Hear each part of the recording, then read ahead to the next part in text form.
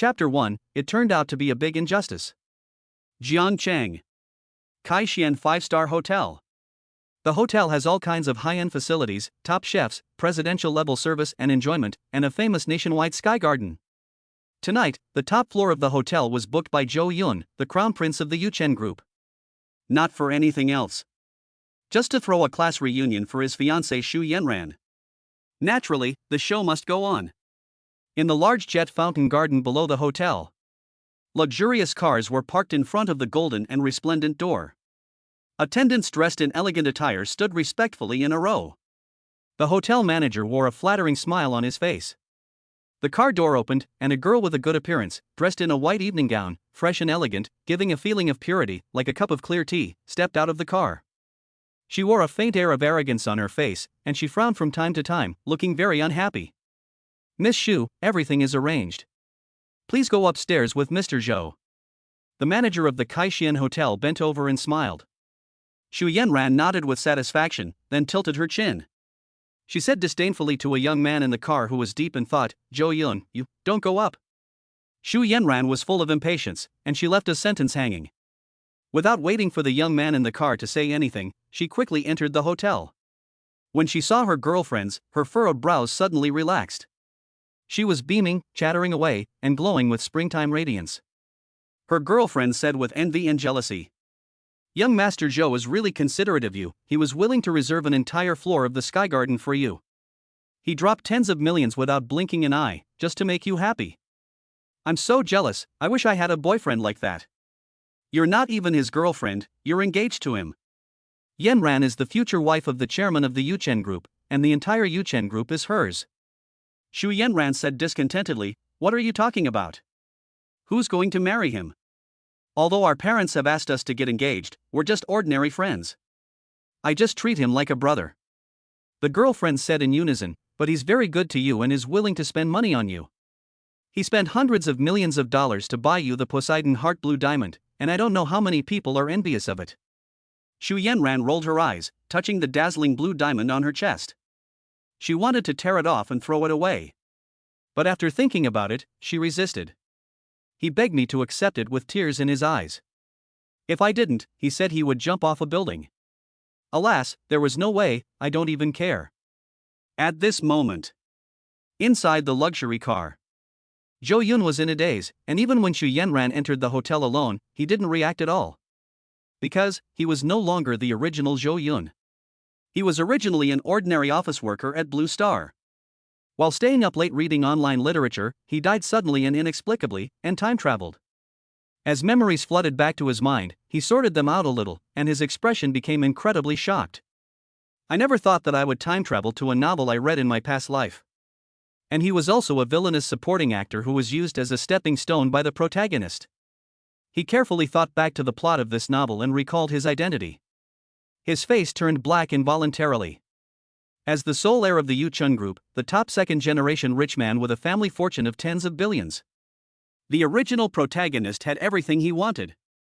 What kind of woman couldn't he get? But he chose to lick a green tea bitch. He was fooled by a woman and acted like an idiot.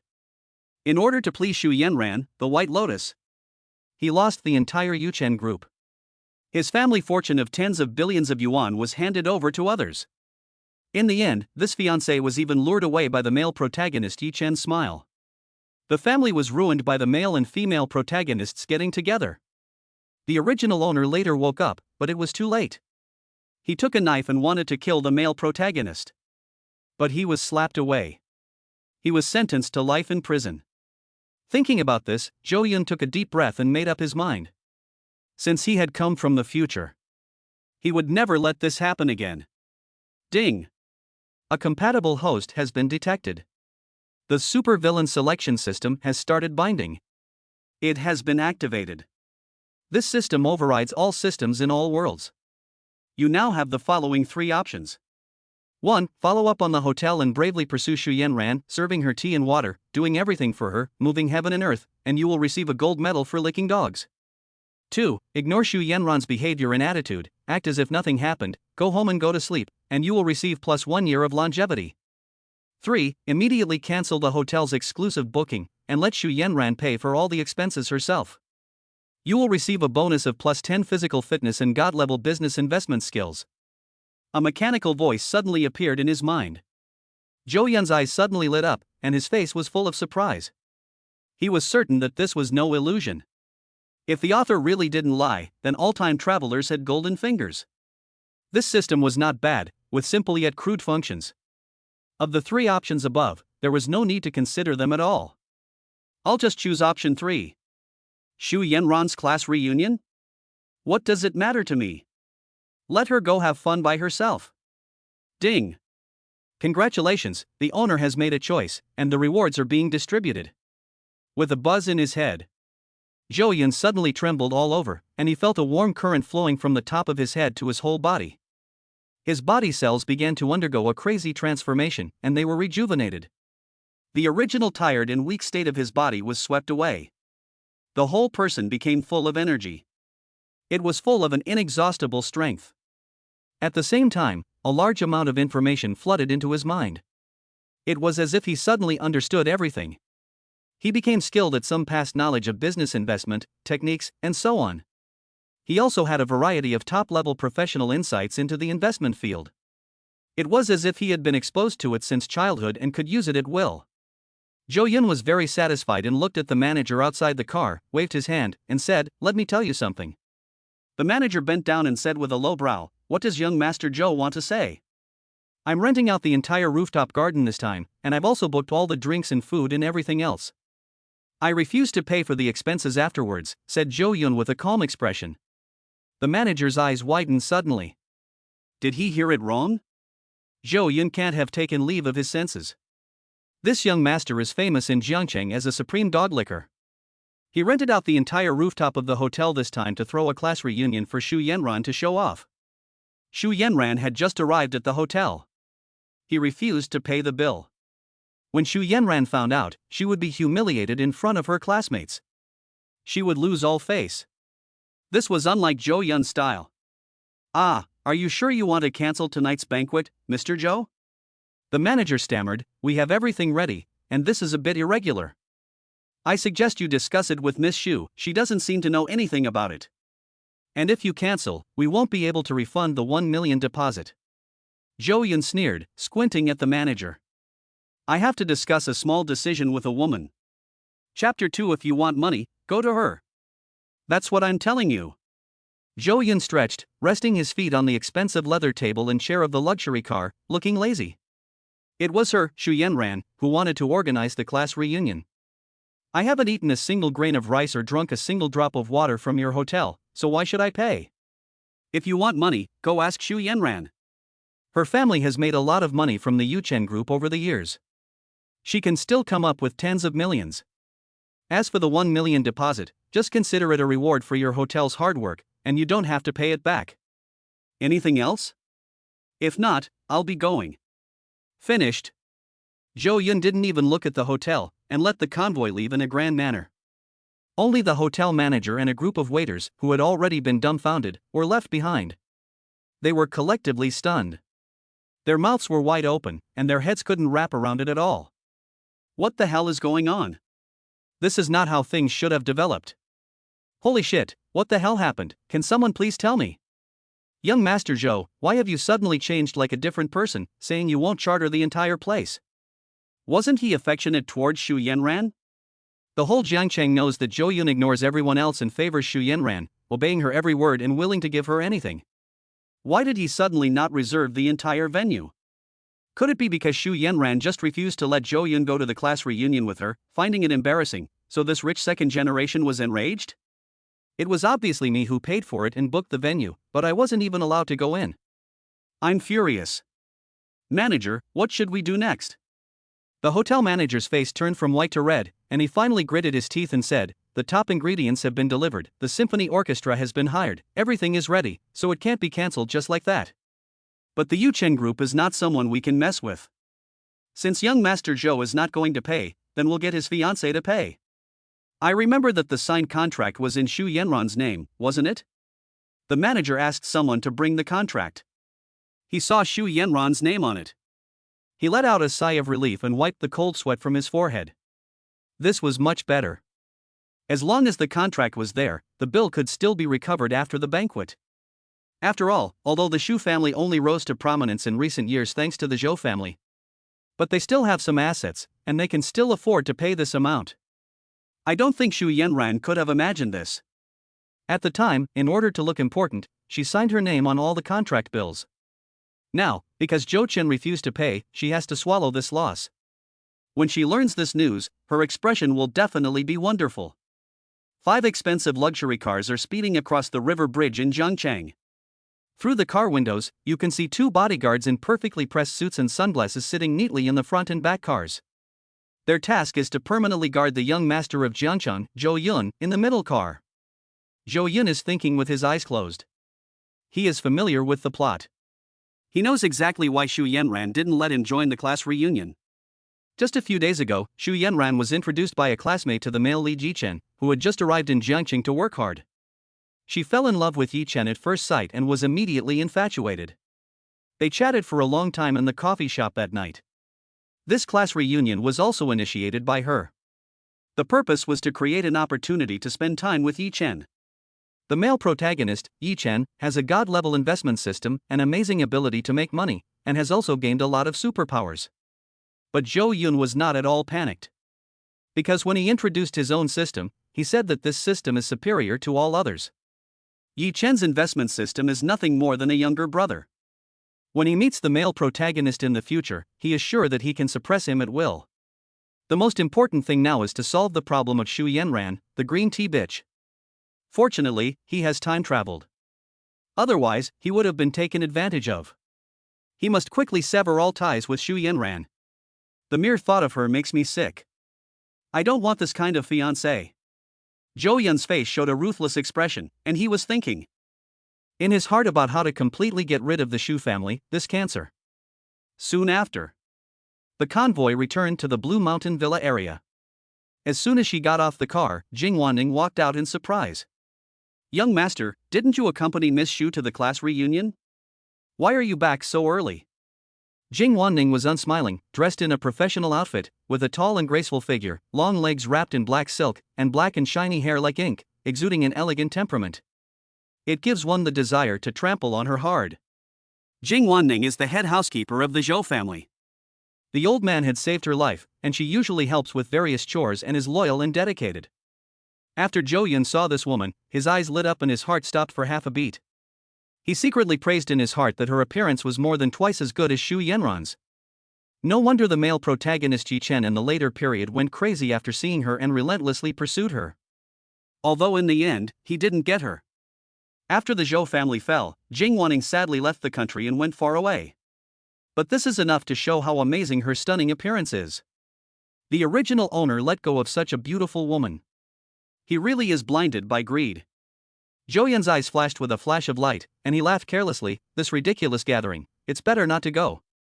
How is my father's health? Hearing this, Jing Wanning's expression became even more surprised. She always felt that Zhou Yun was acting strangely today. But she couldn't put her finger on it.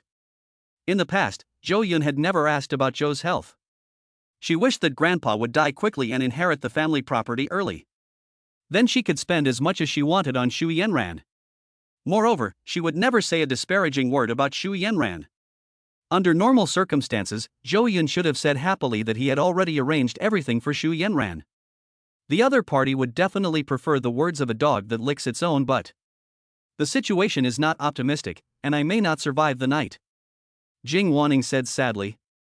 I'll go in and see my father first, so don't disturb me if anything happens tonight. Zhou Yun looked anxious and entered the villa non-stop. He still admired and sympathized with this cheap father. Starting from scratch with no background, he built the Yuchen Group, which has hundreds of billions of assets, and worked hard all his life without a day off. Even if Zhou Yun didn't have much affection for the old master in his heart. But as his only son, he left behind tens of billions of assets for him to inherit. In terms of both reason and emotion, Grandpa Zhou should also enjoy a good end. In the final moments of his life, he should also be by his side. After Zhou Yun left, Jing Wanning asked the bodyguard accompanying him about the situation at the Kaishian Hotel. After learning that Zhou Yun had spent a large sum of money to book the entire hotel for Xu Yanran, only to find that she was not even qualified to attend the class reunion.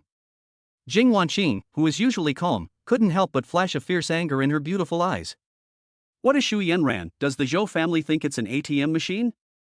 She's summoned like a dog and dismissed just as easily. If it weren't for the young master's favor, what does she think she is? Fortunately, because of this incident, the young master seems to have awakened. Perhaps, like today's incident, it will never happen again. Chapter 3, The Heroine, I've Been Humiliated. In the middle of the night, Grandpa Zhou died. Despite the fact that the villa was equipped with the best doctors and medical equipment at home and abroad, there was still no way to save him. Zhou Yun sat in front of the bed, holding Grandpa Zhou's cold hand tightly, and said in a sad and deep voice, "Father, you can rest in peace. I will definitely take the Yuchen Group to new heights and become a world-class top enterprise. I will never let your lifelong hard work go to waste." Jing Wanning heard these words and quietly wiped away her tears. At the same time, she felt quite relieved. It seems that Zhou Yun has really started to change. God is watching, and it's not too late. Young master, when my family was seriously ill, the old master helped us overcome the crisis. I will never forget this kindness. After the old master passes away, I will definitely assist you fully. This is the last will and testament of the old master before he died. Later, the lawyer will come to notarize it, and before dawn, all the property will be transferred to your name. From now on, you will no longer be the acting director of the Yuchen Group. You will be the real chairman. In the midst of her grief, Jing Wanning had not forgotten her duties. Before the old master died, what he was always worried about was this son. Therefore, he had instructed a lot beforehand. After his death, these matters were handled in an orderly manner without panic. Zhou Yun's expression did not reveal any joy or sadness, and he said without looking up, "Well, you just handle it." If there was anyone he could trust, it would be Jing Wanqing. This woman was not only highly capable, but also absolutely loyal. She never wavered in the face of the male protagonist's many temptations. Even when she was eventually threatened and lured, she would rather go far away to another country than do anything to the Zhou family that would add to their misfortune. After Jing Wanning left, except for this room, everywhere else in the villa was bustling with people. Doctors were still busy, carrying medical equipment, writing reports, etc.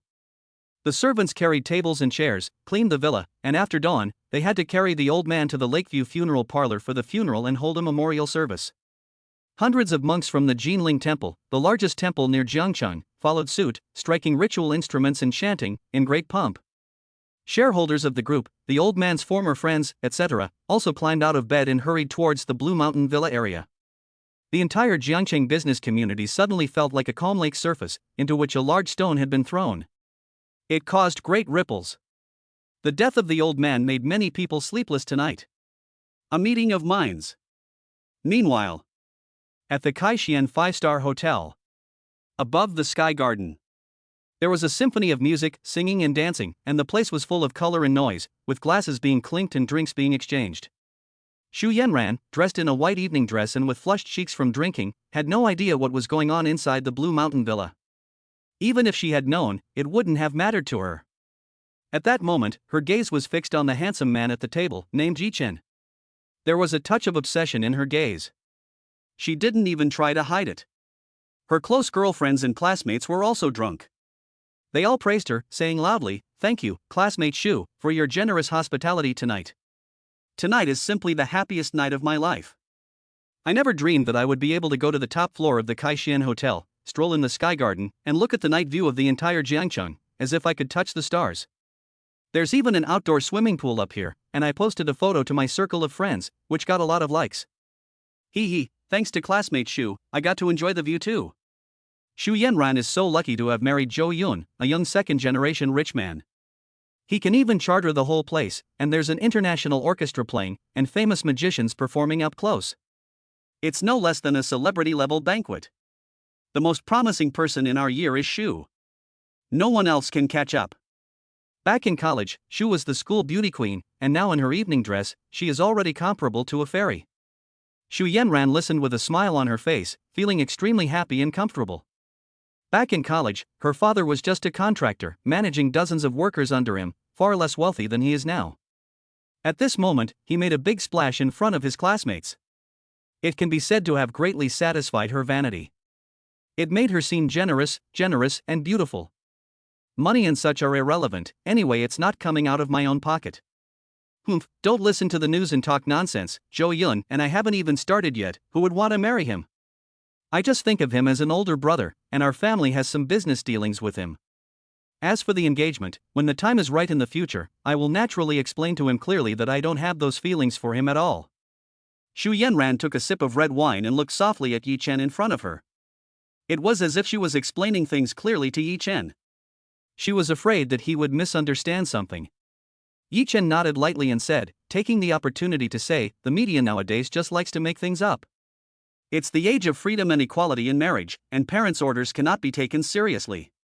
When Xu Yanran heard this, her expression brightened, and she thought to herself, this Yi Chen really does have feelings for me too. At that moment, the two hit it off immediately getting together to chat, laughing out loud. Seeing this, the other students didn't dare say much, and they all changed their mouths to agree. After 3 rounds of wine, the students dispersed, and it was time for them to go back to their respective places. The manager of the Kaishian Hotel walked up with a smile on his face and said to Xu Yanran, Miss Xu, it's time to pay the final payment. In theory, such a large hotel should not collect debts on such an occasion. But without Zhou Yun's guarantee, the manager was really a little apprehensive. As soon as these words were spoken, the originally laughing and joking Sky Garden suddenly fell silent. The drunken mood of the 30-odd students had dissipated by half. They stared at Xu Yanran with wide eyes, dumbfounded. Their hearts were full of questions. What's going on? Didn't you say that the rich second-generation Zhou Yun had already paid? The night air was full of coolness, blowing slightly past, making people unable to help but shiver. Xu Yanran's face went from rosy to ashen. It was only for a moment. Do you know who I am? Dare to come to me for payment? Stare with your bulging eyes and take a look at your hotel's account. Zhou Yun must have already transferred the money in. You don't even know the rules, how can you be the manager of this hotel? Xu Yanran's embarrassment and anger rose. She felt that her face had been completely humiliated in front of her classmates. How could she have been confronted by the hotel manager about the bill?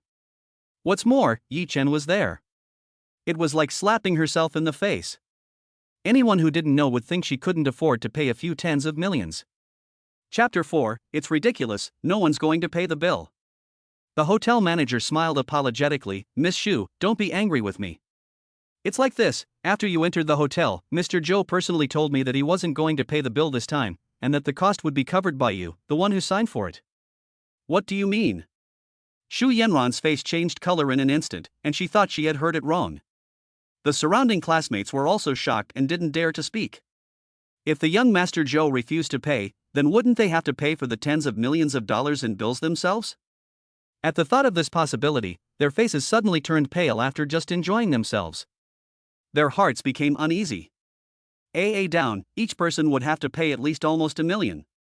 Many people come from ordinary families and simply cannot afford so much money. Their footsteps began to falter as they began to consider how to get out of it. If Xu Yanran won't pay the full bill, they can't afford it. Even the girlfriends were nervous. There was no longer the previous carefree and contented enjoyment. Xu Yanran was stunned for a long time before she reacted. Zhou Yun dared not pay the bill?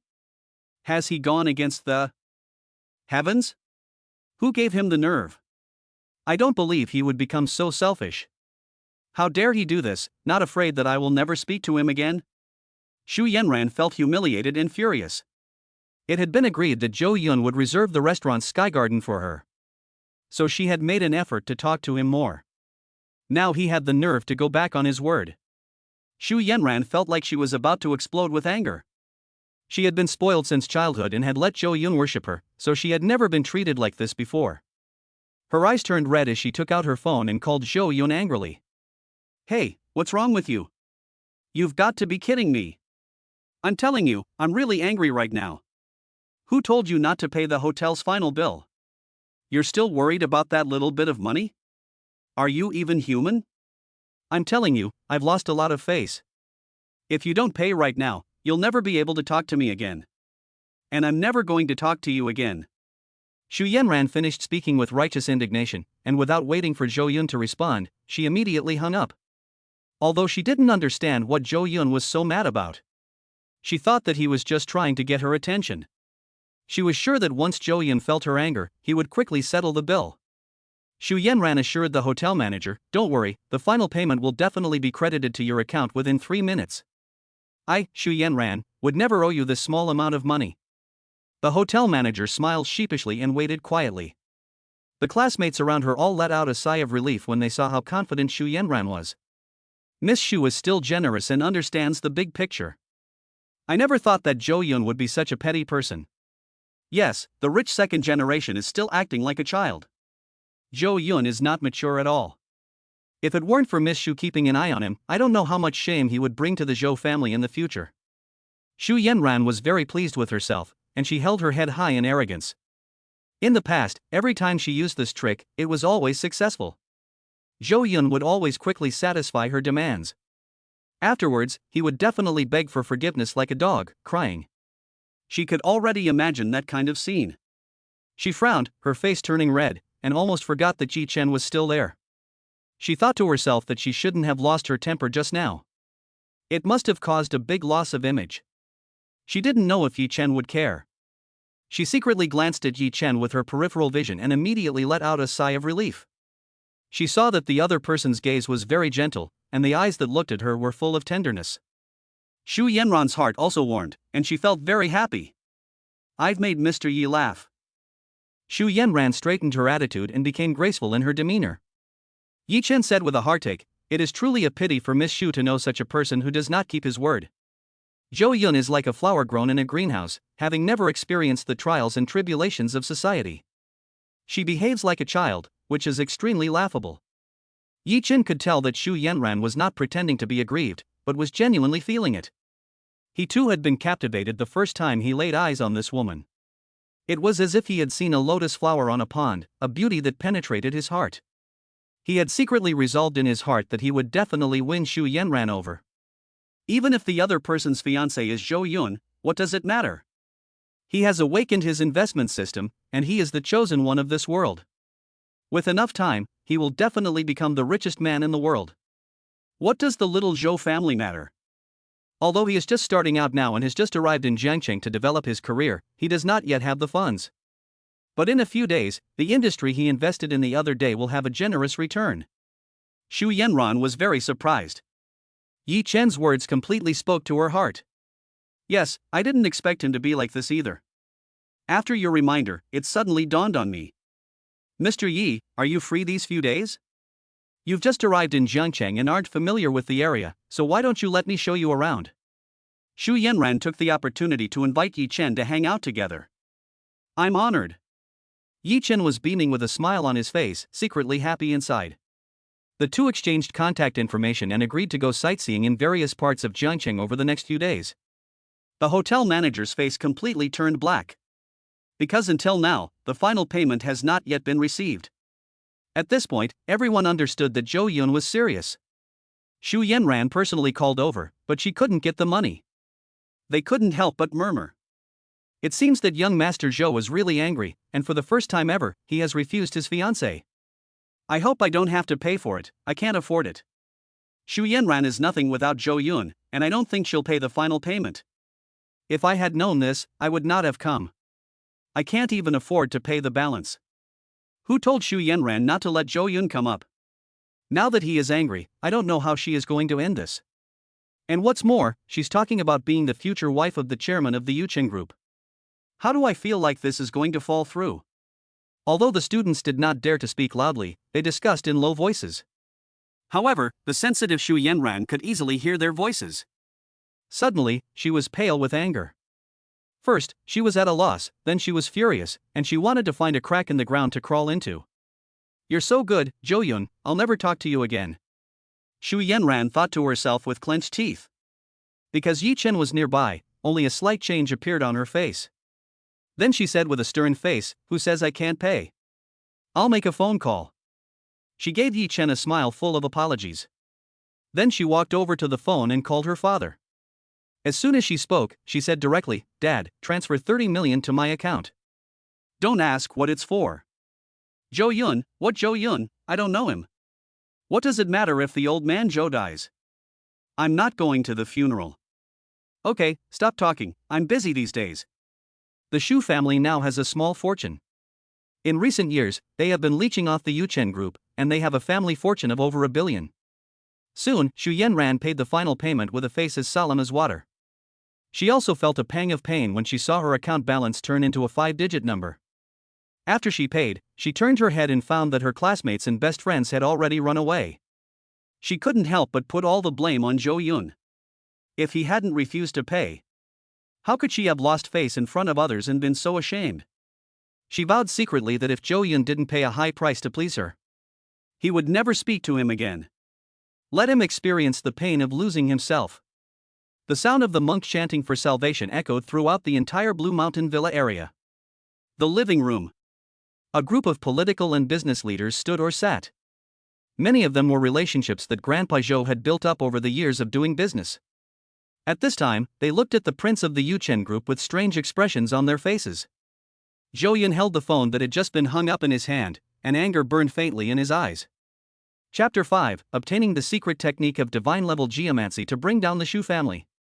Xu Yanran's undisguised and domineering voice was heard by many bigwigs in the living room, completely giving Zhou Yun no face.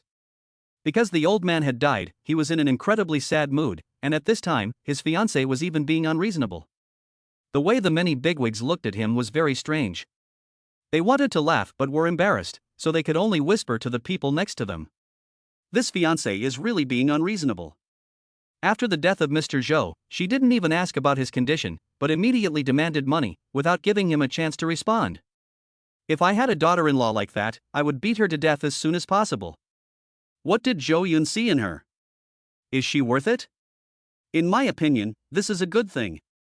With an heir like Zhou Yun, why worry about the Yuchen group not falling? Indeed, judging from his past deeds, Zhou Yun is a fool who will do anything for a woman and let others manipulate him. The Zhou family is doomed. Their whispers were drowned out by the sound of the monk chanting the sutra for the dead. But Zhou Yun could tell from their expressions what they were talking about. His expression did not change. Just then, the system suddenly beeped. The host's fiancé has been detected to have contact with the chosen one. You now have the following 3 options. 1. Call Xu Yanran, sincerely apologize, and agree to any conditions she asks for, gaining 10 spiritual points. 2. Call Xu Yanran's parents, give the Zhou family a reason to celebrate, and force Xu Yanran to marry you after the funeral, gaining 1 billion cash. 3. Announce to the media that you have severed ties with Xu Yanran, and bring the Xu family into disrepute, gaining the secret art of divine-level feng shui.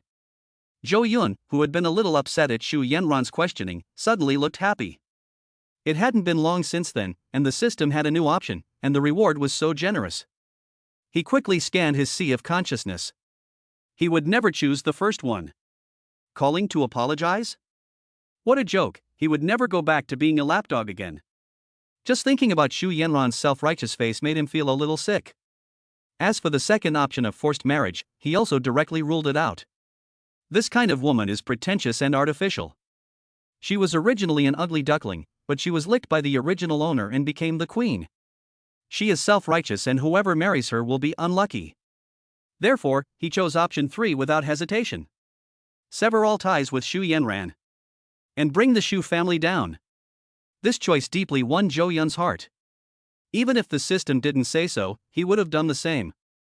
But he was still waiting for a legitimate reason to break off his relationship with Xu Yanran. According to the original plot, Xu Yanran did not appear at the funeral of the old master. Instead, she went to have a private meeting in tour with the male protagonist Ji Chen. I just need to send someone to follow them, take a picture of the two of them walking side by side, and then use this as a reason to announce it to the outside world, and I can justly dissolve the marriage contract.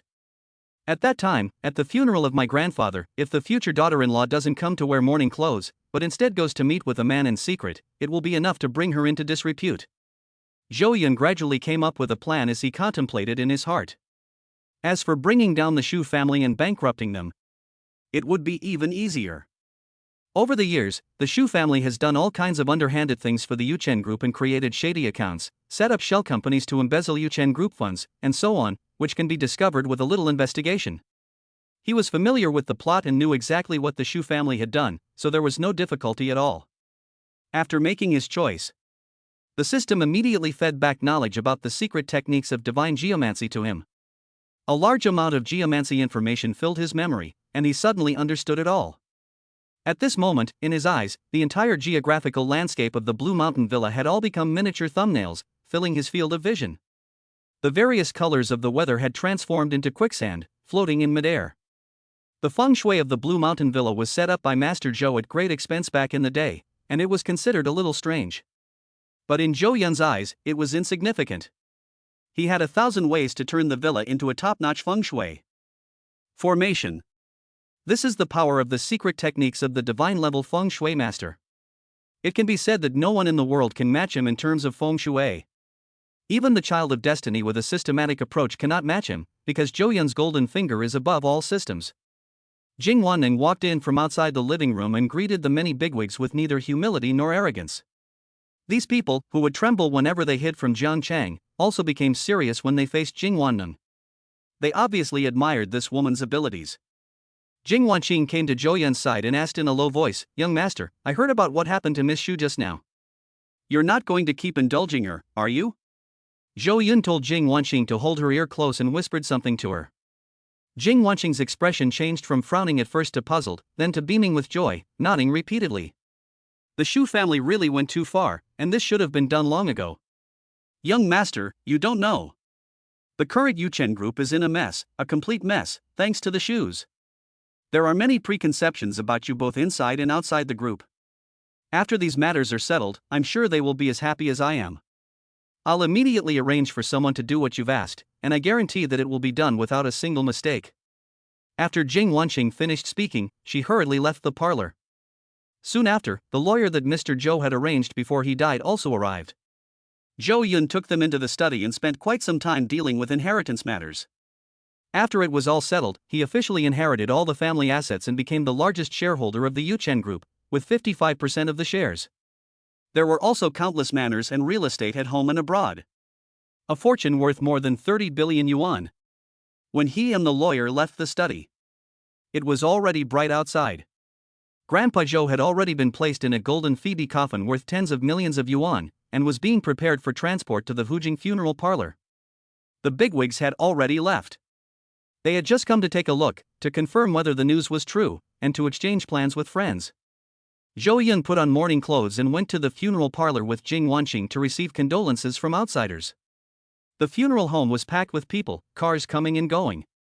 Many people who had relationships with the family in the past and those who didn't, as well as some distant relatives of Zhou Yun, came.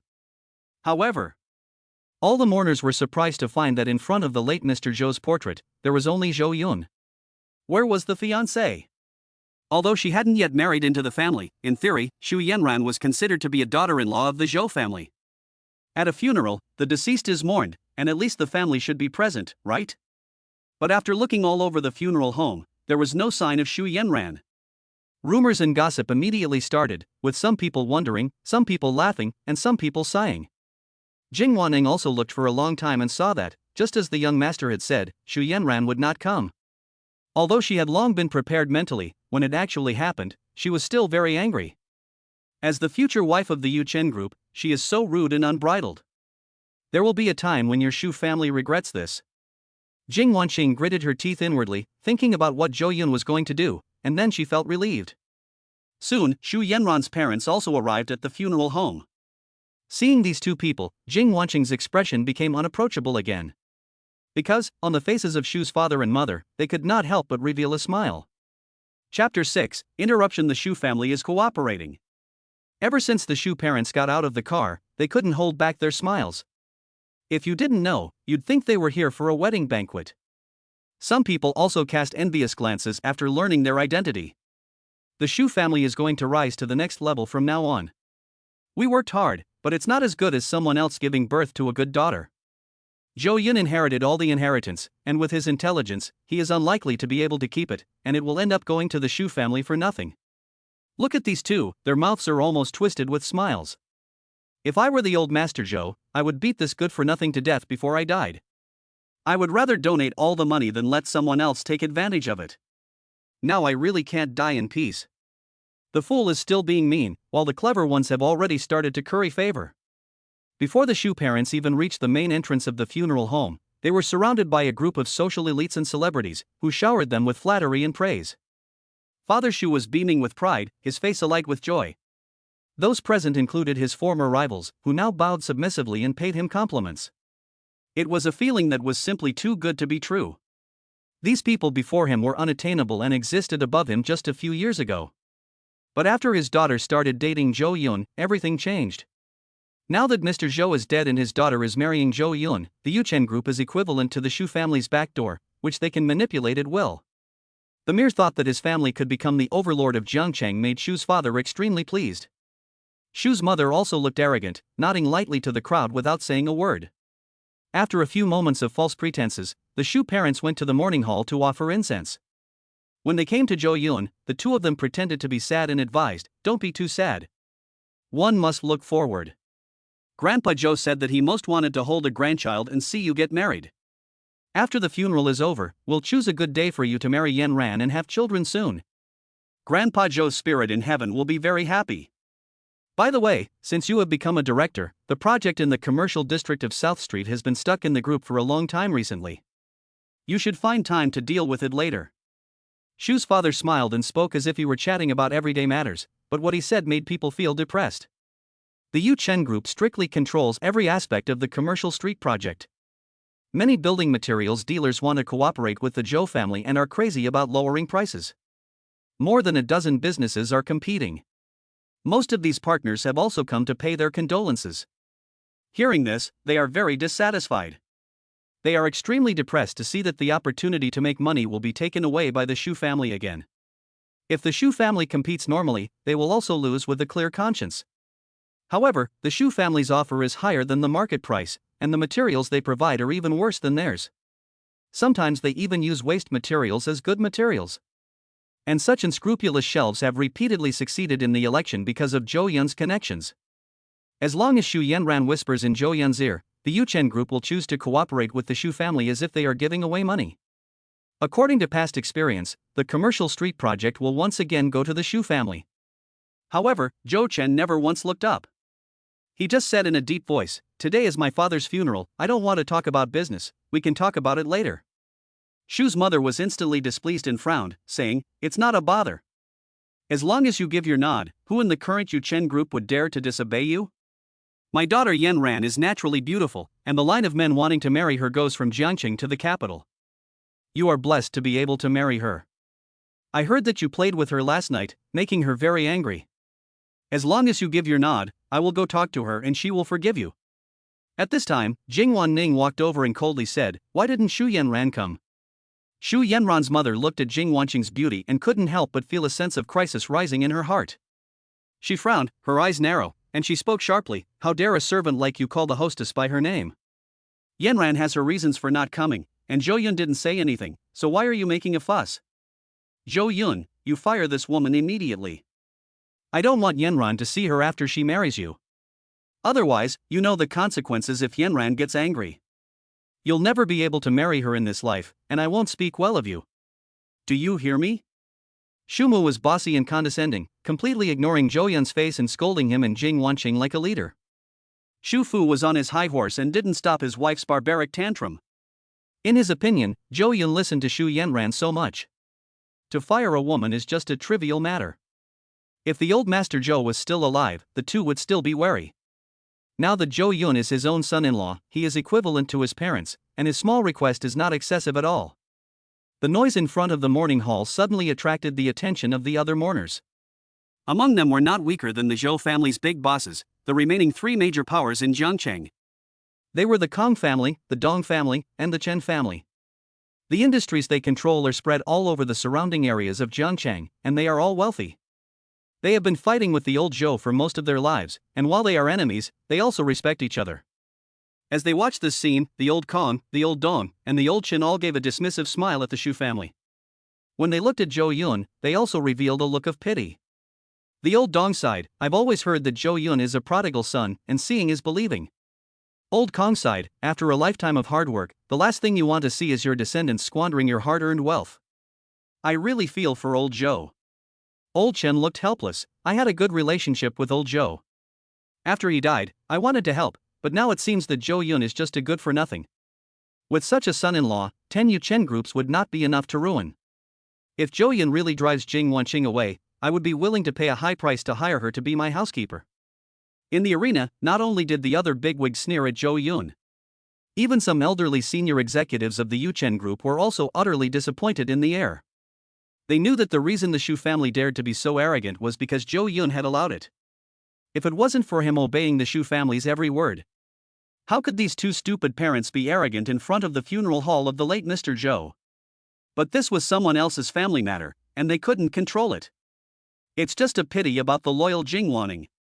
However, they don't know that Zhou Yun has long since changed and is no longer the wolf-licking person he once was. Zhou Yun originally didn't want to cause trouble today, but when Shumu targeted Jing Wanning, the anger in his heart could no longer be hidden. He suddenly stood up, his gaze fixed on Shumu, as if his eyes were hiding 1,000 swords that pierced straight to the heart. You want me to deal with it today, right? Fine, I'll do as you wish. Xiao Dong. Zhou Yun called out to the project manager of the Yuchen group. Soon, a middle-aged man in a suit, with a dumbfounded look on his face, stepped forward. Chairman, I'm here. Zhou Yun said coldly, immediately notified the entire group that regarding the project in the business district, all companies related to the Shu family are prohibited from participating. Furthermore, all cooperative projects with Shu family companies, regardless of the cost, are to be stopped and another partner selected. Chapter 7, You Think You Can Fire Jing Wanqing? Xiao Dong's mind went blank for a moment, and he remained motionless with his mouth wide open. He was shocked and wondered if he had heard it wrong. Was this the decision that Zhou Yun could make? You have to know that ever since Zhou Yun met Xu Yanran, the Shu family has basically been given the green light for all projects of the Yuchen group. Xiao Dong was used to it, as Zhou Yun had agreed to any unreasonable request from the Shu family. He has also opposed strongly in the past, but under the pressure of the Zhou family's authority, he has had to agree. Just now, he thought that Zhou Yun would also be submissive to the Shu family as before. But he never expected to get such a reply. This made his heart beat uncontrollably, and for a moment, he froze in place, his breathing coming to a halt. Zhou Yun looked at him with a faint gaze. What, is there a problem? Xiao Dong tensed up, and immediately straightened up, his face full of excitement. He said loudly, no problem, I guarantee I will complete the task the chairman has assigned me. Xiao Dong's eyes were moist with emotion, and he almost wanted to cry.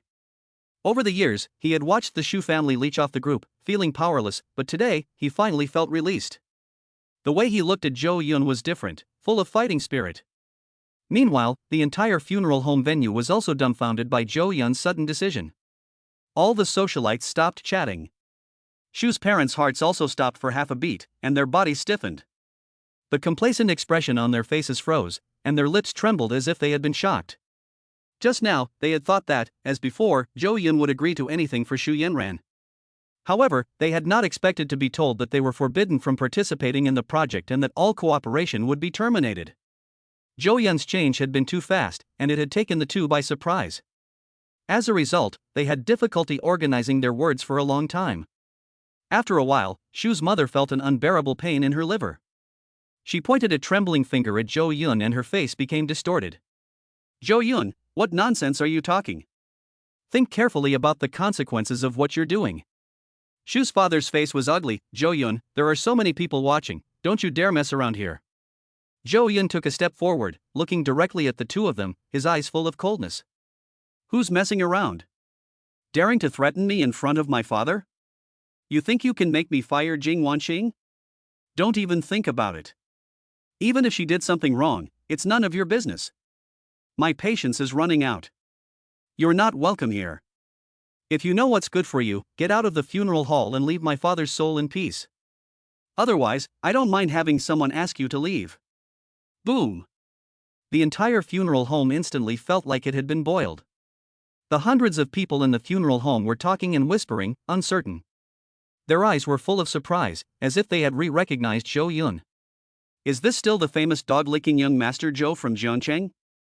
I wouldn't mistake people for each other. I suspect there's something wrong with my ears. He's not giving the Shu family any face at all. Isn't he subservient to the Shu family?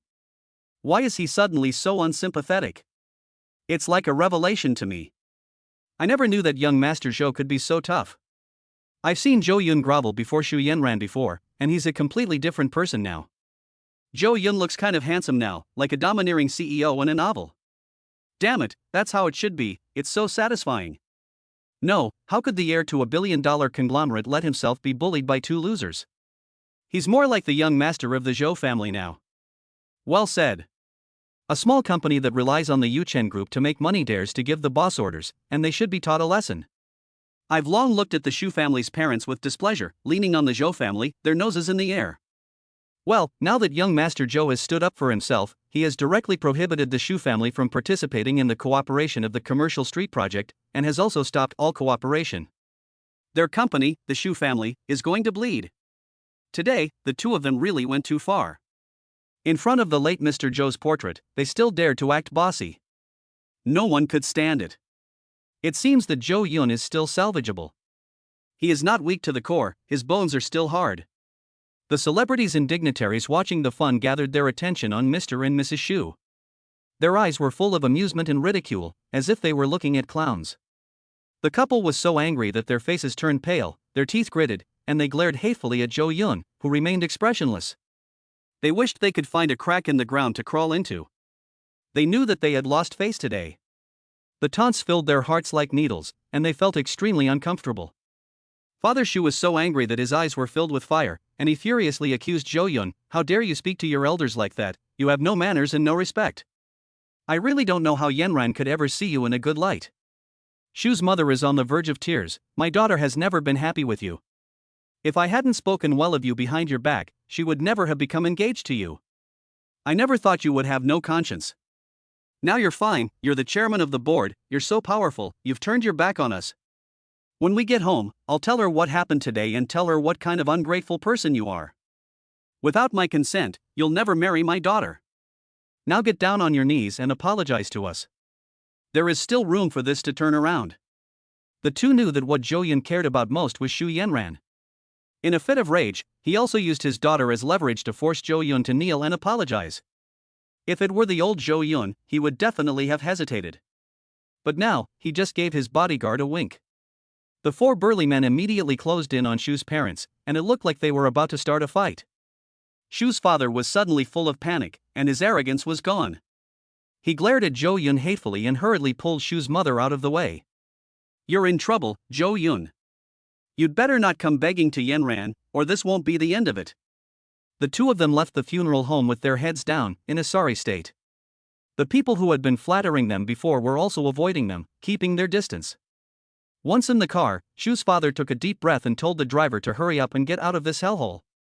Meanwhile, inside the funeral home, Zhou Yun's face was full of apologies, apologizing to the guests around him. "I've made a fool of you all." The guests looked at him with different eyes. Before, they had been teasing, but now they were a little more serious. The difference between a stupid heir and a smart heir can cause a storm in the business world of Jiangcheng. They also spoke in a flattering manner, knowing their place. Zhou Xiao is domineering, and these two really went too far. It's good that it's been resolved. The Shu family is just a small contractor that has made a little money off the Zhou family. Now they are increasingly looking down on people, so they should be taught a lesson to know what awe is. It's no wonder that the chairman of the Yuchen group is someone who has his successor in mind.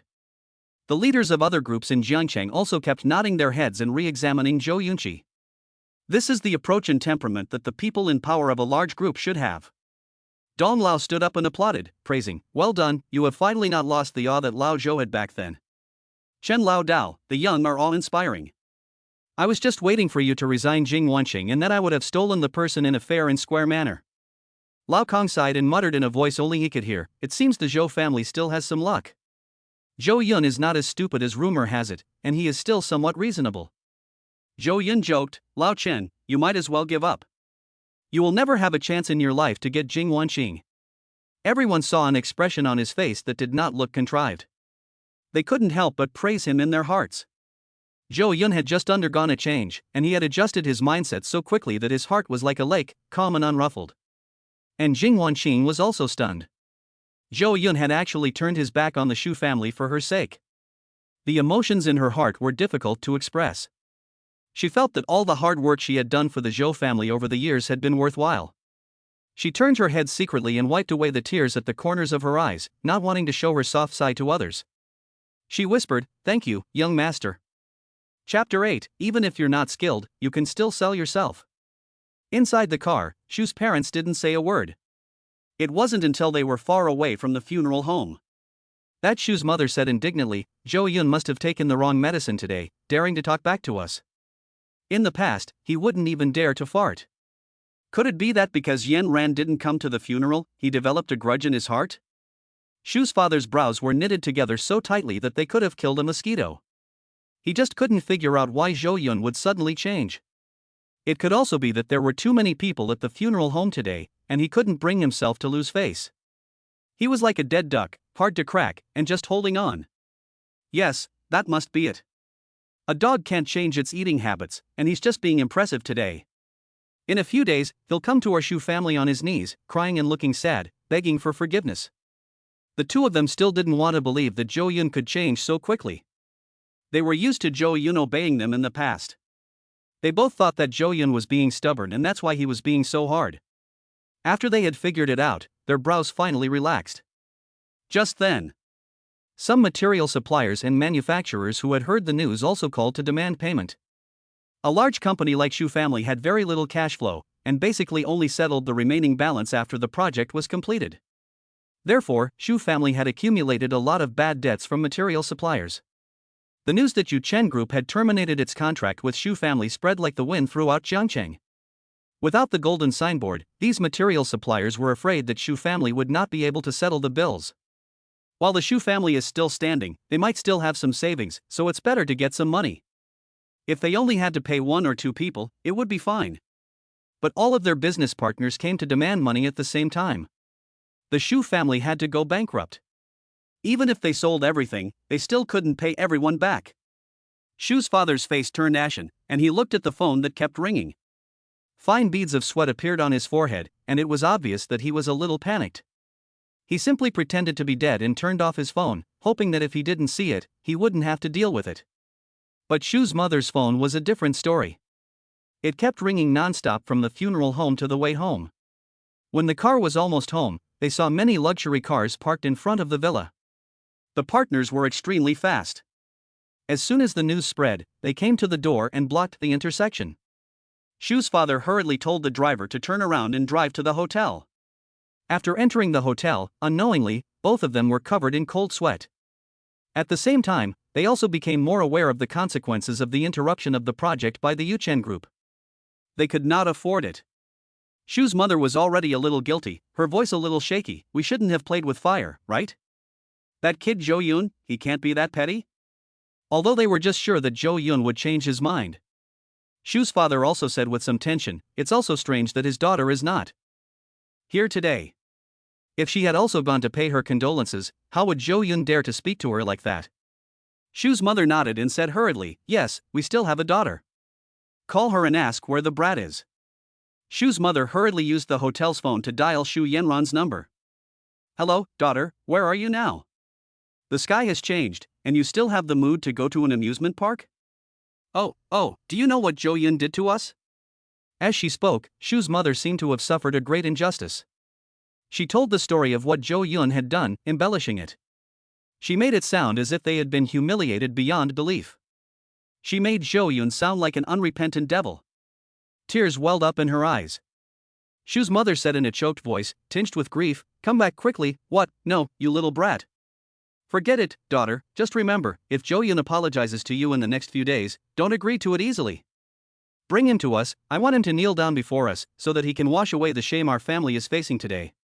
Shu Fu paced back and forth, as if this was the only way to ease the tension in his heart. After hanging up the phone, the two of them had no other choice in the moment, and could only place their hopes on their daughter. Disneyland Amusement Park.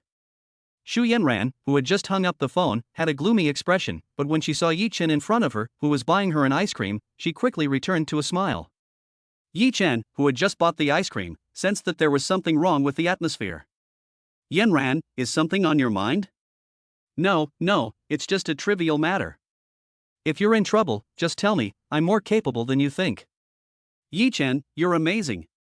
Tomorrow, let's go to Yushan, it's a famous scenic spot in Jiangcheng." Shu Yanran smiled sweetly, eating ice cream as she walked side by side with Yi Chen. During the outing, Yi Chen also hinted to Shu Yanran that the Chen family in Jiangcheng had a request for him, so there was no need to fear the Zhou family at all. Completely unaware, invisible cameras were trained on the two of them from all directions, clicking away. The funeral of Master Zhou. Apart from the Shu family's little episode, everything else went smoothly. The next day, the coffin and casket were taken to the scenic Yushan outside the suburbs of Jiangcheng. Yushan has a long history, with a beautiful and unique mountain range and pleasant scenery. It is a must-visit place for tourists to Jiangcheng.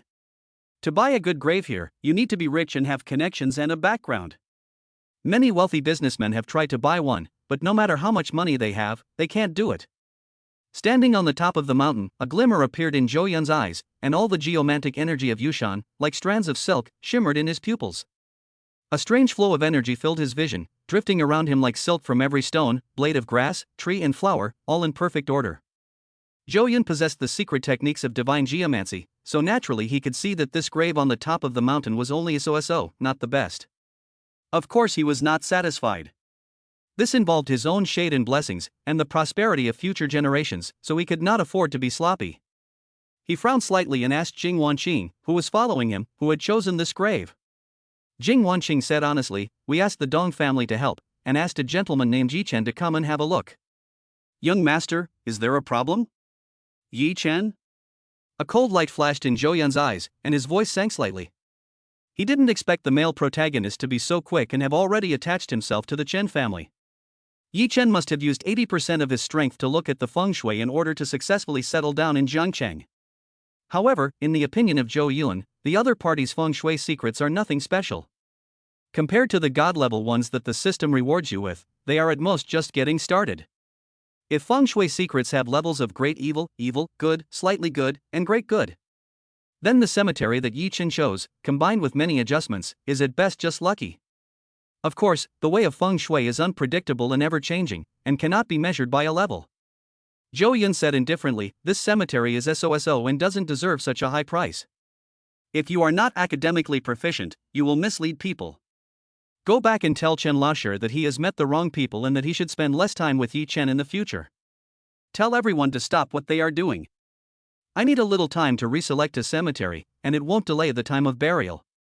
In Zhou Yun's eyes, somewhere in the Yushan Mountains, there is a strange vision of a young qilin formed by the condensation of 10,000 mysterious air currents. With a little modification and adjustment, it has the momentum of stepping on thousands of mountains and entering tens of thousands of lands, and it is extremely divine and handsome. Chapter 9, If he doesn't look for you, you won't go looking for him? Jing Wanning's body froze for a moment, and she looked at Zhou Yun in disbelief. Usually, the young master is ignorant and uneducated, but did he secretly learn about geomancy? Judging from his confident and composed appearance, he doesn't seem to be lying, but he really does know something. This made Jing Wanning reflect on whether she had misunderstood Zhou Yun in the past. It seems that he is a spendthrift who does nothing all day long, but in fact, he is secretly working hard behind the scenes, planning to amaze everyone. Jing Wanning has been at the Zhou family for 5 years, and she has rarely seen Zhou Yun stay at home. He is basically always out partying. At that time, she still looked down on Zhou Yun, but now it seems that she was short-sighted. You can tell from the sudden change in Zhou Yun's usual style of doing things yesterday. Zhou Yun is not a drunkard or a good-for-nothing. Instead, he is a shrewd person who pretends to be a fool. Perhaps, when Zhou Yun is not at home, he is learning skills from some hermit master. But young master, if Chen Lao asks, what should we say? Jing Wanqing's eyebrows furrowed slightly. Zhou Yun, who was leading someone to the qilin burial ground, said noncommittally, "I will go to his house in a few days to help him correct the feng shui." "I understand." Jing Wanqing did not ask any more questions. She did not question Zhou Yun's decision to modify the burial site without authorization. In her opinion, this was the Zhou family's own business, and even if Zhou Yun left the old man's corpse exposed in the wilderness, she, as the housekeeper, had no right to interfere. Zhou Yun went to the qilin burial site, had some miscellaneous items cleared away, and then asked Jing Wanqing to contact the person in charge of the land, and spent a lot of money to buy it. Then, Zhou Yun began to adjust the feng shui, had a pair of stone qilin purchased, collectible decorations, yellow talismans, brocade, etc. He personally took action to transform the closed qilin burial ground into a place where auspicious beasts roam. After that, he had his father's coffin buried there, completing the funeral rites. Within half a day, Zhou Yun keenly sensed a wave of opportunities from heaven and earth spreading from the depths of his bloodline, making his fortune even stronger. This change is still becoming deeper and deeper with the passage of time and the accumulation of the natural order. This is the power of the divine-level feng shui secret technique. If it were just any ordinary geomancy, there is no way they would have been able to see that there is a Qilin land hidden in Yushan. Shu's parents have been unable to sleep for the past few days. They can't sleep at all, and can only take sleeping pills to get through the night. Their whereabouts have also been discovered by the debt collectors, and they have been staying in several hotels in a panic. What makes them more fearful than being chased by debt collectors is that there has been no movement at all from Zhou Yun's side. This has caused their hearts to plummet from the top of the mountain to the bottom. They became increasingly insecure. They also started to daydream. If Zhou Yun was really determined to play with them, then the Shu family would really be plunged into darkness. There would never be peace. Shu's mother felt her body growing colder and colder. The thought that without the help of the Yuchen group and without Zhou Yun's backing, they would soon face a debt of billions, like falling into an ice cave. Shu's father could not sit still, feeling like he was being pricked all over his body, and his breathing became more and more rapid. No, Zhou Yun can't be so ruthless. He must still like Yanran. He's been chasing her for 3 years, how could he just give up like that? He'd do anything for Yanran. It just can't be like this. Zhou Yun must have been delayed by something. That's it. Shu's mother kept reassuring herself, hoping that things would develop in the way she imagined. Shu's father's eyes gradually lost their luster, and he began to panic as well. The funeral had long since ended, so Zhou Yun should be free now. Judging from Zhou Yun's character, he should have gone to Yanran by now to beg for forgiveness. I can't deceive myself anymore. While there's still a way to fix things, I need to figure out a solution soon. Both of them had gone from being calm at first to becoming impatient. The consequences of terminating the cooperation with Yuchen Group were more than the Shu family could bear. Now they finally felt scared. Over the years, the Shu family had used Zhou Yun's identity to make many fake contracts and defaulted on bad debts. If they were to be liquidated, they would have to go to jail for the rest of their lives. Of course, they never expected Zhou Yun to be so ruthless and get this far. Now they just want to recover their losses. The two are not stupid, and they quickly realized that the key to breaking the deadlock lies in their daughter, Shu Yanran. Shu's mother called her daughter, this time not being polite, not showing any affection, but instead full of a tone of reprimand. Hey, you little brat, why aren't you home yet? Where are you fooling around? Playing around, all you know is playing every day. The family is falling apart, and you don't even know to call back. Zhou Yun hasn't looked for you, but you won't go find him? Yes, go ask him what he really wants. What, you're too proud? Do you want your parents to go? You come to Fengjian Holiday Hotel immediately, your father and I are here. If you don't come back, fine, you're mad at me too. How dare you hang up on me? Sumu's eyes shot fire as she listened to the beep sound. Su Fu was also silenced by his daughter. As time passed, more and more powerful and famous people were sure that the Shu family had been abandoned by Zhou Yun. Everyone who had been involved with the Shu family in the past kept their distance from them. Their former enemies also began to take advantage of their situation and seize their business. Debt collectors were all over the city looking for them, more popular than wanted criminals. If their daughter did not step forward to find Zhou Yun and solve this problem, they would be finished in a matter of days. Once they thought about it, the two of them already began to feel fear. Only then did they realize that the Zhou family was still a giant that towered above the rest. Even a useless person like Zhou Yun was not someone they could easily offend. Without Zhou Yun, the Shu family is nothing.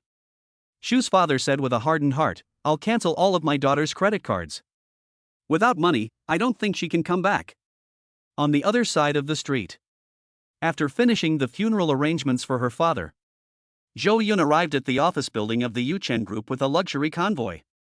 This building is also the property of the Zhou family and can accommodate 3,000 to 4,000 employees. Today, he wore a big slicked-back hairdo, a well-tailored suit, gold-rimmed glasses, and a hint of a rascal, like the handsome and refined scum in the movies. Surrounded by a group of bodyguards, he was recognized by the receptionist as soon as he entered the company building. Zhou Yun said expressionlessly, gather all the company's senior management for me. We'll meet in the conference room on the top floor in half an hour. The beautiful receptionist did not dare to be negligent and quickly notified all the management of the entire company. Zhou Yun, on the other hand, was the first to arrive at the conference room, sitting at the long conference table worth tens of millions of dollars. His two long, straight legs were propped up on the table, looking very cynical. He waited quietly. Half an hour later, all the company's senior management hurriedly entered the conference room. This was Zhou Yun's first meeting. Although he had been an acting director before, he was basically a titular position and did not take care of any business. This time, the new official took over and set 3 fires, not knowing where to burn them, so everyone was extremely urgent. The last one to arrive was the company's second in command, Hu Zuowei, who also owned the second largest share of the company after Zhou Yun. Hu Zuowei started the Yuchen group with the old man back then. By seniority, Zhou Yun had to call him an uncle.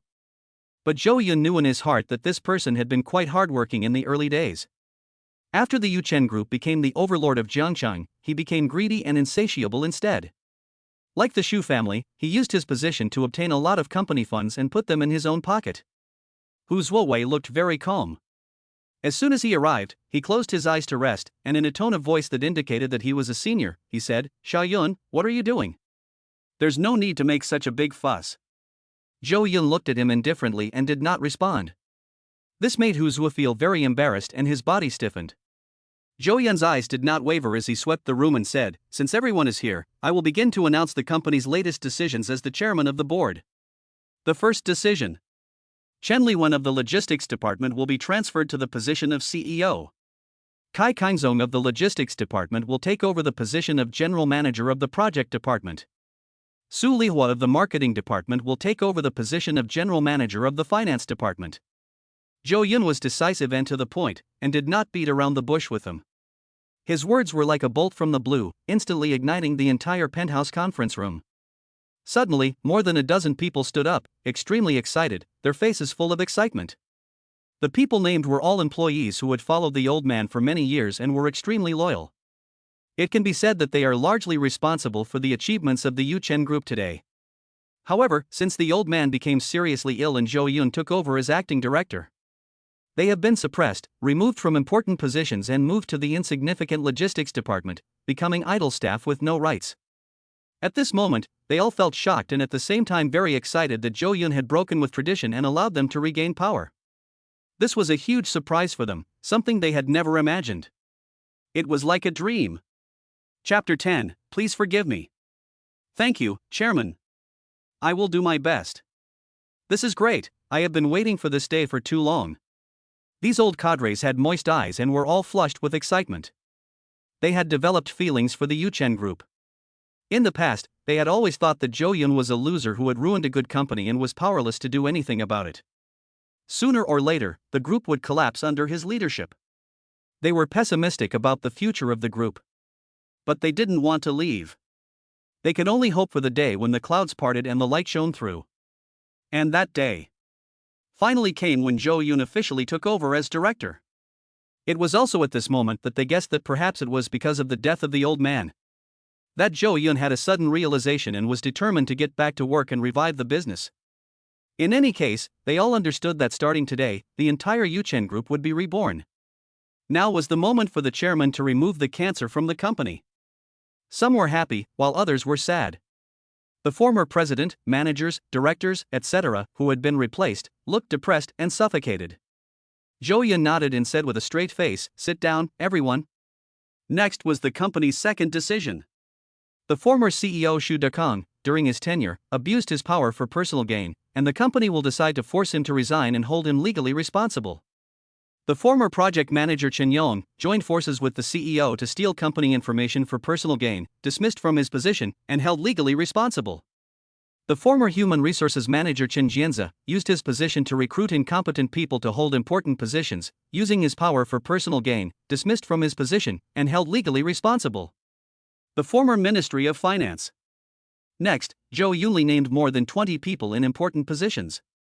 These people were all related to the Shu family and relied on the original Zhou Yun to enter the Yuchen group to eat and drink for free while helping the Shu family to pursue personal gain.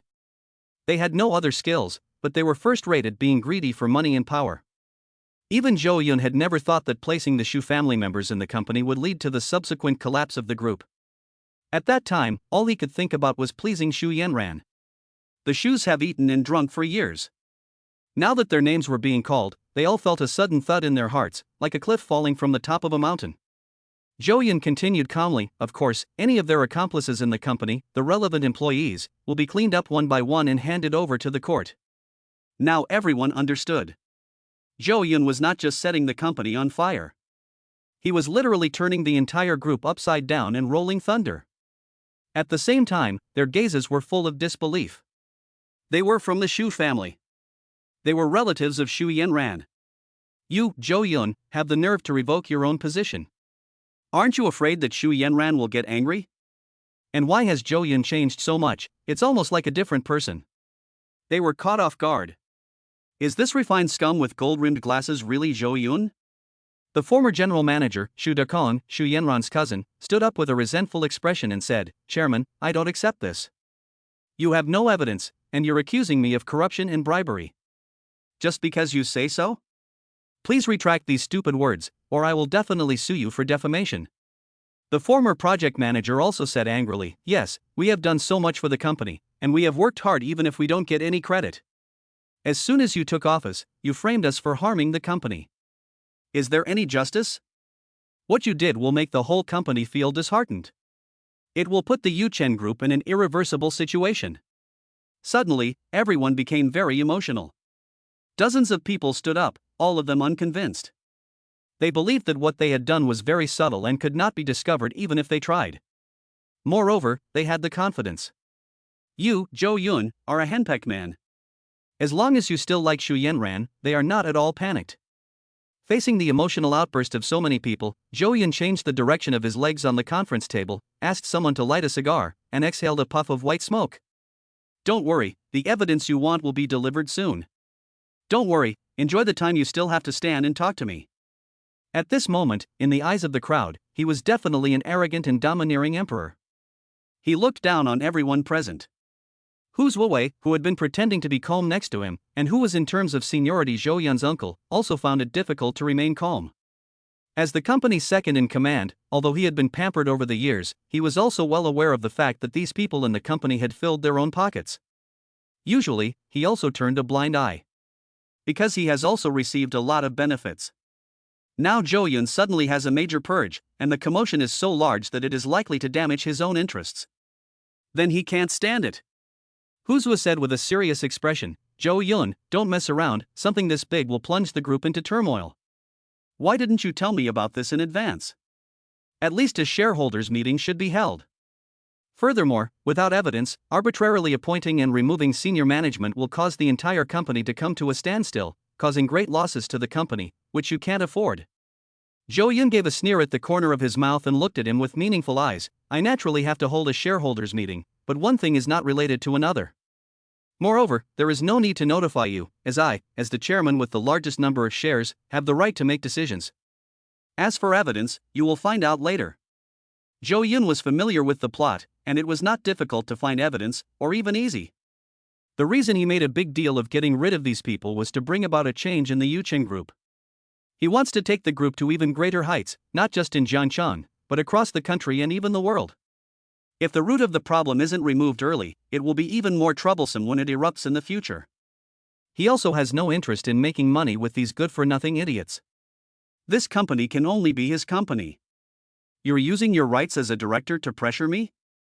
Your father didn't dare do this when he was alive. Hu Zuowei angrily slammed his hand on the table and yelled, "When I was running the company, you hadn't even grown a hair on your head. I think your father made a mistake when he left you his inheritance. You're just a kid, you don't know what's important." Zhou Yun put out his cigar, his expression calm, like an ancient pine tree that stands firm. He was completely unaffected by Hu Zuo's words. There was also a hint of the temperament of an upper-class figure who remains calm in a crisis. The way he looked at Hu Zuo was like he was looking at a clown.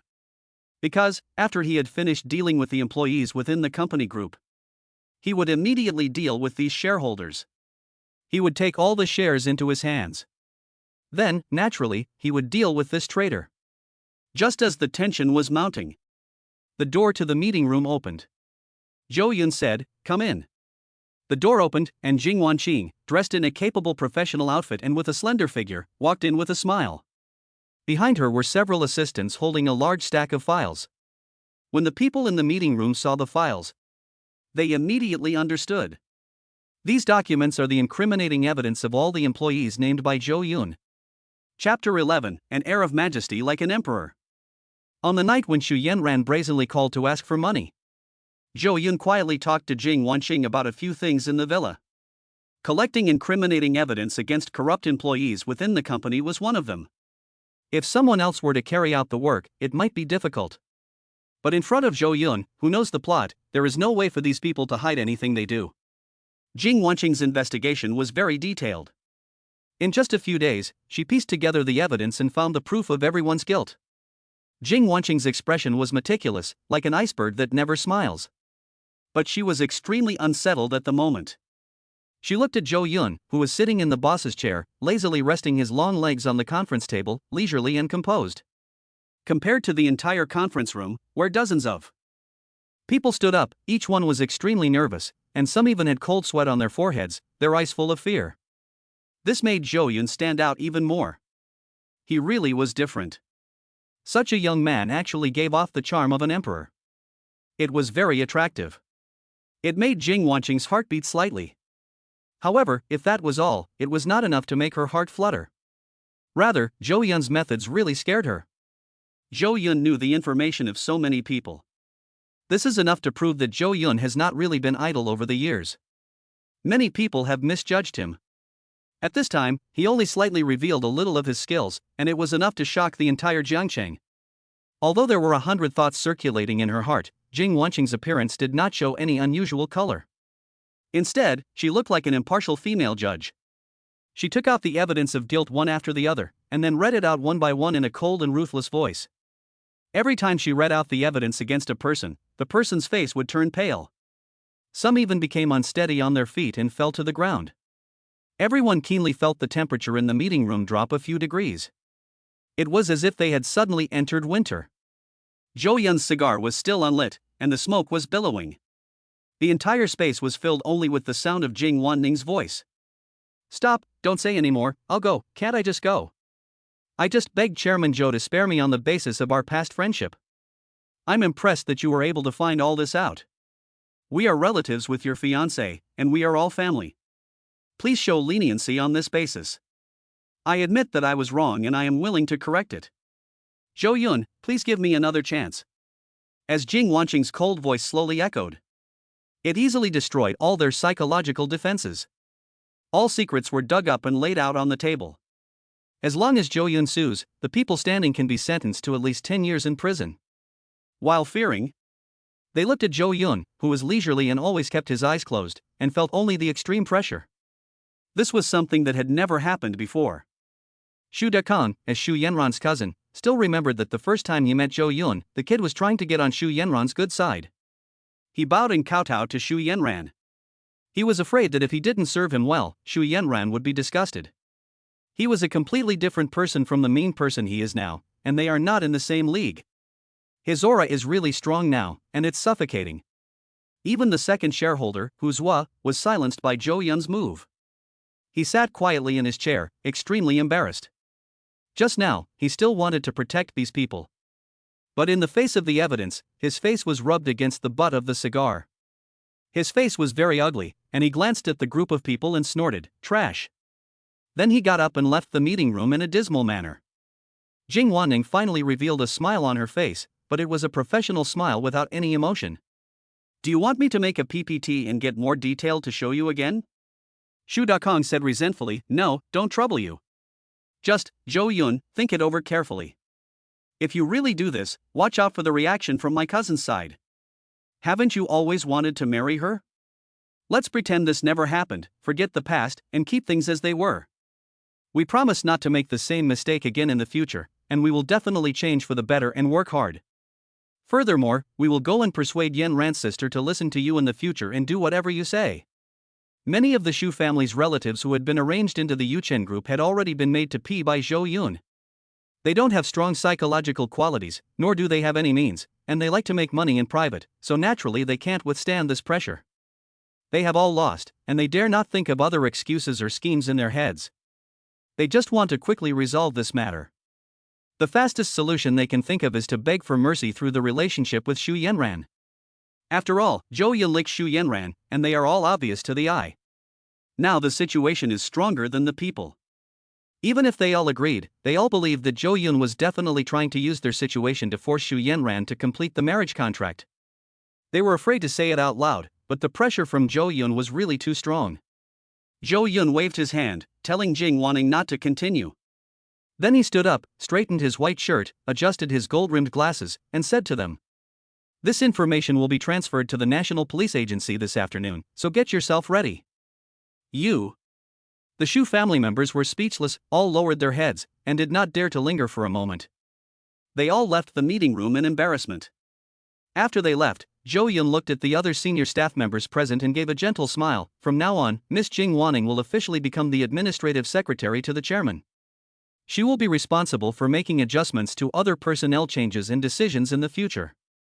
In addition to the people whose names were just mentioned, she will also deal with some other people who have also done harm to the interests of the group. After saying that, Jo Yoon turned his head and smiled at Jing Wanqing. "You've worked hard. It's all I should do." Jing Wanqing said excitedly. "Young master, you really impressed me." Jo Yoon laughed and said, "There will be many more surprises in the future, you have to get used to it." Jing Wanqing said seriously, "Young master, I believe you. You let me do another thing and I've done it." Xu Yanran and Yi Chen have indeed spent the past few days together. However, according to the information provided by his subordinates, the two have not had a substantive relationship. They haven't even held hands. They are both very reserved, and no one wants to break the ice. It seems that they are still friends. Are these photos enough? Jo Yoon shrugged his shoulders and said, "That's enough. Accompanying another man on a date on the day of the funeral is enough for me to break off this ridiculous engagement. You go ahead." After saying this, Jo Yoon left the meeting room and went to familiarize himself with the recent affairs of the group. He was very relieved to leave the rest to Jing Wanqing. As soon as Xu Dakong and the others had left the meeting room, they immediately gathered in groups and chattered away. "What's gotten into Jo Yoon today? He's gone crazy. Why else? He's no longer bound by the death of the old man, and he's anxious about Xu Yanran. He's so blatantly forcing us, doesn't he want to marry Yanran quickly? Cousin, really, you've been hanging on to him for so long, dragging your feet. Well, if you push someone too hard, even we'll suffer. If she'd married Jo Yoon earlier, there wouldn't have been so many problems. Let's hurry and call her and urge her to go plead with Jo Yoon, so there's still a way out. I'm not just going to urge her, I'm going to scold her too." What's the meaning of this? Everyone was talking at once. In the end, they felt that the person who started the problem should also be the one to solve it. Only Xu Yanran could solve this problem. Suddenly, one phone call after another was made to Xu Yanran's phone. Chapter 12: The heroine who was continuously questioned until she coughed up blood. "Yanran, this is my new company. In a few days, it will be making a fortune." Yi Chen took Xu Yanran to his company, and the signboard said soaring. "You are really young and capable, a young talent," Xu Yanran said admiringly. Yi Chen thought for a moment and said, "I heard that you don't seem to have a job yet, so why don't you invest in my company? I'll give you shares, and the two of us will partner up to get this business going. In the future, it can become the most well-known enterprise in Jiangcheng, no, the whole country." Xu Yanran was very excited. Starting a company with Yi Chen? Was he hinting at something? This would bring the two of them closer. Whether the company makes money or not is secondary. The key is to make the relationship grow. Xu Yanran's heart was filled with sweetness, and she immediately said, "Your company, I definitely have to support it. How much do you need?" "I'll have my parents wire 100 million over." "Is that enough?" Yi Chen shook his head and said, "No money is needed, as long as you come to work." I happen to be lacking a secretary." "Secretary, yes." Xu Yanran didn't know what came to her mind, and her face slowly turned red.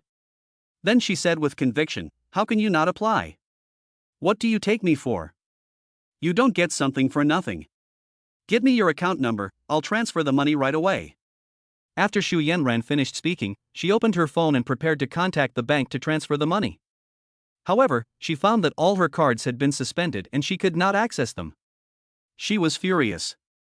Making an excuse to go to the bathroom, she called her parents to ask what was going on. As soon as she entered the bathroom, her phone rang. It was her cousin. She answered with impatience, "What's up, Dakong?" "What's up? I want to ask you what's up," Xu Dakong questioned. Tell me, why do you keep dragging Joe to Shao? Now he's angry, not only has he fired me, but he's going to take all of us to court. What's wrong with your brain? You're not going to be the wife of a billionaire, and you're just playing with people every day. Is that fun? I'm telling you, solve this problem for me quickly, you're embarrassing me. Xu Yanran was in a good mood, but after connecting to her cousin's phone, it was all ruined. Zhou Yun is crazy, has he lost his mind? How dare he do this? Cousin, don't worry, as soon as I have time, I will make him corrected immediately. Xu Yanran didn't wait for her cousin to answer, and hurriedly hung up the phone. As a result, as soon as she hung up, her phone screen showed another incoming call from her cousin, and again it was a barrage of questions. Cousin, what is wrong with Zhou Yun? When are you going to marry her? You really are something. If you don't think about yourself, think about your family. We are all waiting for you to become the wife of the billionaire group leader. If you keep stalling, we will all be embarrassed. Xu Yanran impatiently said, Okay, I know. You can expect news from me in a few days. She hung up again. As soon as she hung up, her phone rang again. She didn't even have time to call her parents, and there were more than 10 rings in a row. She simply didn't answer, and turned off her phone directly. Her face was at its worst, and she was so depressed that she felt like vomiting blood. You're good, Zhou Yun, isn't it just to force me to marry you, as to do so many dirty things?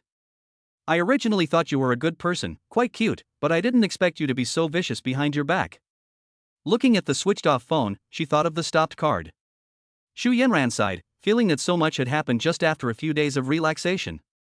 It was all Zhou Yun's fault, the bitch, always making things difficult for her. Why couldn't she just do as she was told? There was no other way at the moment. She could only grit her teeth and go out of the bathroom, apologizing to Yi Chen. Sorry, Yi Chen, I need to go and see my parents about something.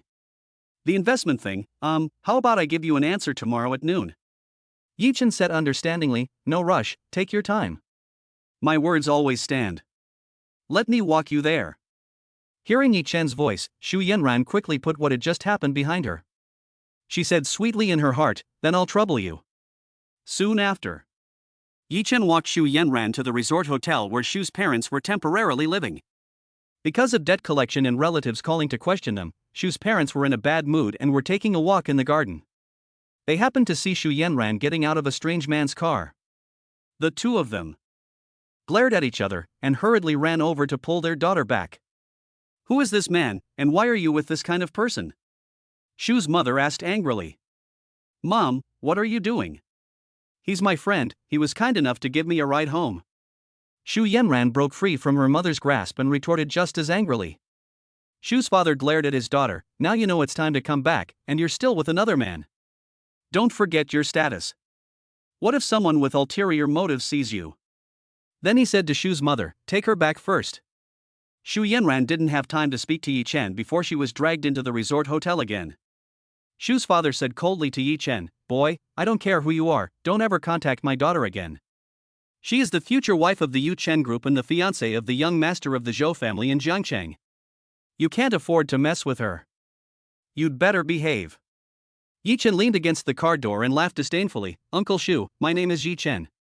Perhaps you have never heard of my name, but soon, my name will spread throughout the political and business circles of Jiangcheng. The Zhou family is not worthy of my attention. As for Zhou Yun, he is just a playboy. You made the biggest mistake by letting Yanran marry him. Xu's father found this laughable. How could a young punk like him compete with the Zhou family? It's good for young people to be proud, but they shouldn't be too arrogant. Fine, just go. Get out of my sight. After Xu's father finished speaking, he returned to the resort hotel without looking back. Yi Chen's mouth curled into a sneer, his eyes flashing with extreme confidence as he gently squeezed the car door. No one can take the woman I like, and I will definitely get Xu Yanran. Call me conceited, soon you will know what it means to be a rising star and a fierce dragon crossing the river. Yi Chen got into the car, and just as it started, his phone rang. Hello, Mr. Chen. Someone said that the feng shui array I set up in your home is simple? Don't listen to his nonsense, the feng shui array I set up in your home is absolutely the best, what does he know? Yes, I will definitely go. After hanging up the phone, Yi Chen's face showed a fierce expression. You're good, Zhou Yun, you dare to ruin my good things, I haven't found you yet, but you've bothered me. The Zhou family is just a stepping stone for me. There will be a day when you kneel before me. Chapter 13, Son of a bitch, you blocked me. After dragging Xu Yanran into the room, Xu's mother asked anxiously, "What's this man's relationship to you?" "He's someone I like," Xu Yanran said firmly. Seeing her daughter's rebellious attitude, Xu's mother covered her heart, almost unable to catch her breath. She was crazy, really crazy. "You're already Zhou Yun's fiancée, how can you act like this?" "Daughter, it's fine if you say things like this to me, but don't say them in front of other people."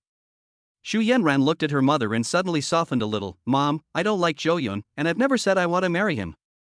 I want to pursue my own happiness." Xu's mother raised her voice. "To pursue happiness? What happiness is there without money? You're not going to marry the nice young Master Zhou, and you're going to like someone of unknown origin? How have you become so stupid?" My daughter, my daughter." Xu Yanran's eyes revealed sweetness. "Mom, Yi Chen is not just some unknown person, he's much better than Zhou Yun. He's young and accomplished, and as soon as he arrived in Jiangcheng, he founded a financial company. He's down to earth and capable, and he's good looking." Xu's mother's eyes widened, looking at her daughter as if she were looking at a fool. "Is that it? Don't look down on Yi Chen, he will definitely achieve something in the future, and he will definitely surpass the Zhou family," Xu Yanran said with certainty. "The future? We don't even know if we have a future." The door opened and Xu Yanran's father walked in with a scowl on his face. He sat down in a chair with a cold stare at Xu Yanran. "Dad, what do you mean by that?" Xu Yanran frowned. Xu Yanran's father said with hatred in his voice, "My daughter, do you think our family would be as glorious as it is today? If it weren't for Zhou Yun's feelings for you, would our family have developed so well? The food you eat, the clothes you wear, the cosmetics you use, are all imported famous brands, a bag is at least several $100,000, and a house was specially bought to collect and display your bags. You eat delicacies from the mountains and the sea, ride in luxury brand cars, have an endless amount of money in your card, and live in a villa of a wealthy family, which costs nothing. You really don't have to worry about money if you don't spend it." Xu Yanran rolled her eyes and said, "What does this have to do with Zhou Yun? It's obvious that our family has worked hard to get it." When Xu's father heard this, he was also taken aback. He then sighed heavily in his heart. He suddenly felt that his daughter was really a silly, white sweetheart. She was so simple. But he couldn't completely tell her, for fear of ruining his image in her heart. He could only shake his head and say, "It's true that our family has worked hard, but without Zhou Yun's help, we would never have been so successful. I didn't ask him to help me, he just stuck himself on like a band-aid." Xu Yanran stretched. Mother and Father Xu looked at each other, as if they had made up their minds, and their expressions became serious and solemn. "Daughter, I don't care what you think, but from now on, you have to listen to your parents. I want you to go and apologize to Zhou Yunqing immediately, and arrange a wedding date with him as soon as possible. You'll have to marry him sooner or later, so might as well hurry up and tie our family to the Zhou family's big boat. As for Yi Chen, you should sever ties with him as soon as possible. What can a little sparrow like him do to compete with the Zhou family's big bird? Our family is not that stupid to let go of the ready benefits and go pick a sesame seed." Upon hearing this, Xu Yanran seemed to have a new understanding of the two, and immediately shouted angrily, "Why? I'm not going. What kind of person is Zhou Yun to deserve my apology? What a pipe dream." Xu's father was so angry that his face turned red, and he raised his hand to slap him, but in the end he didn't. Exasperated, he said, Okay, I'll tell you why now. Your family should have called you. If you don't marry him, they'll be sent to jail by Zhou Yun. Zhou Yun has cut off all business with our Xu family. Not only have we suffered heavy losses, but we will not get back the large sum of money we invested in the project in the early stages. Without Zhou Yun's help, those creditors will be able to drive our family to their deaths. Not to mention that our family has secretly taken kickbacks, made false accounts for Yu Chen Group, etc. If Zhou Yun finds out about this, it will be a small matter to pay the money back. If he sues us, you will have to spend the rest of your life visiting me and your mother in prison. Do you think it's that easy to make money? Without the background of the Yu Chen Group and without Zhou Yun's connections, do you think we can make a fortune? Now, we're just construction workers in the old factory district, at best a small contractor. Today, I'm going to wake you up. You have to go even if you don't want to. Do you really want to watch your parents die in front of you before you're willing to do it?" In the end, Xu's father almost shouted, his voice deafening. Xu Yanran's mother had already been sobbing uncontrollably, her tears falling like rain. Xu Yanran felt as if she had been struck by lightning, her whole body frozen in place like a puppet, numb all over. She had never imagined that there was such a secret in her own family. Moreover, it had only been a few days since Zhou Yun had become angry, and things had already developed to such a state, to such a serious situation. How could this be? Why had it turned out like this? Xu Yanran's eyes went blank. It's all because of you. If you hadn't married Zhou Yun earlier, this wouldn't have happened. Xu's father gritted his teeth and said, if you hadn't kept hanging on to him, you would already be the chairman's wife.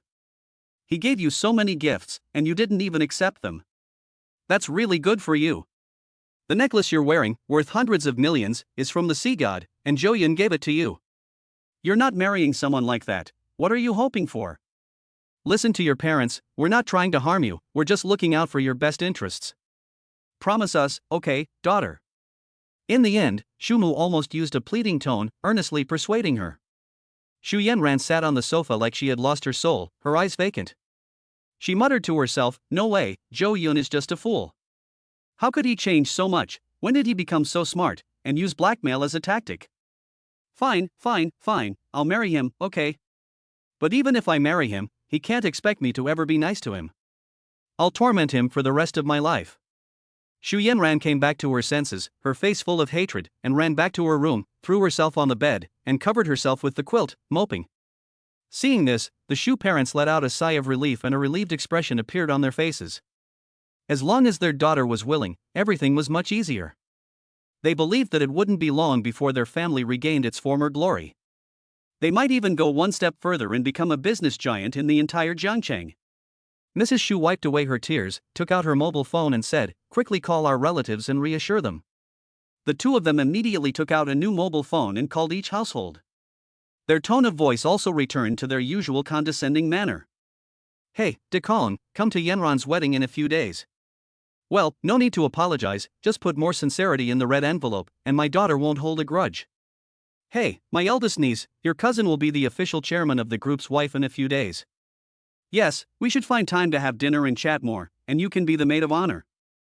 After the phone call, they got some new information, so they hurriedly knocked on Xu Yanran's door and said gently, daughter, Zhou Yun is hosting a banquet tomorrow night and has invited all the important people in Jiangcheng to attend. We haven't received an invitation yet, so I think Zhou Yun still doesn't know we're there. You should give him a call and let him know that we'll talk to him about your marriage at the banquet. A moment later, Xu Yanran's furious voice came from the room. That son of a bitch blocked my phone number. Chapter 14. What kind of woman do you want in the future? Under Jing Wanqing's strong and resolute leadership, the Yu Chen group completed a major reshuffle of power.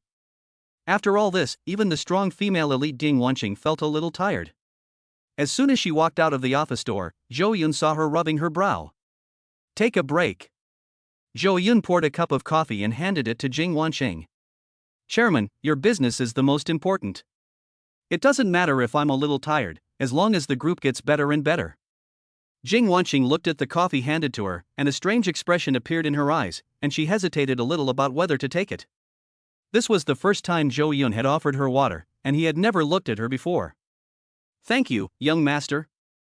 Jing Wanqing still took the coffee, and her hands were wrapped in warmth, and her heart felt a little warmth. After taking a sip, Jing Wanqing said stubbornly, young master, you go back and rest first. I'm almost done sorting out the information about the shareholders. Zhou Yun sat at his desk and laughed, it's fine. I'll work overtime with you. If you don't understand something, just ask me.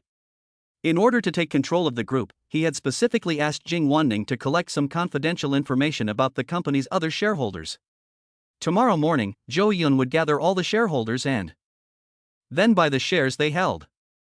So Jing Wanqing knew that this information was very important and dared not be careless. Some of the relevant details did require her to ask Zhou Yun. Thinking about this, Jing Wanqing also stopped persuading him to go back. The Yu Chen Group building was brightly lit tonight, with a change of power. Many people were busy and dared not slacken off. Zhou Yun just quietly watched Jing Wanqing as she worked seriously.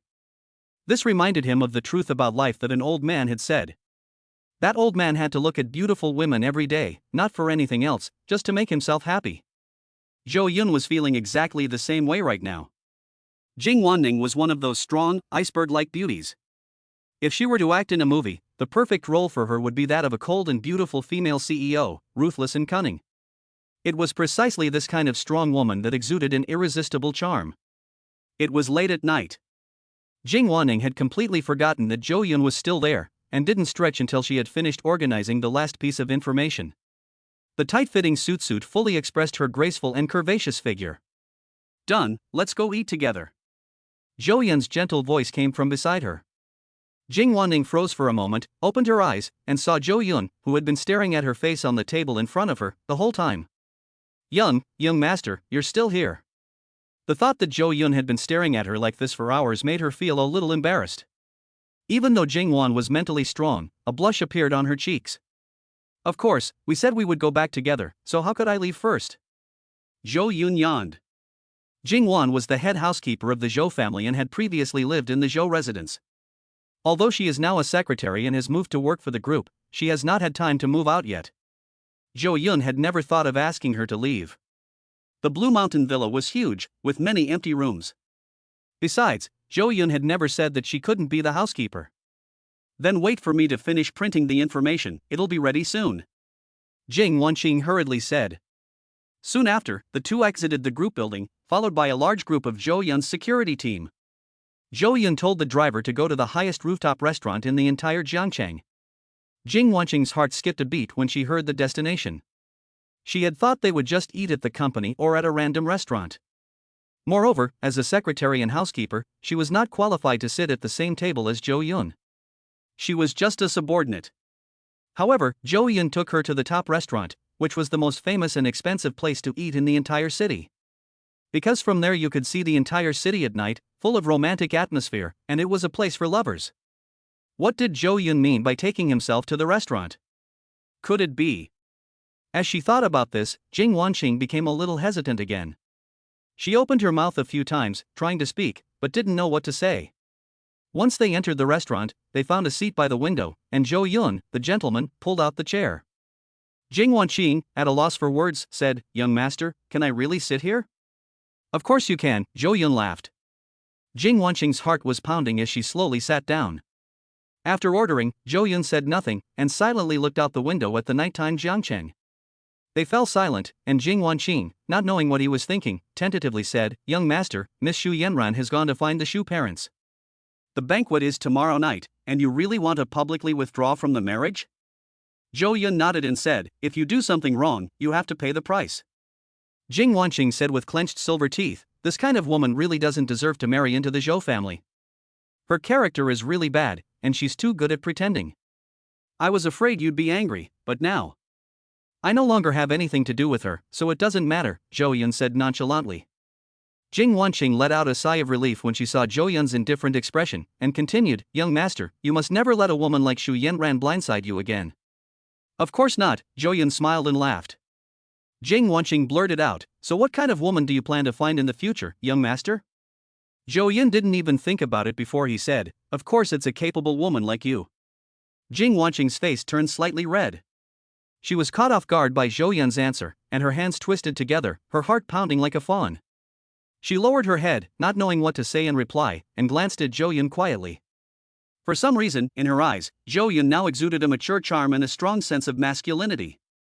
She noticed that Zhou Yun was also looking at her, so she quickly buried her head even lower. Zhou Yun asked in return, "So, Wanqing, what kind of man are you looking for?" Jing Wanqing stammered, "I haven't thought about it for the time being. I just want to do my job well." Young master, is there anything else you want to tell me about the shareholders' meeting tomorrow morning?"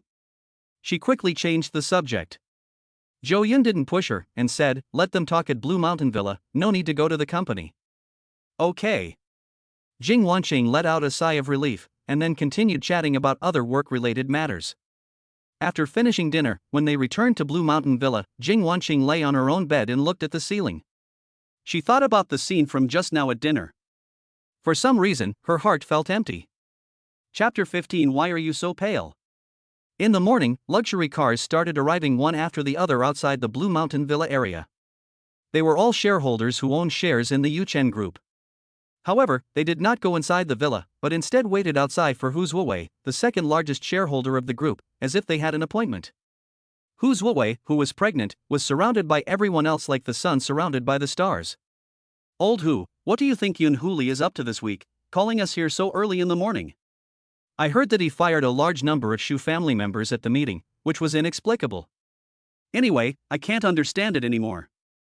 You happened to be there yesterday, Lao Hu, so you can give us some pointers. Today's shareholders meeting is not going to the group, but instead to his house. What is he going to do to us? The shareholders are worried and don't know what to do. They have also heard about recent events. Zhou Yun, who has always been considered a playboy, has changed his style and become decisive and forceful. It's not at all like what a fool should be like. This made them think that Zhou Yun must have been hiding something deep down, and that he was definitely not simple. Therefore, they became extremely cautious. Someone who doesn't know the bottom line is the most terrifying. Hu Zuowei sneered and said, "Don't worry, Zhou Yun can't stir up any waves. I've known him since he was a child and I know his character very well. I've asked around, and what he did at the Yuchen group yesterday was actually to force the Shu family's daughter to marry him. He called us here today to strengthen our relationship at most. If he really wants to do something, we can just veto it altogether later. Let him see the power of all of us uncles." Hearing Hu Zuowei say this, many of the shareholders suddenly let out a sigh of relief and a relaxed smile appeared on their faces. With old Hu's explanation, I feel relieved. It turns out that it was to force a marriage. This Zhou Yun is really hopeless. With this kind of assets, he can find any woman he wants, but he fell for this woman. Go in and see what he wants to say. All the shareholders were present, and the crowd entered one after the other, led by the servant, and went to the spacious living room to sit down. After waiting for a long time, they didn't see Zhou Yun come out, and the crowd couldn't help but become a bit anxious. Hu Zuo immediately shouted angrily, "Nowadays, young people are becoming more and more ill-mannered. As the host, they don't know how to entertain guests when they come, but instead neglect them. I tried to persuade Lao Zhou earlier to teach his son some manners, but he wouldn't listen. Now look at what's happened." The other shareholders followed suit, exasperated that they had no time to waste here. In a moment, Jing Wanqing walked into the meeting room, looked at the noisy people present, and distributed the documents, calmly saying, "Young master was very tired last night. Ask him when he wakes up. Please take a look at this information first." The shareholders one by one opened the documents in their hands, and their expressions began to become strange. This was a power of attorney for the transfer of shares for everyone. It was only at this point that they understood. Zhou Yun had called them over so early, and it turned out that he wanted to acquire the shares of the Yuchen group. At that moment, no one could relax anymore, but looked at the words on the contract with great seriousness. When they reached the end, someone finally couldn't hold back and exclaimed, "What does Zhou Yun mean? He wants to buy the shares I have with this little money? No way. I'm definitely not selling. Does he take me for a fool?" Soon, the others also turned to the purchase price. They discovered that what Zhou Yun offered was even lower than the market price, only 20% of the money. Suddenly, a wave of anger sprang up from the bottom of their hearts. Isn't this a clear sign of looking down on people? If Zhou Yun was willing to pay several times the market price, they might consider it. But for this pittance, forget it. Zhou Yun has a big appetite, really taking us for soft targets. I would rather let this money rot in my hands than sell it. He has just inherited this position and is not yet settled, but already he is thinking of taking advantage of us. He is ambitious and I will not let him have his way. When Chairman Zhou was still alive, he didn't dare to do this. He is just a descendant, regardless of loyalty. Don't blame me for not being merciful. I think he also knows that this contract is impossible to achieve, so he is afraid to confront us." Many shareholders spoke up one after the other, all saying that they would never sell their shares. Although the Shu family has caused the Yuchen group to make much less profit over the years. But overall, there is still some profit, and the annual share dividends are quite substantial.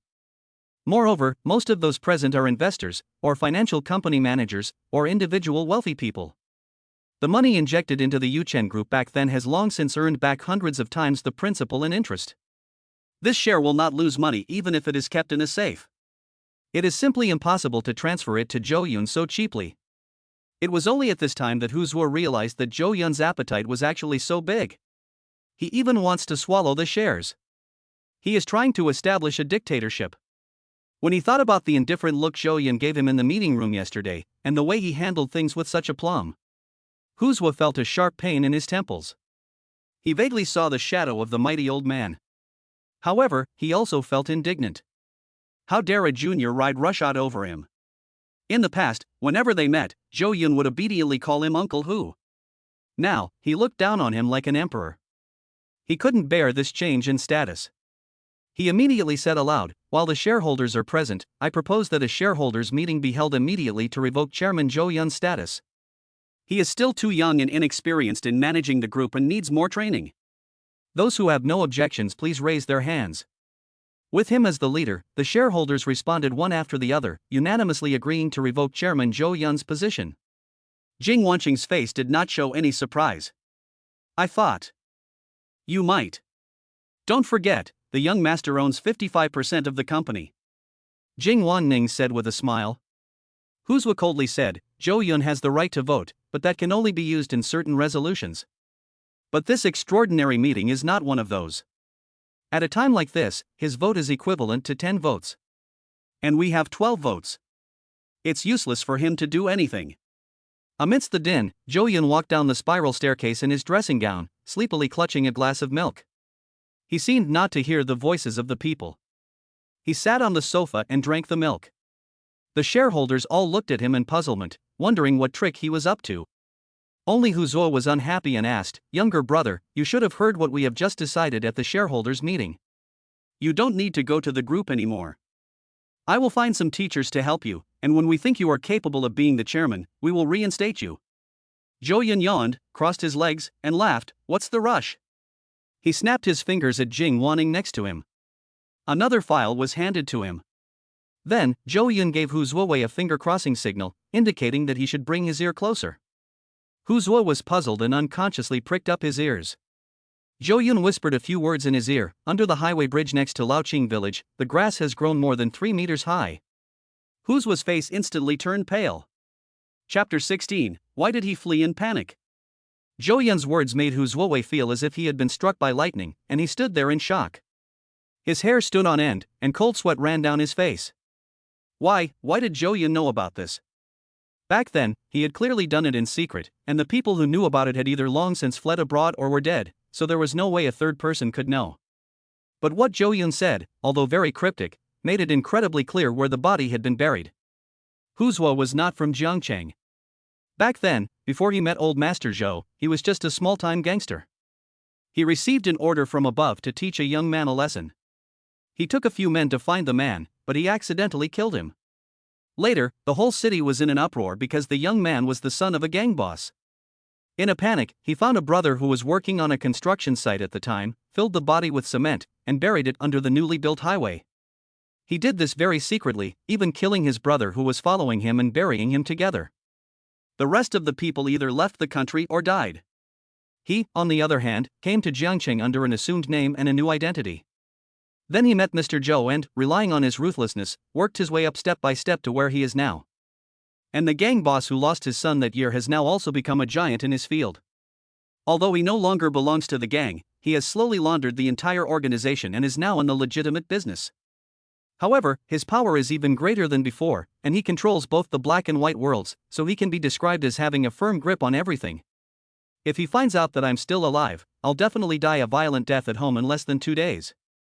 Hu Zuo was extremely panicked, and his eyes went blank. He felt that the calm and composed Zhou Yun in front of him looked like a demon waiting to devour someone. In that moment, he suddenly felt the fear of this great nephew. He no longer had his previous arrogance, but instead became incredibly terrified.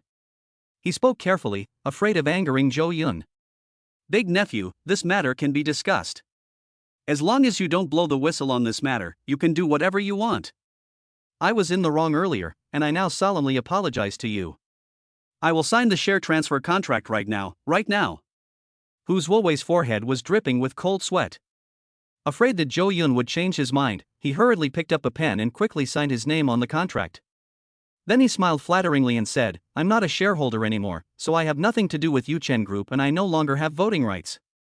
Zhou Yun nodded and then threw the document at Hu Zuo. Hu Zuo, as if he had been pardoned, fled from the meeting room, not even looking at the other shareholders as if he didn't know them.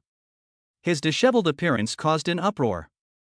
Zhou Yun had been very careful with his words, but everyone could tell that Hu Zuo must have been caught with something that would get him killed, otherwise he would never have just left like that. This sent a tremor through the shareholders.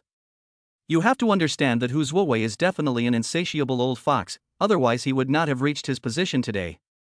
The expansion of the Yuchen group over the years has inevitably involved some underhanded tactics, which he has been the one to smooth over. As a result, such a person was scared off by Zhou Yun. The low-price transfer of equity was signed. This made many shareholders nervous. However, although Hu Zuo left in defeat, the other shareholders had no intention of giving in. After all, this is money, how could they just give it up? I didn't expect Lao Hu to be so weak and leave so quickly. Damn, just now I was hoping he would take the lead. No, how can we be outmaneuvered by a young man? We must not sell our shares under any circumstances. President Li, you now own the second largest number of shares, you must not admit defeat so easily. Li Qingru, the general manager of Longsheng Investment Company, has a unique perspective and is considered a well-known figure in Jiangchang. He believes that he has been meticulous in his work over the years and that no one has any evidence against him. Unlike Hu Zuowei, an insider, he has had no contact with the Zhou family and knows nothing about Zhou Yun. The two sides do not interfere with each other, and it is even less likely that they will be caught by the other party. Zhou Yun swallowed Hu Zuo's shares and now owns a total of 70%. Li Qingru, on the other hand, owns 8%. He is the person with the most shares in the room, except for Zhou Yun.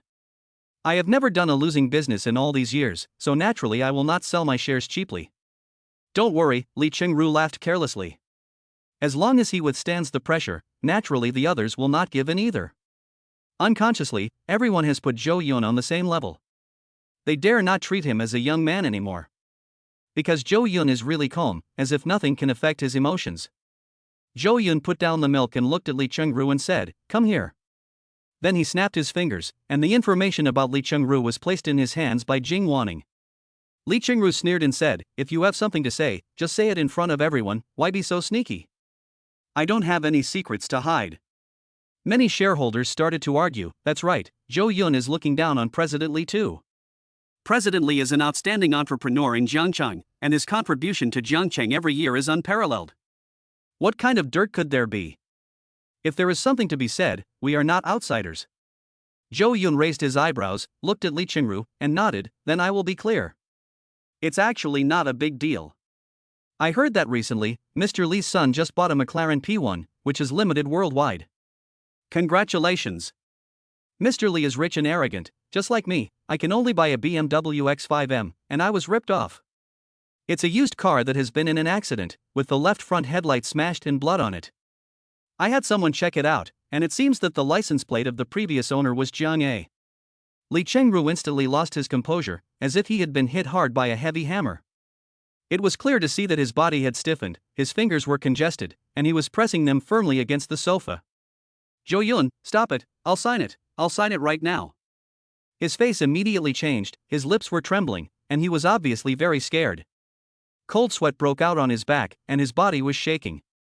He quickly stood up, bent over, and came to Zhou Yun's side like he was trying to curry favor.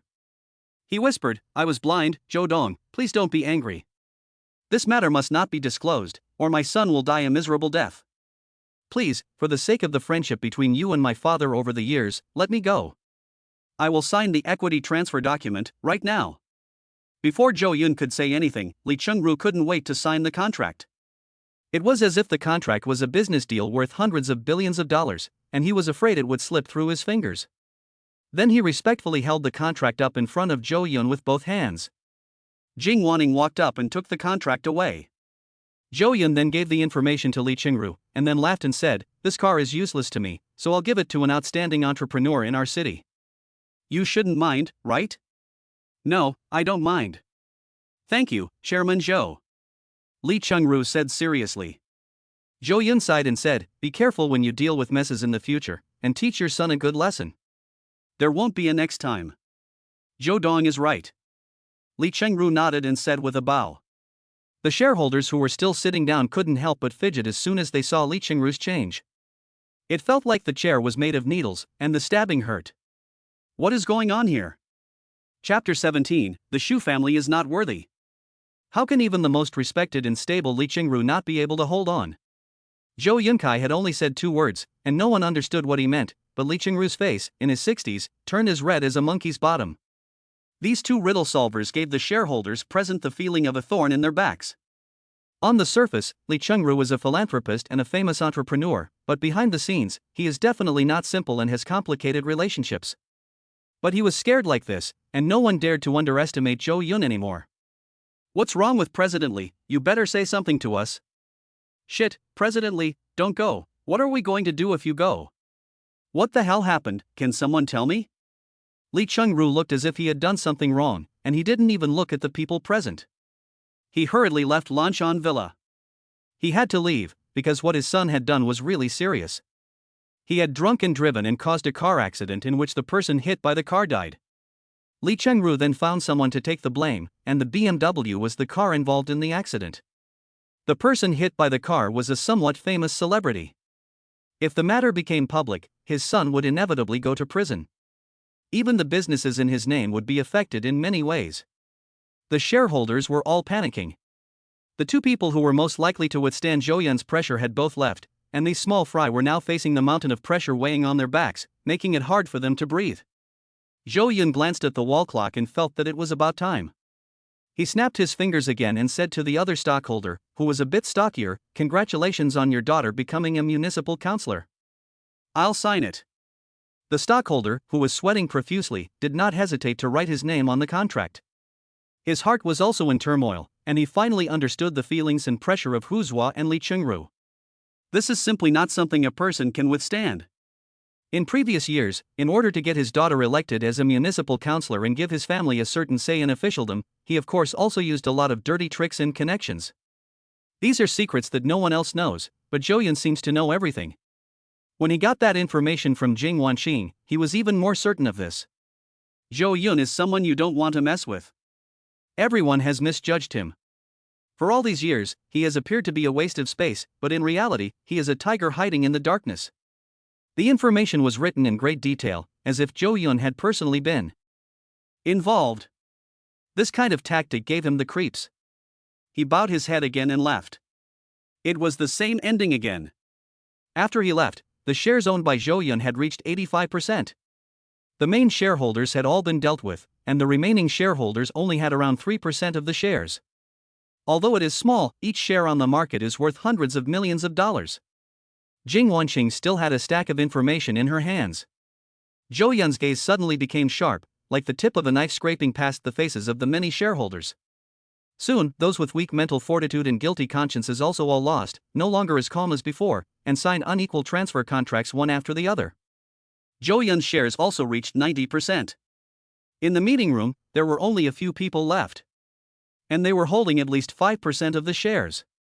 As long as he kicked a few people out, Jo Yun would complete the real unification of the Yuchen Group. The remaining shares were held by retail investors and were too dispersed, so he had no intention of taking them over in the short term. "Jo Dong, the price you offered is too low, so we still don't plan to sell." "Yes, if you offer a higher price, we're not saying no. The main thing is that our family fortune is not as thick as other people's, and this share is equivalent to half of our family fortune, so we really can't part with it." The remaining shareholders said with their heads bowed, trying to hold on. Jo Yun really didn't have any dirt on these people. The main thing was that they were too unknown. Jo Yun stood up and stretched. "There's nothing more to talk about, show them the door." The shareholders panicked.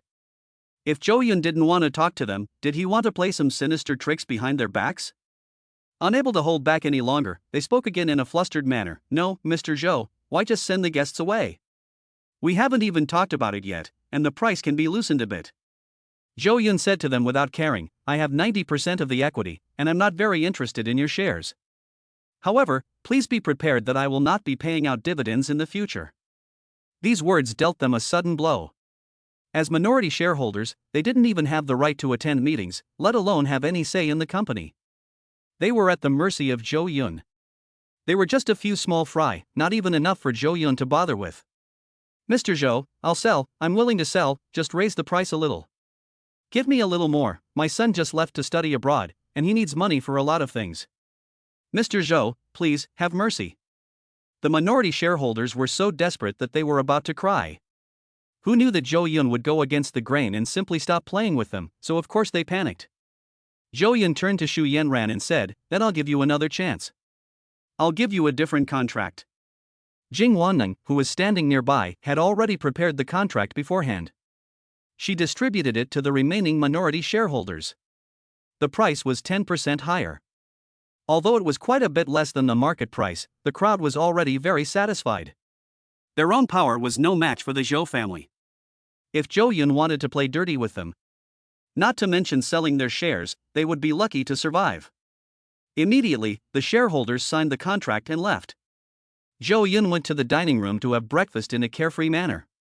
Jing Wanqing put the contract away and came to his side, looking at Zhou Yun with a shocked expression. "Young master, you are even more formidable than master was. This tactic has once again impressed me. It seems like you anticipated their reactions and had everyone clearly arranged, leaving nothing to chance. I couldn't have done it any better." Jing Wanqing was very impressed. If she were in his shoes, she simply couldn't have done it so perfectly. Throughout the entire process, Zhou Yun had kept the rhythm of the meeting firmly in hand. He made the experienced shareholders willingly jump into the pit he had dug and pay the price. This kind of mentality is truly unparalleled. Jing Wanqing exclaimed in admiration, "This is a change of ownership of the Yuchen Group's shares, which is enough to cause speculation and envy from many competitors. But the young master can remain so calm. Even the old master would not be able to remain calm." Zhou Yun ate breakfast while listening to Jing Wanqing's exclamations, and he felt very helpless. As someone who knows the plot well, if I don't even have this ability, I would be a waste. He didn't explain too much, but asked, "Is there anything wrong with the banquet tonight?" Jing Wanqing nodded and said, "It's all ready, except..." "Young master, are you really not going to send an invitation to the Shu family?" Zhou Yun snorted and said, "The Shu family doesn't deserve it. Let them wait outside the door." Chapter 18, A little bit of pain in the midst of suffocation. The banquet was held at the Jiangcheng Club.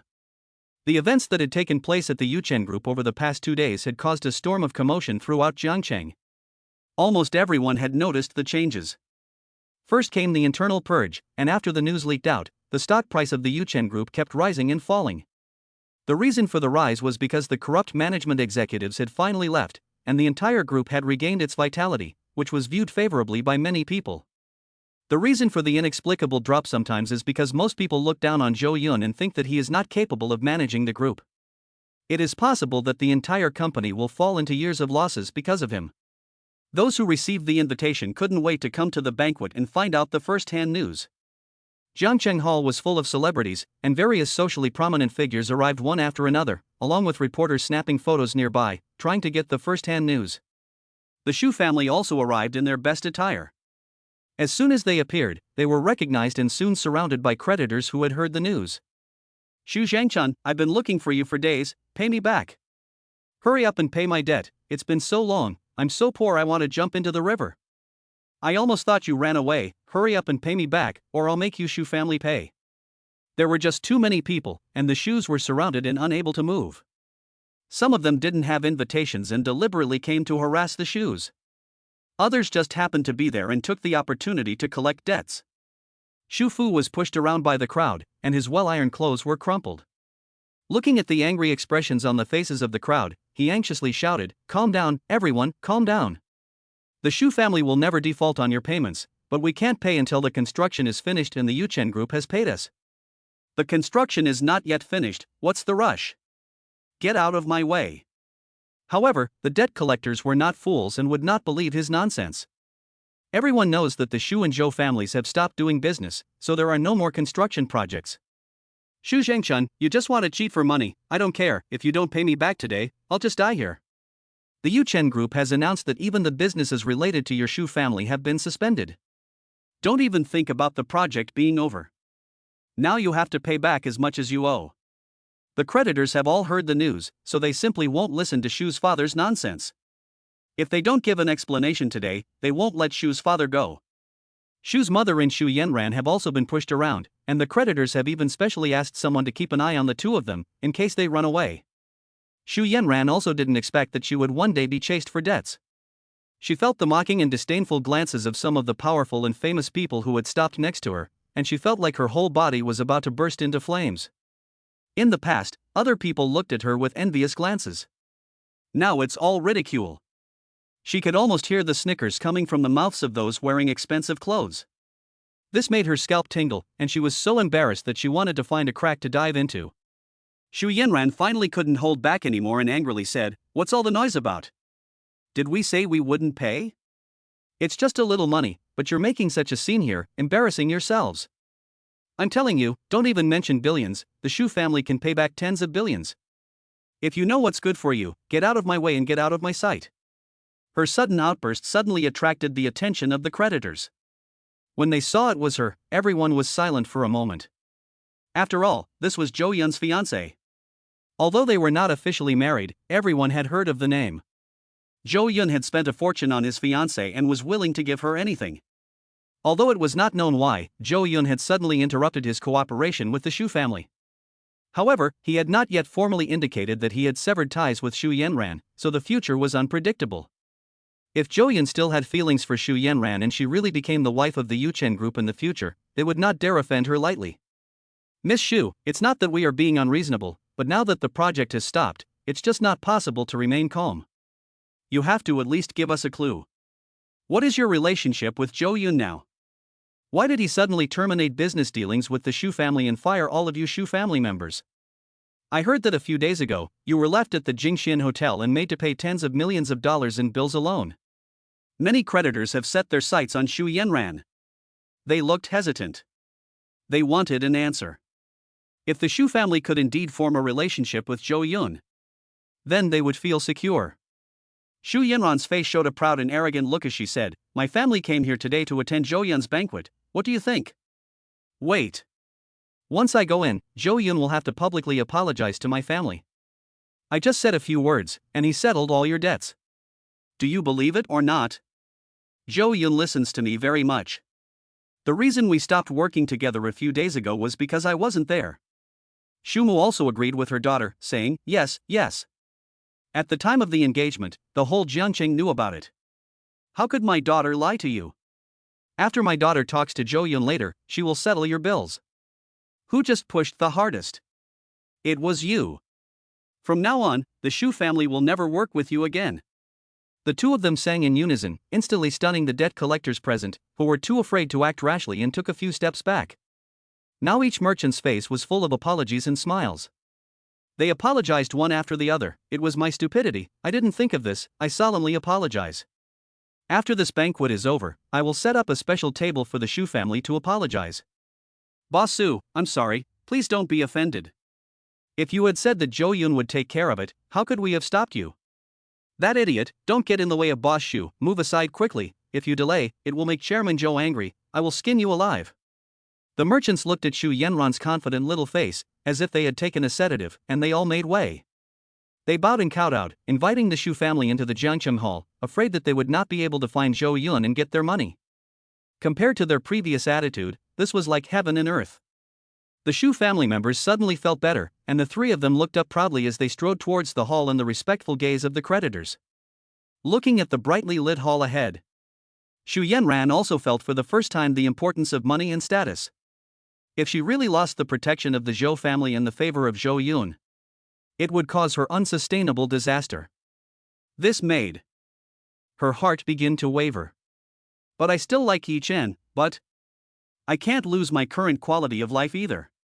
Let's do this, even if I marry Zhou Yun, I can't lose Yi Chen. Anyway, I'm with another man, and that damn Zhou Yun dares not do anything to me." Xu Yanran thought to herself with a sense of entitlement, feeling a little relieved in the midst of her frustration. And as soon as the Xu family of three arrived at the front door of the meeting hall, they were stopped by several burly men. "Hello, please show us your invitations." Chapter 19, their faces were as dark as the bottom of a pot. Today, the Jiangcheng Club doorman was replaced by the Zhou family security, strictly controlling the entry and exit of personnel. When the Xu family was stopped, it immediately attracted attention and the stares of many people. In particular, the eyes of those business creditors were always on the Xu family. Xu Fu looked relaxed, patted one of the security guards on the shoulder, but the other person avoided it. He said awkwardly, "You've done a good job with security. What's your name? I'll talk to Zhou Yun and ask him to promote you." Xu's father was like the boss of the bodyguards, and he was very familiar with them. He had confused the four burly men. "What's the matter? You asked for an invitation?"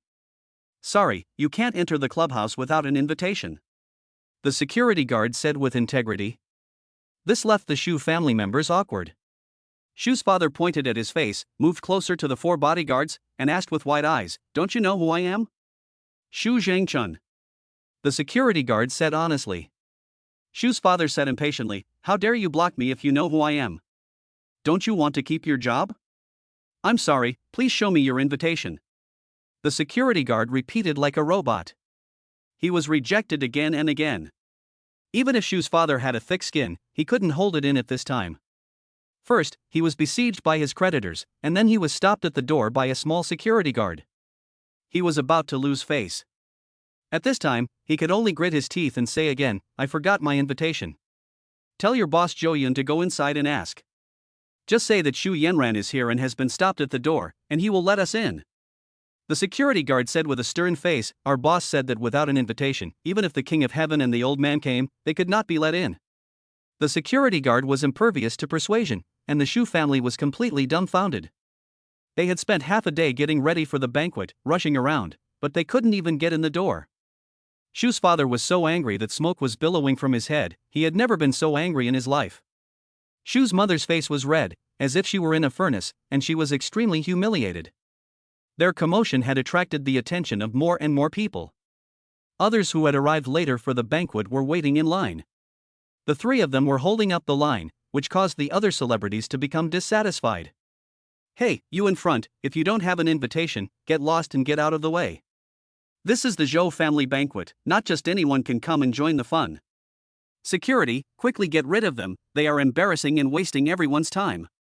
The world is going downhill. Some people's faces are getting thicker and thicker, and they dare to falsely claim to be related to Zhou Xiao. The people queuing behind them chattered, each with an expression of dissatisfaction. The words of these celebrities pierced the souls of the Shu family's three like needles. They were made to blush, ashamed. But they couldn't leave. There were still many creditors nearby, watching them with hungry eyes. The security guards were becoming more and more impatient, and began to push forward, their expressions fierce. Xu Yanran, who was standing nearby, didn't want to say anything. She should have just been surrounded by creditors and been humiliated. She just wanted to go in low-key to find Zhou Yun. Unexpectedly, this happened again. She stood in front of her parents, her eyes fixed, chin up, and said haughtily, "You dogs, look at who I am." Xu Yanran, the security guard said expressionlessly. "My name is not for you dogs to call." Xu Yanran said smugly, "Since you know who I am, get out of here." "Sorry, no invitation, no entry." The security guard remained as still as a statue. Xu Yanran was furious, her eyes bloodshot. This was the first time she had been stopped by the Zhou family's security guards. She remembered when she used to go shopping in the mall, Zhou Yun would follow her around, and it was these bodyguards who would clear a 10-meter radius around her. It was as if she were being surrounded by the security guards. And now, she was being stopped at the door by the very bodyguards she had looked down on before. Xu Yanran felt like her lungs were about to explode with anger. "You dogs, a bunch of dogs raised by Zhou Yun, are blind. I am Zhou Yun's fiancée. I am your mistress. How dare you block the mistress, acting against your betters? Very good, very good.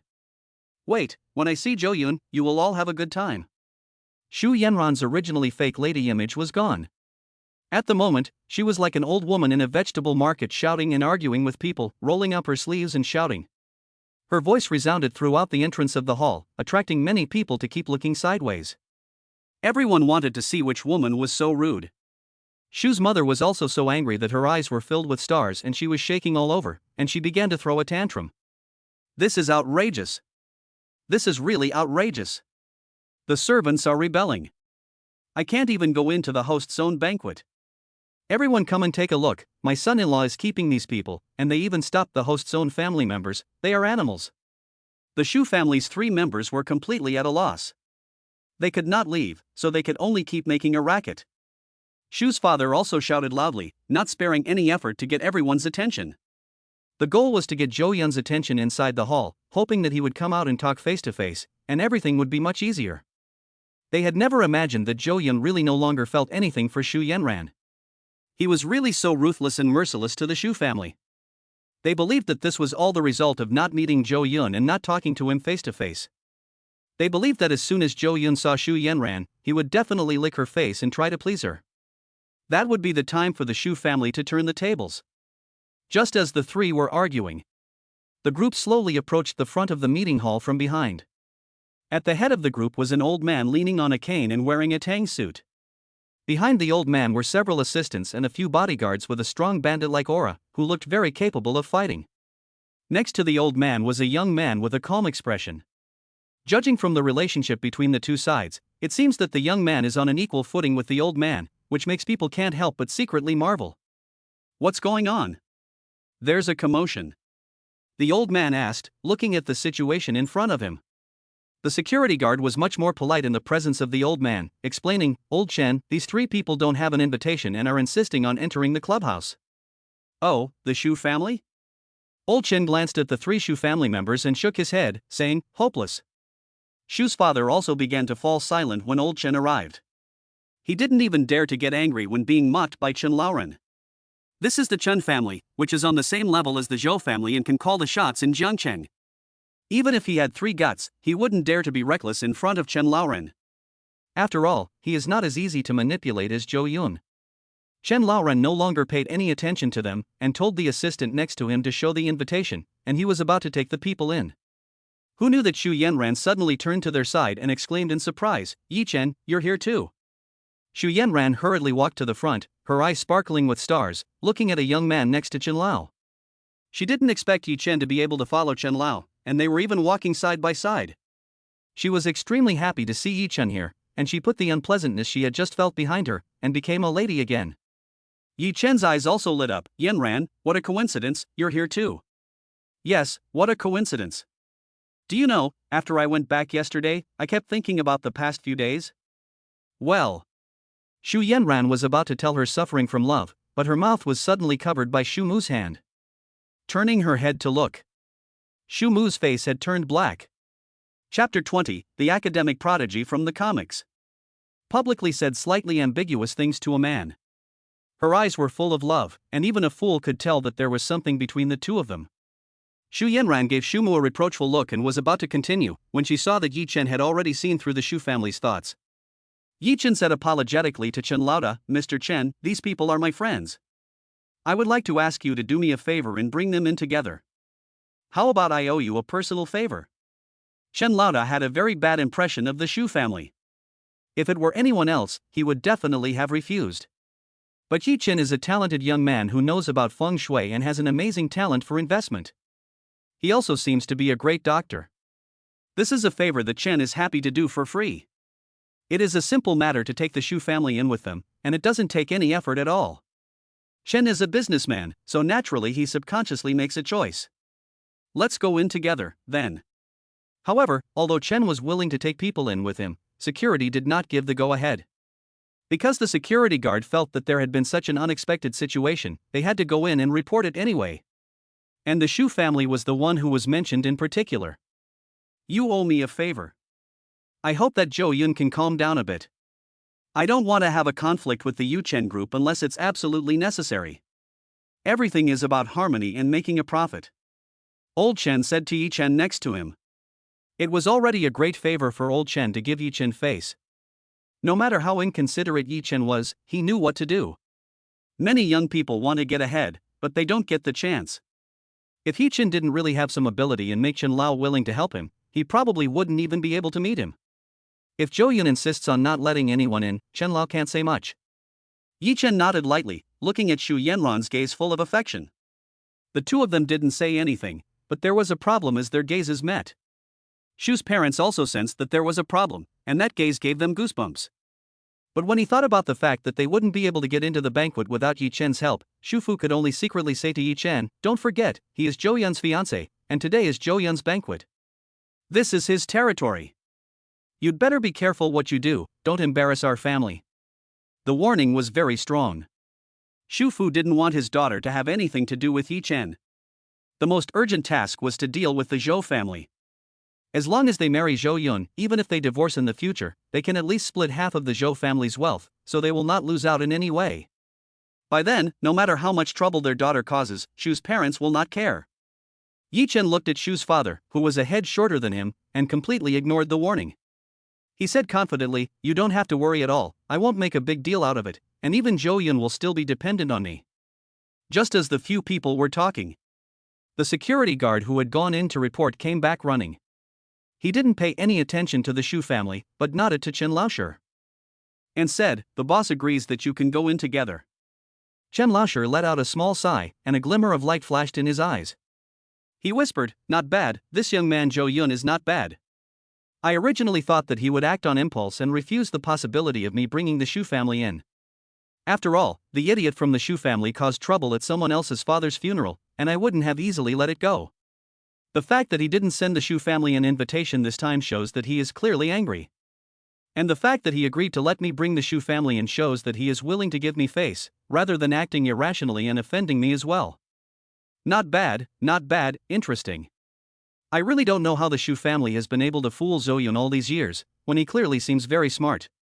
While leading everyone in, Chen Lao also gave the Shu family a strange look. Anyone with half a brain knows what kind of trick the Shu family is playing, and it's still the lowest kind.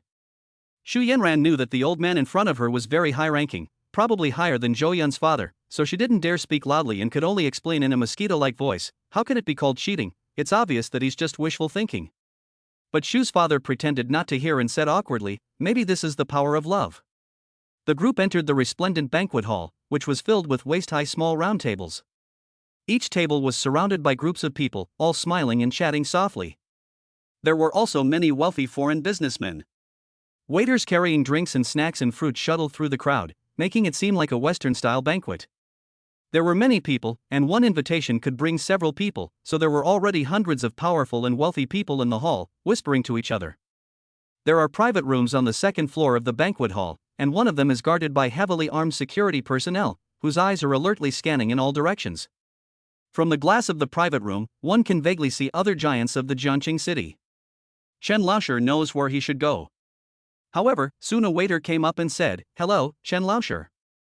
Mr. Zhou said that you are here, and I will take you in." Obviously, there are also different levels of banquets, and people of Chen Laosher's rank will definitely go to the most luxurious box. Chen Laosher nodded and said, "Okay, please lead the way." Then he said to the Shus, "You guys figure it out for yourselves. What you do next has nothing to do with me. Yi Chen, are you going to stay here or come with me to see the world?" Yi Chen was a bit at a loss. He didn't want to miss the chance to get closer to Shu Yanran, but this was a rare opportunity to show off in front of the bigwigs in Jiangcheng. In the end, he said apologetically to Shu Yanran, "Yanran, I'm sorry, let me finish up here and then."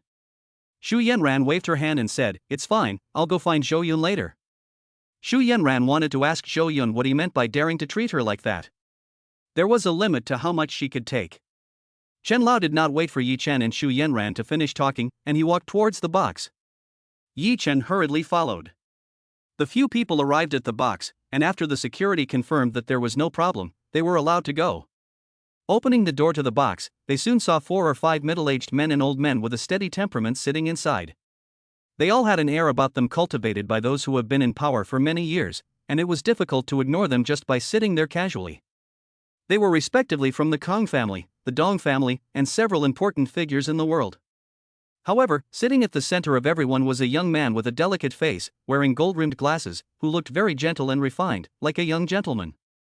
This was Zhou Yun.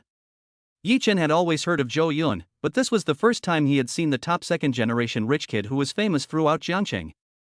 Previously, he had always thought that Zhou Yun was a person with a wretched temperament, stingy, arrogant, and sharp-witted, etc., in short, someone with a bad reputation. But now, at first glance, he thought that Zhou Yun was the kind of academic prodigy that came out of a comic book. This kind of person is the most difficult to deal with. This made him begin to doubt a little, is Shu Yanran mentally ill? Or did he just misread the situation? Chapter 21, You're in Big Trouble, Hero. Next to Zhou Yun stood a woman with a stern and gorgeous appearance and a tall and graceful figure. There is a kind of noble charm in her simple temperament, and no matter how you look at her, you can't get enough of her. Yi Chen couldn't get enough of her either. His gaze was completely captivated by this unique woman, and his heart twitched imperceptibly. Yi Chen let out a cold breath, resisting the urge to avert his gaze from the woman next to Zhou Yun, otherwise it would be really rude. If it fell into the eyes of the bigwigs present, it would seem like they were not to be taken seriously. Zhou Yun saw Chen Laosi come in and stood up, his tone slightly surprised, saying, "Thank you, Chen Laosi, for gracing my banquet with your presence." Chen Laosi waved his hand and laughed, saying, "No need for all this. Just relax. The future is the world of the young people, and it is you who will take over. Instead, I have to thank you for remembering this old fool." Chen Laosi sat down in an empty sofa chair, crossed his legs, and the waiter quickly placed the fine wine on the table in front of him. After sitting down, Chen Lao began to introduce everyone. "This is Yi Chen, a very capable young man who has just come to Jiangcheng to develop his career. He has already made a lot of money through his investment abilities." Dong Lao, who was sitting next to him, laughed, "I heard about it. At the auction at the Jade Emperor Peak a while ago, a man named Yi Chen bought a painting at a low price, but who knew that it was a painting within a painting, hiding a more precious famous painting worth tens of millions of dollars. Jade Emperor Peak is the top auction company in China, with great authority and credibility. Its business spans the entire country and its influence is astonishing." Yi Chen said with neither arrogance nor humility, "I happened to read about it in an ancient book before, so I had a slight understanding of it. At the time, I was just taking a chance, and I didn't expect to get it right, so it's not really a sign of strength." Mr. Dong shook his head and said, "No, luck is also a kind of strength. You can't do without either strength or luck." Of course, tens of millions of small sums of money were not taken seriously by these big shots, who just wanted to continue the conversation along the same lines as Mr. Chen. After the two men had finished speaking, Mr. Chen laughed again and said, "This person you are talking to is Mr. Dong from the Dong Investment Group. If you ever need money in the future, just go to him." Yi Chen said in surprise, "Hello, Mr. Dong." Yi Chen's career had just started, and his initial accumulation was still very weak. If he wanted to quickly expand his business and complete his plan to build a company as powerful as the Zhou families within a year, he would have to rely on other people's capital. After all, although he had an investment system, the chances of finding opportunities to make big money were too few and too slow. How long would it take to make tens of millions of dollars from hundreds of thousands of dollars? And he couldn't wait. Therefore, being able to meet an investment group and get money from Dong Lao was really a good thing. Yi Chen knew that he had come to the right place today. Dong Lao nodded and said, "I appreciate young people, especially young talents like Zhou Yun." Zhou Yun was always watching from the side, smiling, but not saying a word. Yi Chen felt very uncomfortable, but he didn't say anything. He believed that in the future, these bigwigs would understand who was the most capable. Chen La continued the introduction, "This is Mr. Kong. The entire entertainment industry of Jiangcheng and surrounding cities, the bar industry, some underground, well, it's all owned by their Kangjia group. Mr. Kong has extremely extensive connections, and has many connections in both the black and white worlds. If you run into trouble." Even this was explicitly stated, and everyone could see how highly Chen La valued Yi Chen. Mr. Kong calmly replied, "It's all small fry, nothing compared to you guys. However, like Lao Dong, I also have a high opinion of young people, especially young people like Zhou Yun." Neither of them had forgotten who the landlord was today and had to give Zhou Yun face, so they both mentioned it. Yi Chen first exchanged pleasantries with Lao Kong, and then his heart sank. From the meaning of the words of these two bigwigs, it meant that he was not as important as Zhou Yun. If Zhou Yun was unhappy with him, the two of them would definitely not associate with him, so the biggest obstacle was this refined man. Chen Lao began to introduce Zhou Yun. "This is the youngest chairman of the Yu Chen group today, the only heir of the Zhou family, and the most capable and powerful young man in the entire Jiangcheng. He is the one who organized this banquet today. The Yu Chen Group is a real estate company, and of course its connections and strength are extremely strong. You are all young people, and you should have a lot to talk about, so you can exchange ideas more in the future." Yi Chen smiled insincerely and said to Zhou Yun, "Hello, Chairman Zhou. How nice." Zhou Yun looked at him indifferently. This was the first time he had seen the male protagonist in this novel. He wasn't very handsome, but there was an inexplicable attraction and affinity. It was just that Yi Chen was too carefree, his face full of confidence, and a little conceited. Or rather, an air of self-perceived intelligence. Zhou Yun really didn't like dealing with this kind of person. The atmosphere in the box suddenly cooled down, and for a while there was only the sound of breathing. Several big shots leaned silently against the chairs, shut up, and were completely in a mood to watch the fun. Old Chen put his hand back and immediately closed his eyes, not saying another word. He also wanted to see how Yi Chen would answer Zhou Yun's question and solve this problem. Suddenly, a very strange atmosphere inexplicably unfolded. Yi Chen was also taken by surprise by Zhou Yun's question. He thought that a character like Zhou Yun would have some regard for him and not make things difficult for him so quickly. Why is this guy not playing by the rules? The burial place of the old Master Zhou is very good. Yi Chen had already prepared himself mentally, so he immediately began to argue back. Grandpa Zhou had once asked him to look at his gravesite, and he had lived up to his expectations by finding a good place. So normally speaking, the Zhou family should be considered to be in his debt. The wealthier a person is, the more they care about feng shui and value feng shui masters with real abilities. Zhou Yun laughed and said, "Are you planning to return the money?" Yi Chen was a little stunned. How could he return the money that was already in his mouth? He had expected many kinds of answers from Zhou Yun, and even guessed that the playboy would fly into a rage, but he never expected the other party to ask for a refund. It wasn't much money, just 5 million, and for Zhou Yun, it wasn't even enough to fill a tooth cavity. But how could he have the nerve to ask for a refund? Yi Chen reacted quickly. He was not yet in a position to fight with Zhou Yun, and he didn't want to break up, not to mention that he still had some cards up his sleeve. I don't understand what you mean, but I heard Chen Lao say that you were very dissatisfied with the feng shui burial site I chose for your father, and you even picked a cemetery of your own. You also said that I was not proficient in my studies. With all due respect, different fields are like different mountains, and you still need to have a little respect for feng shui, Mr. Zhou. I don't know where you got your confidence from, but the burial site I picked is called the Golden Carpland, and it can definitely guarantee that the Zhou family will have a smooth path. Yi Chen was very confident and full of achievements. Zhou Yun knew where his confidence came from. As the protagonist, Yi Chen must have a golden finger, and it is a system called investment, which also allows Yi Chen to receive various rewards. When Yi Chen first entered the banquet hall, Zhou Yun's god-level villain system immediately sounded a prompt. Yes, a prompt, not an alarm. In other words, Zhou Yun's cheat codes are superior to Yi Chen's system. Zhou Yun's system said that it had discovered Yi Chen's system and had ingested all the information about the system owner. And in Zhou Yun's mind, all of Yi Chen's information was laid bare. Yi Chen had already gained a lot of abilities through his system, and mastery of the secret arts of geomancy was one of them. Zhou Yun also had the secret arts of geomancy. Not just mastery, but god-level secret arts of geomancy, with the ability to change the world. For example, when Zhou Yun uses the secret art of geomancy, he can see and sense the strands of heavenly qi flowing out of the air, drifting in from all directions and forming a pattern. It flows slowly, like silk. He can easily change the pattern of the qi flow by altering the qi. Yi Chen's secret art of geomancy does not have such power. He can only find and fine-tune the qi flow, but he cannot change the pattern of the qi flow. They are on completely different levels. You chose the right location for the gold carp, but it is a useless location, and it will put the Zhou family in danger. If I hadn't discovered it early, and if my father had been buried in the location you chose, then the Zhou family would have become a dried fish. Do you want to harm my family? Zhou Yun's face was not good, and his gaze at Yi Chen was full of contempt. The room became even quieter, so quiet that a needle could be heard dropping. The big bosses in Jiangcheng could all see that Yi Chen had caused a big problem. Chapter 22, Get Him Out. It's bad enough that they didn't do anything good for the money they took. The most important thing about this matter is still about feng shui, about the rise and fall of a family, from generation to generation. For families like theirs, the most important thing is their descendants, and they can't move anything that would affect the root. Dare to mess with the burial ground, and it will be a situation that will never end.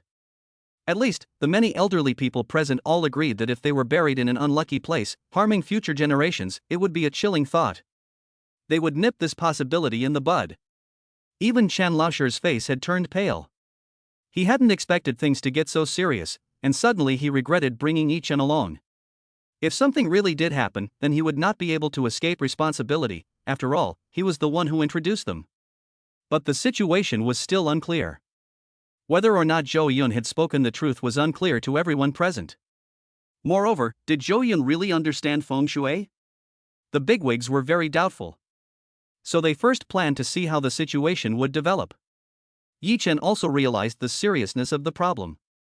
His breathing became rapid, and blue veins appeared in his throat.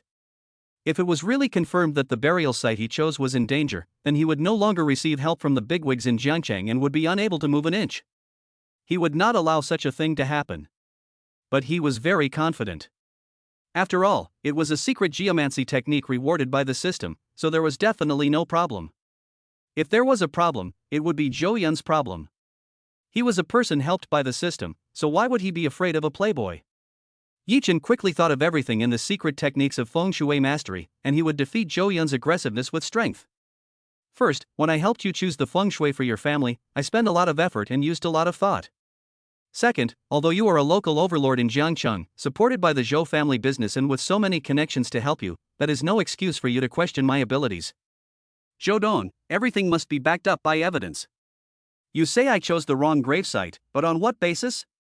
Do you know anything about geomancy? Where did you learn about geomancy? Has anyone told you anything? If so, please let them come forward so that I can debate them face to face.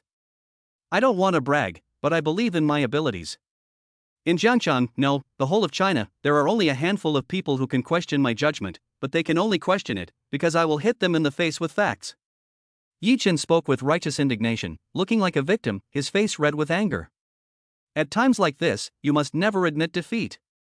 You have a system that can never go wrong. In terms of feng shui in the whole of Jiangcheng, he is invincible. Yi Chen looked at Zhou Yun's eyes, burning with a raging flame. In his heart, he had already defined Zhou Yun. When he was capable, he would never let Zhou Yun go. The Zhou family would eventually become a stepping stone for him to grow into a world giant, a small villain that he would not even remember 10 years later. He was the protagonist of this world. The other bigwigs continued to remain quiet, just watching the two face off against each other. In fact, they also wanted to take this opportunity to test Zhou Yun's capabilities. Dong Lao, Chen Lao, and Kong Lao, on the surface, were all being amicable, but this was based on the premise that both sides were of equal strength. If Zhou Yun really was an unpayable idiot, what followed would be a stormy business engulfment. Before Zhou Yun could say anything, the atmosphere in the box became strange. Suddenly, there was loud noise coming from outside the box. It was very intense, to the point of being unruly, and it filled the otherwise quiet room with a little bit of anger, anger. The big shots in Jiangcheng were all rudely pulled out of their thoughts and looked at the door in shock. Zhou Yun, I know you're in there. What, did you do something wrong and you're hiding from me, asking someone to block me? Hurry up and get out, or I'll never forgive you in my life. You two watchdogs, what makes you think you can stop me? Do you know who I am? Your boss has to give way to me, and you dare to stop me. Zhou Yun, come out quickly, I'll give you 3 seconds. 3. Upon hearing the voice and tone, everyone in the box knew who had arrived. Who else could it be but Zhou Yun's fiancée, the woman named Xu Yanran? Several big shots couldn't help but snicker secretly, looking at Zhou Yun with a teasing gaze, but hiding it very subtly. They continued to remain silent, and some even drank in silence to hide their thoughts, in order to show that they were not getting involved in this matter. Yi Chen froze. After he had delivered his long speech, morale was high, and he was waiting for Zhou Yun to reply, before launching a fierce counterattack. Who knew that Xu Yanran's noisy words were like a bucket of water that directly extinguished his anger, bringing the attack to a hard stop. This made him feel depressed and could not help but spit out blood. If this problem is not resolved today, there will be no chance in the future. But it is not possible to just let Xu Yanran shout outside. After all, he is the one who asked her to be brought into the banquet, although what happened between Zhou Yun and Xu Yanran is none of his business. Zhou Yun frowned slightly. He really didn't want to be disturbed at this time, but Xu Yanran had come looking for him. He couldn't continue without resolving this woman's troubles. And Xu Yanran quickly finished counting, and then continued to throw a tantrum. Zhou Yun, you coward, hiding and afraid to see me, you know you've done something wrong. Open the door, if you've got any guts, open the door, I know you're in there. Just as she continued shouting, Jing Wanning left Zhou Yun's side, opened the door to the box, and said coldly to Xu Yanran, Miss Xu, please be mindful of your words and actions, this is not a place where you can behave like a wild animal. Xu Yanran, who was being desperately stopped by 2 security guards, immediately flew into a rage as soon as she saw Jing Wanqing. I remember you, the Zhou family servant. You bullied my parents on the day of old Zhou's funeral, you ungrateful bitch. You must have taught Zhou Yun bad habits. He was originally a nice person, and you must have been whispering in his ear. Xu Yanran tried her best to slap the arms of the 2 burly security guards, but she just couldn't break through this line of defense. Her strength was extremely weak, and the security guards felt like they had been bitten by mosquitoes. It didn't even hurt, and they didn't even frown. Behind Xu Yanran were the Xu parents, who looked nervous. These two did not stop Xu Yanran from acting recklessly. In fact, at first they also felt very ashamed, not gentlemanly enough, and not befitting of the identity of an upcoming powerful family. But after being continuously embarrassed and unable to see Zhou Yun no matter what, the two of them also let go. It's better to fight than to go bankrupt. And until now, in their minds, they have always believed that Zhou Yun is still the same Zhou Yun. As long as they meet, they can say anything and solve all their troubles. However, Jing Wanning only glanced at her indifferently. Zhou Yun's emotionless voice came from the box. Get out. Chapter 23, You don't deserve it, you're just a small character. Get out? This voice sounded very familiar to Xu Yanran, as it did to the Xu parents. They had been trying to speak to the owner of this voice for the past few days, but unfortunately the phone had been disconnected. But they would never have imagined that one day, Zhou Yun's voice could become so cold. It was as if she were driving away a stray dog. This is not right. Even Xu Yanran froze, her eyes wide, wondering if she was having a nightmare. She tried hard to look through Jing Wanning's body, but she couldn't see anything. Before she could think about it, a feeling of grievance welled up in her heart, and she couldn't suppress it. Her eyes were filled with tears, and she clenched her lips tightly. While Xu Yanran was making a scene, the voices of the conversations in the banquet hall outside also grew weaker. Everyone turned their attention to the Xu family, looking at them like they were idiots. Is this the legendary Xu family? They really are shameless. I heard that they tricked Zhou Yun into giving them a lot of money by using their daughter, the woman with the thick skin above. So it was her. She's not bad looking, but she doesn't meet the top standards, not even close to the assistant to Zhou Dong who opened the door. I heard that Zhou Yun seems to have lost interest in her, and even the Xu family is suffering. No, they are still engaged, but judging from the current situation, it doesn't seem like it. Let's watch the show, it was worth coming to the banquet today. Although the voices below were low, quite a few of them reached the ears of Mr. and Mrs. Xu, which made the two of them feel a little embarrassed. Seeing that Zhou Yunjin was inside the box, they couldn't stay outside any longer and just wanted to solve the problem as soon as possible. Mr. Xu's voice softened, with a hint of humility. Whether it was a lie or a temporary compromise, he could only say in a low voice, Zhou Yun, my good son-in-law, we came here today to apologize for our rudeness the other day. Soon we will all be family, and we will see each other all the time. I know you are not that petty, so let's just forget about this. We have also reflected on this in the past few days, and we agree that Yanran did go too far. We spoiled her, and kept putting off your marriage, which has taught her a good lesson. In addition to apologizing, we have also come to discuss the matter of your marriage. You can get married any day you like. My son-in-law, let's go inside and talk, it's not good to lose the Zhou family's face in front of so many people. Having come this far, Xu's father seemed to think that he had already made the biggest concession. He felt that he had been very tolerant in being able to force the future father-in-law to compromise. Xu Yanran quickly came back to her senses. With an incredulous look, she looked at her father. She didn't expect that her father would also have such a servile side. Or was it for a man she didn't even look down upon? Zhou Yun. Xu Yanran once again yelled angrily, like an arrogant queen yelling at a commoner. You're finished, and you'll never make me like you again in your life. I've completely lost hope in you. I never thought that you would tell me to get out. I've been so good to you. I treated you like a friend, and this is how you repay me. Me. Xu Yanran was a little incoherent, tears streaming down her face like a resentful woman. However, the two bodyguards ignored their feelings and resolutely carried out Zhou Yun's order, about to evict the Xu family. Wait. Yi Chen's voice came from the box, and then he turned his head, trying to make his expression as natural as possible, looking tenderly outside the box. Xu Yanran also widened her eyes, her heart beating half a beat slower. Suddenly remembering something, she quickly wiped away her tears. Putting on a calm face, she said in surprise, I almost forgot, Mr. Yi Chen, you're here too. I'm sorry to make you laugh, I'm not usually like this. It's mainly because that bad guy, Zhou Yun, is so annoying. He not only bullied me, but also my parents. Xu Yanran wanted to explain something, but Yi Chen straightened up, as if a kingly aura had inexplicably appeared, and he said with understanding, I understand, leave it to me to handle it next. He turned his head and sneered at Zhou Yun, so this is the Zhou family's way of treating guests, it's not impressive at all. I had a high opinion of you, I really thought you were good at something, but it turns out you only bully women. People like you are not worth keeping. I will return the 5 million to you, but it's not because my feng shui abilities are insufficient, it's because I look down on you, Zhou Yun. Yes, you are a spendthrift who has inherited your family's business, a playboy who can't even settle a woman. Yi Chen's words were very rude, and even a bit insulting, but that was the effect he was going for. Yi Chen wanted to show the other bigwigs how he was neither humble nor arrogant, and had an air of superiority about him. He wasn't actually afraid of Zhou Yun at all, because his background was even stronger and more terrifying, but for some reason he couldn't make it public, and he didn't want to rely on the power of his family.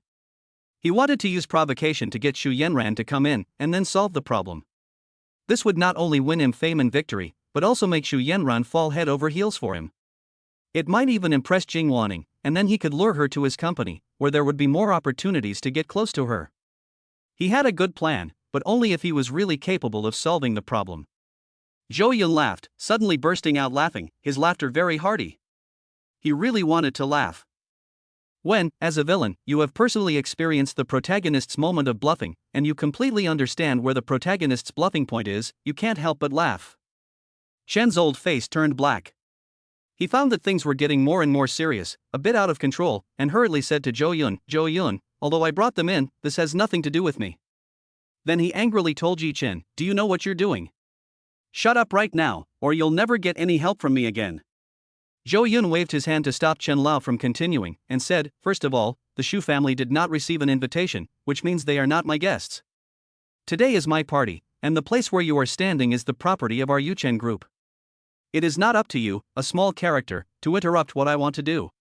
You think I'm targeting you? No, I never took you seriously from the beginning, and if it weren't for Chen Lao, you wouldn't even be worthy of talking to me. Chen Lao is my father's good friend, and I don't want to see him harmed by you. Fine, let's not talk about feng shui for now. Second, I'm not afraid of the Shu family, and I'm not afraid of anyone here either. Although I know you're trying to provoke me into letting Xu Yanran in. It doesn't matter, I don't care what they want at all. You want to see how I embarrass myself in front of the Shu family. Coincidentally, the following 200 or so guests also want to. Then let's not stay in the box, let's go outside and settle it together. Zhou Yun was unruffled, unmoved in the face of a mountain collapsing before him, leaving people unable to guess his thoughts. He slowly got up and took the lead in walking towards the outside of the box. At this moment, he became the center of everyone's attention. Chapter 24, If you want to marry me, you don't deserve to. No one questioned what Zhou Yun said, and the bigwigs just looked on with amusement. He took the lead and walked out the door, and saw Xu Yanran with slightly messy hair and an unnatural expression. He just glanced at the Shu family without any emotion. When facing Zhou Yun, Xu Yanran's face unconsciously revealed a haughty look again.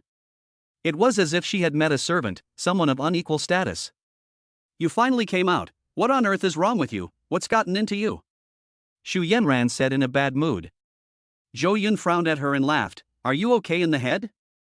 Xu Yanran glared at Zhou Yun, are you crazy, don't you just want to force me to marry you, okay, I'll do as you wish, I'll marry you, okay? Zhou Yun laughed, no need, if you want to marry me, you're not worthy. What did you say? How dare you say such things to me, are you crazy? Xu Yanran still couldn't believe it, couldn't believe her ears. The dog that had always been around her before had actually said that she wasn't worthy. This sharp, huge contrast was like a heavy hammer, pounding hard on her heart.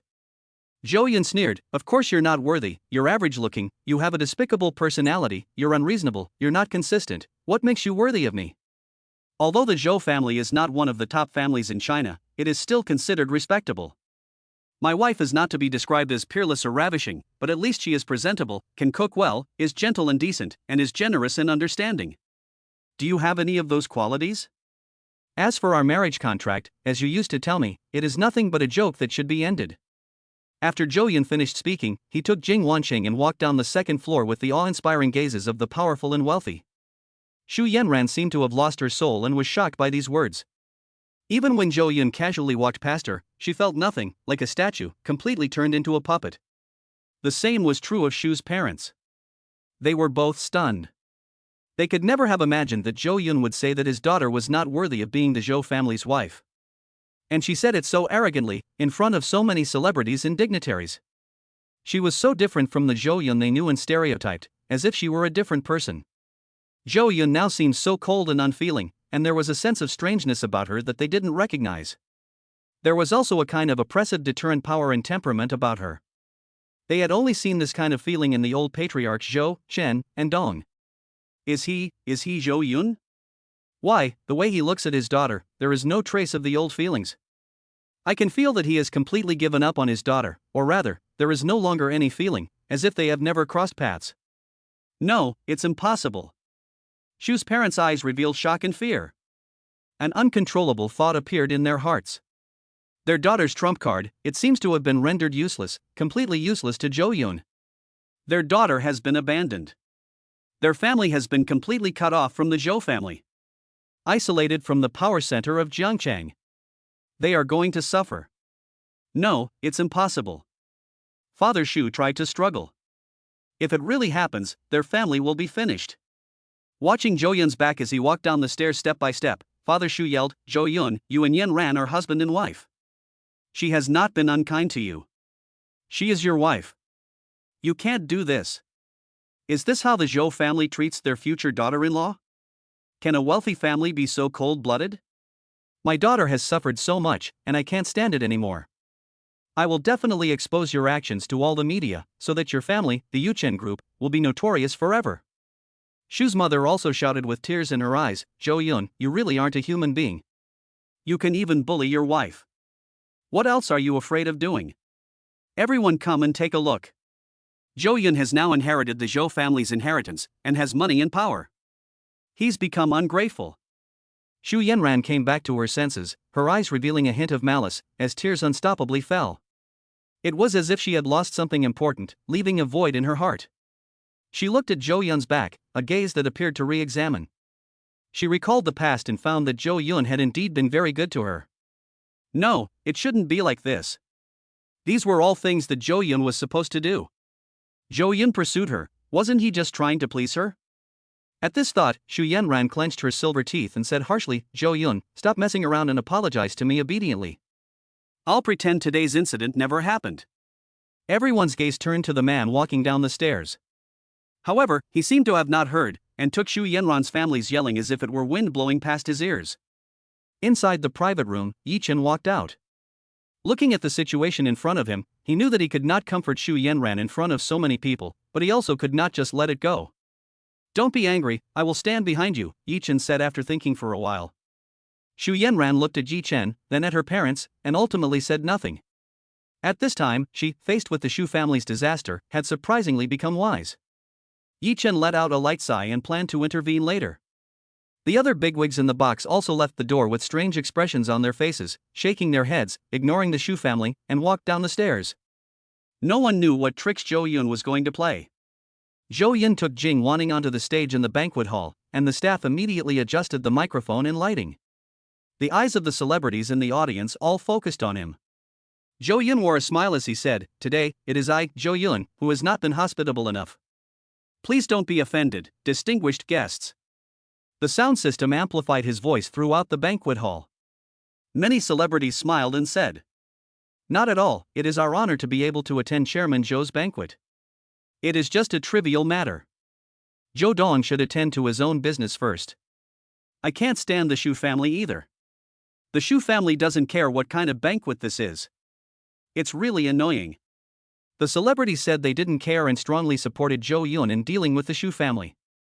Even if they were unhappy, they would not say so. After all, the Zhou family is still the overlord of Jiangchang. Moreover, they prefer to watch the fun. What happened today will be the talk of the town in the future. The Shu family members' faces turned pale, and they slowly followed them down to the second floor box. As soon as they got downstairs, they realized that they had been isolated by the powerful and influential people. Everywhere they walked, everyone avoided them like the plague. As a result, a strange phenomenon appeared at the banquet. It was as if they had the plague, and everyone disliked them. Only Yi Chen did not dislike them. He always followed Shu Yanran fearlessly. On the stage, Zhou Yun took the microphone and smiled, saying, "Everyone has heard some rumors about me ending all cooperation with the Shu family. Here, I would like to clarify that it is not a rumor, but the truth. Moreover, our Yuchen group will carry out this decision to the end. Even if Yuchen group goes bankrupt, it will never cooperate with the Shu family again. Furthermore, all companies and individuals related to the Shu family will also be excluded from the list of partners of Yuchen Group. Zhou Yun's words were decisive and firm, like a thunderbolt, which blasted into the ears and souls of everyone present.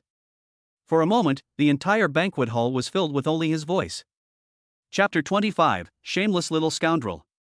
Zhou Yun made clear the determination of the Yuchen Group and also sounded an alarm for those present. Anyone who dares to go against the Zhou family will face the fate of being blocked by the real estate tycoon in Jiangcheng. It can be said that the Shu family is completely finished. Not only will they not get business from Yuchen Group, they won't get any cooperation from any real estate company in Jiangcheng. Everyone is afraid of angering Zhou Yun and Yuchen Group. They can't afford to offend Yuchen Group. Compared to the Shu family, which is a small business, they would rather stand on the side of the Zhou family, as long as they aren't stupid. When this statement from Yuchen Group was emphasized again in public, it was no longer a joke, but a real decision. There was no room for redemption. The powerful and famous immediately distanced themselves from the Shus again, avoiding them like the plague. Even the waiter who brought the wine walked around the three of them, afraid of being implicated. If it could happen to Zhou Yun, it can be imagined how much this family is hated. A public trial. They, the Shu family, were put on public trial. And it was on the son-in-law, who was expected to do great things. They had thought that this time, when they came to Zhou Yun to solve the problem, it would be easy, but they never imagined it would be so hopeless. Shu's father felt as if he had been struck by lightning, with Zhou Yun's voice constantly ringing in his ears, and it felt as if the sky had collapsed. Shu's mother felt her blood rushing to her head, and she felt dizzy, and she fainted straight away, with the sound of cicadas constantly ringing in her ears. Shu Yanran hurriedly supported her mother, her breathing becoming rapid, and her whole body flushed, her skin as red as if she had drunk fake wine. She glared angrily at Zhou Yun on the stage, as if she had been slapped by Zhou Yun, her face turning a deep red. She wanted to say something, opened her mouth, but couldn't get the words out. Only Shu's father reacted, crying out in grief and anger, "Zhou Yun! Have you gone mad? My daughter is your fiancée, your wife, how can you treat us like this? Have you Zhou family really sunk to this level of shamelessness? Bullying even your own family, who will dare to cooperate with your Yuchen Group in the future. Shameless, so shameless. My daughter didn't do anything wrong, and neither did my Shu family, so you're just crossing the bridge after you've burned it?" He decided that, even if he were to lose his reputation, he would drag the Zhou family into the eye of the storm. He wanted everyone to see the true, loathsome face of Zhou Yun. Yi Chen also took advantage of the Shu family's situation to denounce Zhou Yun. It turned out that Zhou Yun was just a second-generation rich kid with a despicable character. Not only was he ungrateful and crossed the bridge after crossing the river, he also didn't value friendship. The Shu family is your mother's family after all, and you treated them like this. I've even started to sympathize with the people who cooperate with Yuchen Group.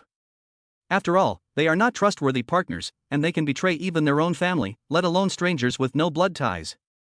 I advise everyone to open their eyes and see clearly the snake-like heart of the Yuchen Group, their perfidy.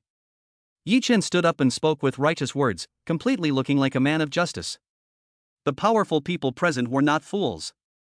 After a while of pondering in their hearts, they also felt that Shu Fu was right and Yi Chen was reasonable. After all, Shu Yanran was his fiancée, and neither sentiment nor reason should be so extreme. And it shouldn't be brought up in public. If they can treat their fiancée like this, what more their business partner? If one person is unhappy, won't they be abandoned like the Shu family?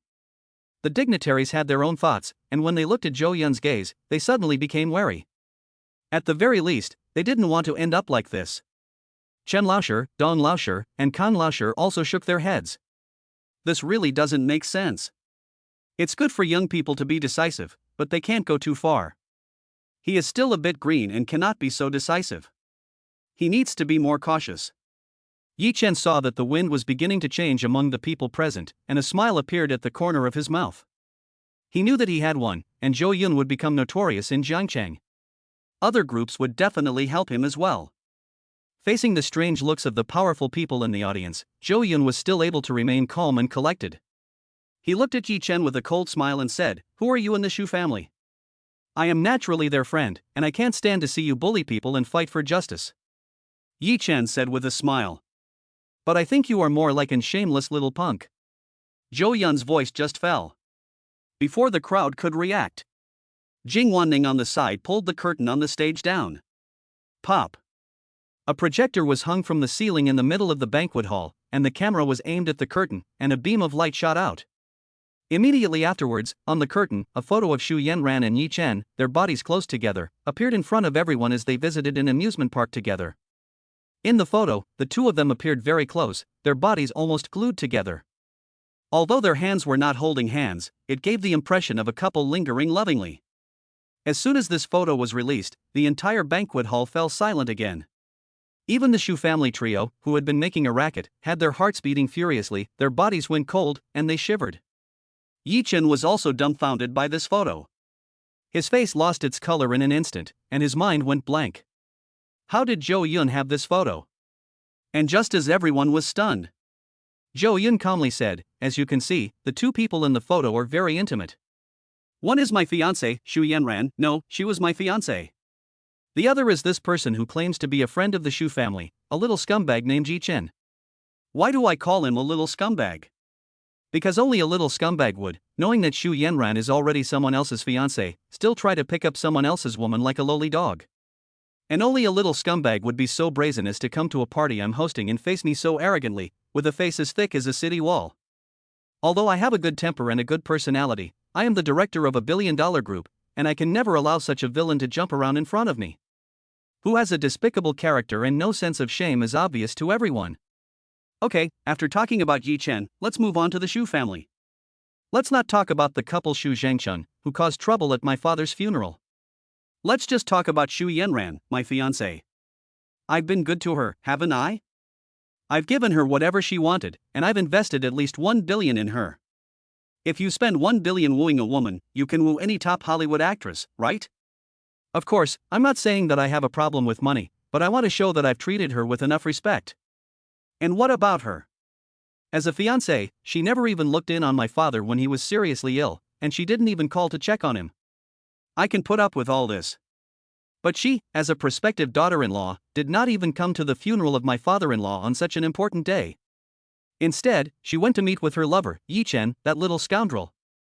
I am a man and a son, and I cannot stand such things happening. Do you Xus all take me for a pushover? Chapter 26, You Disappoint Me. Zhou Chen said that when he was giving his speech, he didn't really feel much inside.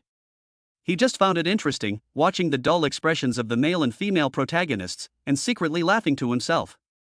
But for the sake of the performance, he couldn't let out a laugh, and could only continue with a passionate delivery. I didn't want to meet with the Xu family, and I severed all contact with them. I wanted to just let everything pass quietly. But they refused to give up, and still came to bully people. After saying this, Zhou Yun turned his head, smiled secretly at Jing Wanqing, and then nodded in secret. Jing Wanqing was also stunned for a moment as she watched Zhou Yun's performance. She remembered that when Zhou Yun said he wanted to cut off all contact with the Xu family, he was so calm. And now, if she didn't know that Zhou Yun had long since been completely disappointed in the Xu family and wouldn't care at all, she would really think that Zhou Yun was in pain. But she hadn't forgotten her mission. She continued to play the photos she had taken secretly. On the screen, the photos of Xu Yanran and Yi Chen played continuously. Among them was the detective who took the photos, who deliberately made the two look very close, using a misalignment to take a photo of them holding hands and leaning close. When the photos played to the last one, the whole audience was in an uproar. It was like suddenly boiling seawater, and the whole venue exploded. They all let out exclamations of surprise, feeling that this fact was really too unbelievable. The future young lady of the Yu Chun group, the fiancée of Zhou Yun, is so shameless. All the celebrities and powerful people looked at the photo on the screen and felt an indescribable anger that kept rising. How shameless! She already has a fiancé, and she goes after other men. So this is what the Xus are like. I was just a little sympathetic towards them, but now it seems that Zhou Dong is the one who has suffered the most. They're in the same boat, but they still have the nerve to come to Jay Chou and make a big fuss about being wronged. Fuck, how can there be such disgusting people in this world? The future father-in-law is sick, but she doesn't even bother to visit as his fiancé, not even to call. Fuck, she's really heartless and ruthless. This kind of woman deserves to die. I can't do what they did anyway. Xu Yanran is really heart-wrenching, and she is undoubtedly the most bitch-like woman of the 21st century. Zhou Dong is really patient and has a lot of tolerance. If it were me, I would have slapped her in the face and told her to go as far away as possible. When the old Master Zhou died, she didn't go to the funeral to show her filial piety, but instead went to meet with her lover in secret?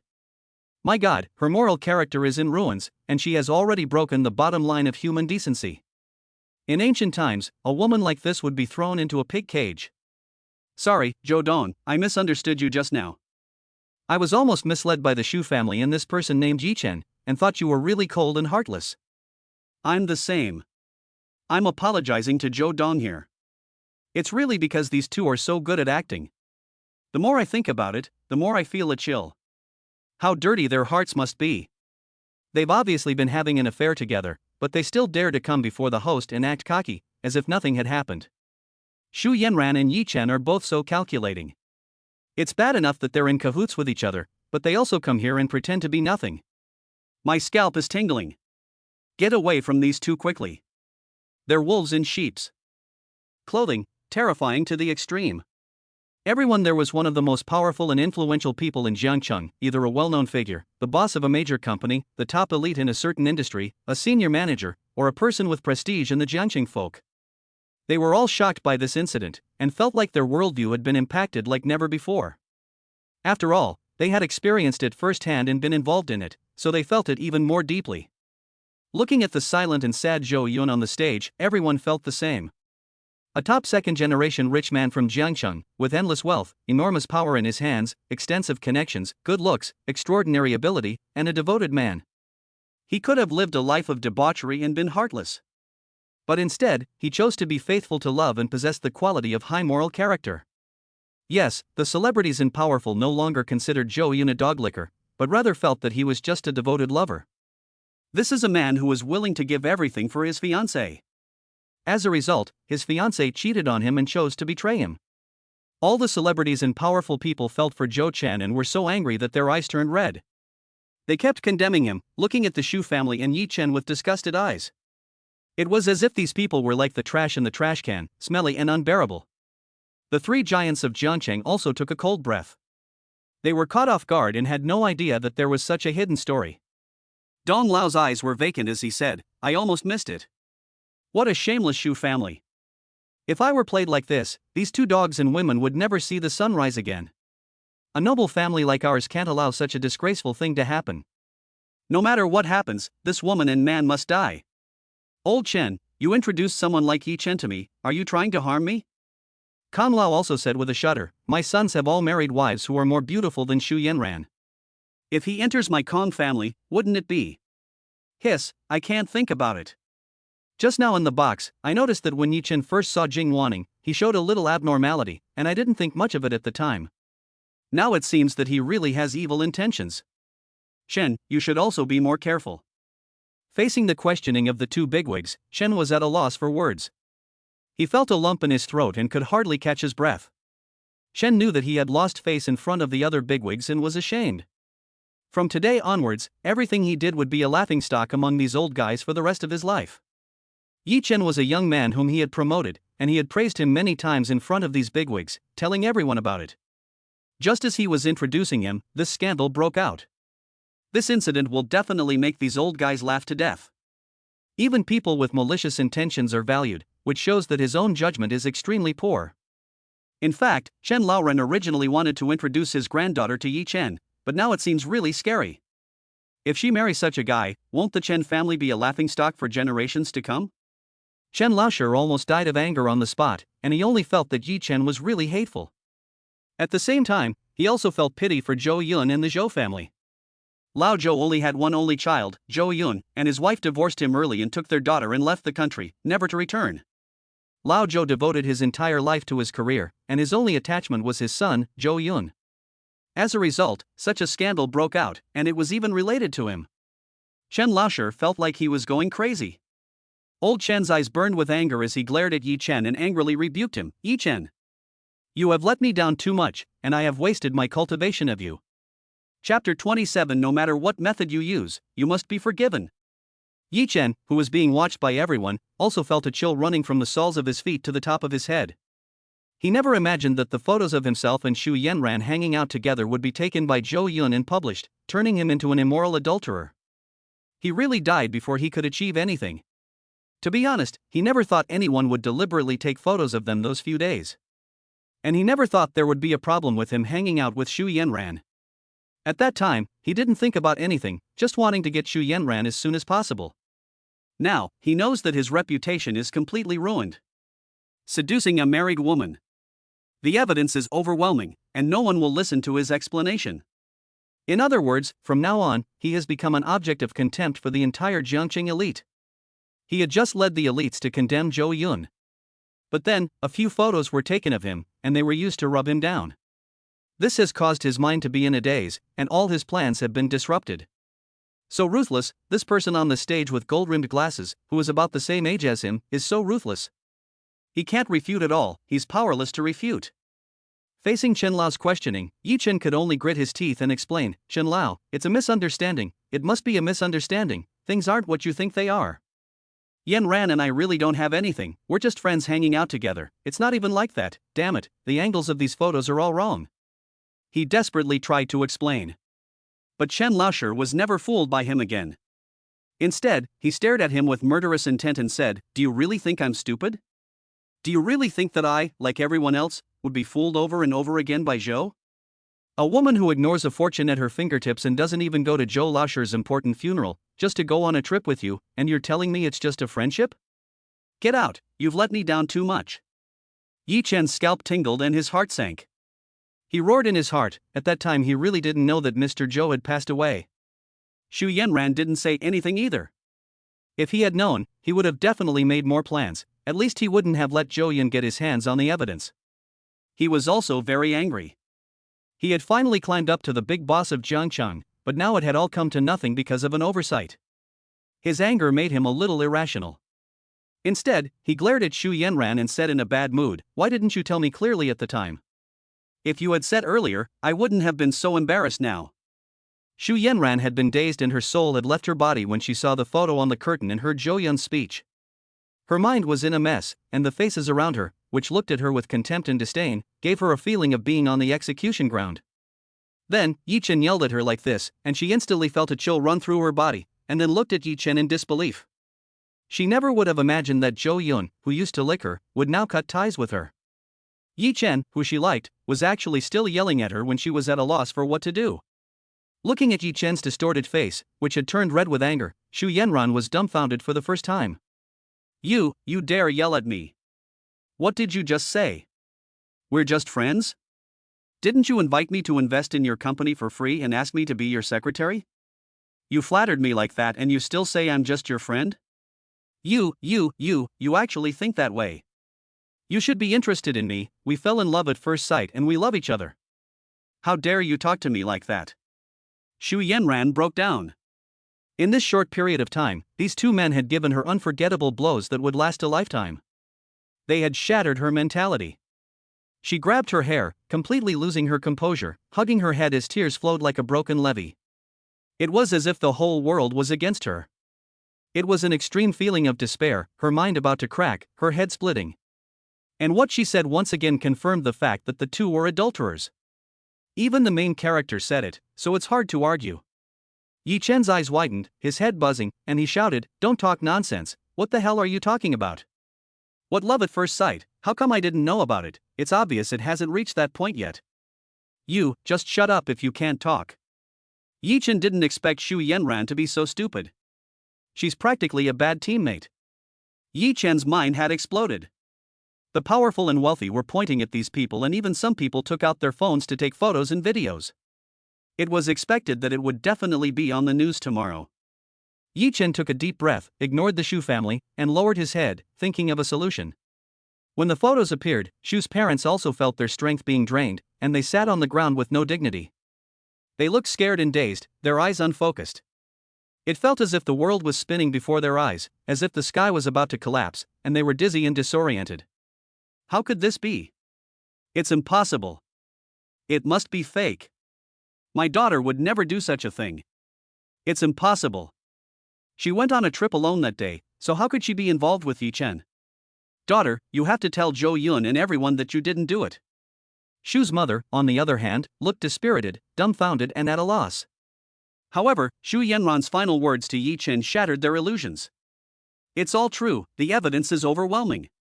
Shu's mother could no longer hold back her anger, and in a fit of rage, she raised her hand and slapped Shu Yanran, who was already confused, across the face. Pop! The sound of the slap resounded throughout the hall. How could you do such a thing? You're confused, really confused. You've ruined the whole Shu family. Yanran, oh no, it's over. After giving Yanran a slap, Shu's mother burst into tears and cried alone. The Shu family had already set one foot in hell because of their daughter's willfulness. Doing such a thing was unforgivable, and the series of consequences that followed would come like a storm. Shu's mother was no longer qualified to be the wife of a wealthy merchant, and she would have to live a life even more miserable than before. Shu's father still had a little bit of reason left. He endured the raging anger inside him and grabbed Shu Yanran's shoulders, shaking her nonstop. Daughter, there's still a chance. Zhou Yun used to love you so much, he will definitely forgive you. Now, apologize to him, no matter what it takes. Kneel down, slap yourself in the face, kowtow, admit your fault, even self-harm is fine. Bring out the tokens of your love from the past and awaken your shared memories. I don't care what method you use, you must get his forgiveness, you must, do you understand? If you can't, I'll kill you, I will definitely kill you. Shu's father's tone started off a bit pleading, but towards the end his face gradually became hideous, angry, like a demon. He pressed down on Shu Yanran's shoulders with extreme force, even making a bone-cracking sound. Shu's father couldn't bear the consequences of this, he would rather let his daughter die, but also preserve his wealth and status. Chapter 28, Whoever marries her will be a disgrace to the family. If his daughter dies, he can always find another woman to bear him a child. As long as he has money, he will never lack for women. But this is his only chance to get rich. Shu's father has been rich before, so rich that he has lived a life of luxury and debauchery, and he doesn't want to go back to those impoverished days. And this time, he couldn't even live an ordinary life, and he owed a huge debt. He couldn't think of anyone except the Zhou family who could help him out of his predicament, and he simply couldn't repay the debt. Therefore, his daughter must obtain Zhou Yun's forgiveness. Shu Yanran felt the pain of being caught, and she was in a daze. Listening to her father's words, she was extremely confused. The crazy father in front of her and the contemptuous looks of everyone else made her feel like she was having a nightmare. She subconsciously did what her father told her to do. She stumbled to the bottom of the stage, looked up with tear-filled eyes, looked at the indifferent Zhou Yun above her, and begged. Zhou Yun, I was wrong. Can we go back to the way things were? I promise you, we'll get married right away and live the life you've always talked about. You love me so much, you'll definitely forgive me, right? Come down, let's go back, and forget that anything happened tonight. Shu Yanran didn't know what she was saying, she just felt that her image had been completely ruined. But that didn't matter, as long as she went home tonight and slept, everything would be fine tomorrow. She looked at Zhou Yun expectantly, feeling that in the next second, Zhou Yun would become gentle, then walk off the stage, take her hand, and leave this sad place. However, things did not go as she wished. Zhou Yun just glanced at her coldly, then ignored her, not even answering her words. She treated her like a transparent person. Zhou Yun continued, I am very sad and have completely lost hope in Shu Yanran. I will not feel the slightest bit of pity for her. There is always a price to pay for doing wrong, so I have decided to cancel my engagement with Shu Yanran. And I want to recover the money I spent during our relationship. Of course, I won't care about the small amount of money, but I must get back the heart of Poseidon that she cheated me out of. After these words, Jing Wanning silently walked off the stage and went to Shu Yanran, who was already like a puppet, and took the Poseidon's heart necklace, worth 100 million, off her neck. When Jing Wanning had gone, Shu Yanran finally reacted, looking at her empty neck, her heart aching beyond words. Her eyes instantly turned bloodshot, as if she were crazy, and like a shrew, she chased after Jing Wanning, howling, Give it back, the heart of Poseidon is mine. What right do you have to take it away? You're all robbers. Quickly stop her, she's stealing from me. God damn it, shameless bitch. However, she had not taken more than a few steps when she was stopped by the quick-witted security guard, who held her in place. She was beginning to lose her mind and had completely forgotten what she had said to the others. If her best friend had been there, she would have remembered that at the class reunion she had said that she did not care about money or the $100 million Poseidon's heart diamond necklace. At the time, she even wanted to get rid of the heart of Poseidon. As a result, when she really lost the heart of Poseidon, the ugliness of her heart was immediately exposed, and her true colors were revealed. She was not reluctant to part with it at all, she had treated the heart of Poseidon like her life. Watching her face, the banquet hall immediately resounded with boos. The celebrities and powerful people also applauded Jo Yun's decision. Well done. The engagement should have been broken off a long time ago. Marrying such a woman would surely cause chaos and unrest. Anyone who marries Xu Yanran is truly a misfortune for their family. Zhou Dong is decisive and resourceful, and he broke it off cleanly as soon as possible, so that what he doesn't see doesn't trouble his heart. The Xu family is out of luck. Jie Chou officially announced that there is no turning back. I heard that the family owes a huge amount of debt, and the Yuchen group will definitely use every means to bring the Xu family down. Jie Chou has sentenced the Xu family to death. It can be imagined that after today, there will be no more Xu family in Jiangcheng, and they will be reduced to outcasts. Serves you right. I let out a sigh of relief when I saw this. None of you know the situation any better than I do. This Xu Yanran really did some terrible things in the past. She kept hanging around Zhou Dong, and even acted like Zhou Dong owed her money. It's one thing to not be grateful for the benefits, but to think that it's only right. Hey, Tue, what the hell? Even Lang Nian, the cold-faced bodyguard who had always followed Zhou Yun, couldn't help but speak up. They had been by Zhou Yun's side the longest, had seen the most, and often held their breath. Now that Xu Yanran had fallen into a hopeless situation, they were also full of joy. The guests were in an uproar, praising Zhou Yun for a job well done, and saying that if they were in his shoes, they would have done even worse. Many people felt very relieved, seeing the Xu family's misfortune. Some people, in order not to be implicated by the Xu family, hurriedly called the people at their company and asked them to immediately sever ties with the Xu family and to avoid contact with such people. At this moment, the Xu parents have become confused. The marriage contract was dissolved in front of them, which means that from now on, their daughter will no longer have any relationship with the Zhou family, and they will go their separate ways from now on. Their daughter's pleas were to no avail. Even the heart of the sea god was taken away, what else is left? Xu Fu stared at his daughter with fierce eyes, and a great hatred welled up in his heart. He dared not hate Zhou Yun, but only his daughter. Why did she keep dragging her feet? If she had married earlier, this would not have happened. It's not like the ancient times. Modern engagement letters are not at all solid. In ancient times, you had to write a letter of withdrawal, but in modern times, as long as you don't register, you can easily dissolve the relationship. What made Xu Fu even more hateful was that his daughter not only kept hanging on to Zhou Yun without getting married, but they had never even had sex.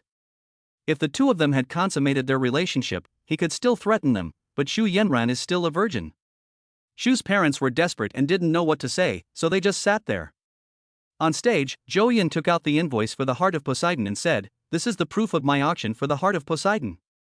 It says my name on the payment, so it proves that this diamond belongs to me. I'm just taking back what's mine. With this proof, I am not afraid of Xu Yanran suing me later, and they will never get the Heart of Poseidon back." After announcing his divorce from Xu Yanran, Zhou Yun said calmly, "Of course, I will not let a bad relationship affect the normal operation and decision-making of the company. Our company treats all partners equally. Even when I discovered that Xu Yanran was cheating on me, I never thought it would affect our cooperation with the Xu family. The reason for this is that during the period of cooperation, I discovered that the Xu family used fake contracts to deceive the group, secretly transferred the group's funds using shell companies, shipped fake materials to the construction site while making fake accounts with company employees, and used substandard materials in all aspects. As a result, some buildings have huge safety risks after completion, with peeling wall skin, tilting floors, and collapsing slabs, causing huge losses to the Yuchen group. In view of this malicious behavior, the Yuchen group announced the suspension of all cooperation with the Xu family. It has nothing to do with my personal emotional issues. Well, Xu Zhengchun, don't rush to defend yourself. Next, my assistant, Miss Jing, will play all the incriminating evidence against the Xu family on the big screen. Chapter 29, The Creditors Are Crazy. Jing Wanning put the heart of the sea god away and pressed the button, and the photos on the curtain disappeared. What appeared next were documents, with photos of the materials sent by the Xu family, photos of building safety hazards, etc., and some phone recordings. The recording was of Xu's father having an illicit conversation with a staff member of the Yuchen group, talking about how to split the loot. With all the evidence, the Xu family simply had no way to deny it. As long as it was submitted to the court, it would be a slam dunk. Zhou Yun looked at the Xu family members, who had gradually become as pale as death, and continued emotionlessly, "Our company will refuse to pay any money to Xu's company and demand that Xu's company compensate our company for its losses." This material was delivered to the court this afternoon. In other words, The Shu family will not be able to get a single penny from the Yuchen Group. All the costs invested in the early stages have been lost, and they still owe the Yuchen Group a huge amount of compensation. A rough calculation shows that there is at least a shortfall of more than 1 billion, and there is also an external debt of more than 1 billion. The Shu family's cash flow is at most 2 or 300 million, which has already been invested in the South Street commercial district, and there is now very little cash in hand. Moreover, the court has definitely accepted the case. With the Zhou family's ability, all of the Shu family's bank accounts have now been frozen. The 3 members of the Shu family did not notice because they were preparing for the banquet. They are completely finished, declared bankrupt on the spot, and will face imprisonment. When the celebrities and powerful heard this, their eyes lit up with admiration. It is no wonder that the chairman of the 10 billion group is so scrupulous about business and never mixes personal feelings with it. In this way, the Shu family really has sealed its own doom. If something goes wrong with using inferior ingredients to replace good ones, it could cost countless innocent lives. The Shu family is ruthless, treating human lives like they are nothing, with a vicious nature that makes people sick. Luckily, Zhou Dong noticed in time, otherwise, if they were sucked dry by the Shu family like a leech, even the biggest company would go bankrupt. Now the Shu family is really finished. Once this scandal is made public, there is no way they can turn things around. The government will restrict their movements, and it will be difficult for them to even leave Jiangcheng and run away. Hey, speak of the devil, here comes the court. Judging by their appearance, they must be here with a subpoena. That was fast. Serves them right. At that moment, several court staff members came into the banquet hall. After asking the waiter which ones were from the Shu family, they immediately walked towards them. The celebrities and dignitaries all made way for them. They really came to issue a summons. They said something to the dazed Xu Zhengchun and then took out some documents for him to sign. After finishing, the court staff looked at the dignitaries present, and envy shone in their eyes, especially Zhou Yun on the stage. Xu's father, holding the summons in his hands, felt a wave of helpless frustration spread through his body.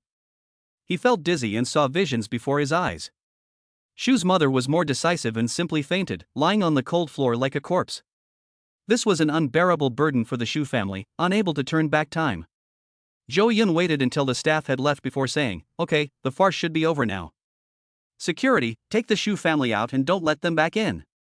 After the words fell, a dozen strong men in suits carried the Shu family members, who had lost their strength, out of the room. They did not resist. After all, things had turned out like this, and they no longer had the face to stay, so they just wanted to leave early, hide from everyone, and find a quiet place to calm down and figure things out again. After the Shu family left, the banquet hall once again became lively. Many people whispered and exchanged cups. Today's events were so shocking that there was a lot to discuss and vent about. At this time, the 2 bigwigs, Dong Lao and Kong Lao, silently moved away from Chen Lao, and a sense of resistance appeared in their eyes. They were obviously also very unhappy about this matter. Although the culprit was the Shu family, Yi Chen, who was brought along by Chen Lao, was also involved. Moreover, this Yi Chen almost became involved with him, and if that had really happened, the consequences would have been unimaginable. Chen Lao also looked embarrassed. At the moment, he just wanted to walk away with the Shu family. It was really embarrassing.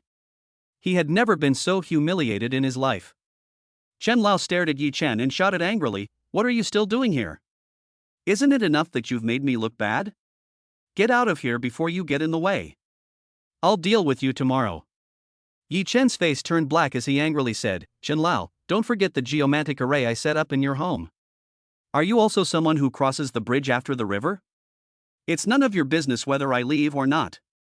Do you really think I need your help?" Chen Lao was furious at hearing these impolite words and wanted to hit someone. However, there were many people watching, so he couldn't lose his composure, or he would be even more humiliated. He snorted and decided to settle the score after this matter was over. Outside the Jiangcheng Club, the Shu family was thrown out. Shu's father, mother, and Xu Yanran stood outside the door like they had no souls. Inside the banquet hall, there was a sea of lights and noise, and it was the center of power in Jiangcheng. They could have squeezed in there, but now they were isolated, as if from a different world. "Go, hurry." A cold wind blew, and Shu's father shivered. Suddenly, he remembered something, and kept looking left and right with his eyes. Under the nearby trees, a group of creditors were waiting. After the Shu family came out, they slowly gathered around. Before entering the meeting hall, the Shu family was blocked, and they finally escaped by tricking Zhou Yun into paying back the money. Now that the Shu family has been cut off from Zhou Yun, their accounts have been frozen, and they have been restricted from traveling. Apart from a little cash, they simply have no money to pay back. What's scary is that the court summons were not only addressed to Shu's father, the legal representative of the company, but also to Shu's mother and Shu Yanran.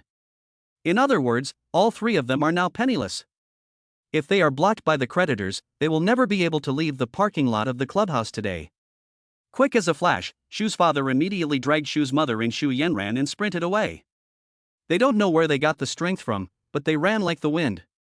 The creditors outside the door had not yet received the news and did not know what had happened inside the hall. They did not have time to react. By the time they reached the parking lot, the Shu family car had already driven off, leaving only its taillights in their sights. Damn, this guy can run faster than a rabbit. Why did he run away when he saw us? Didn't he say that after we came out, we could resume cooperation with the Yuchen group and repay our debt? What happened inside the hall? Can someone tell me? Damn, I'm so full of questions right now.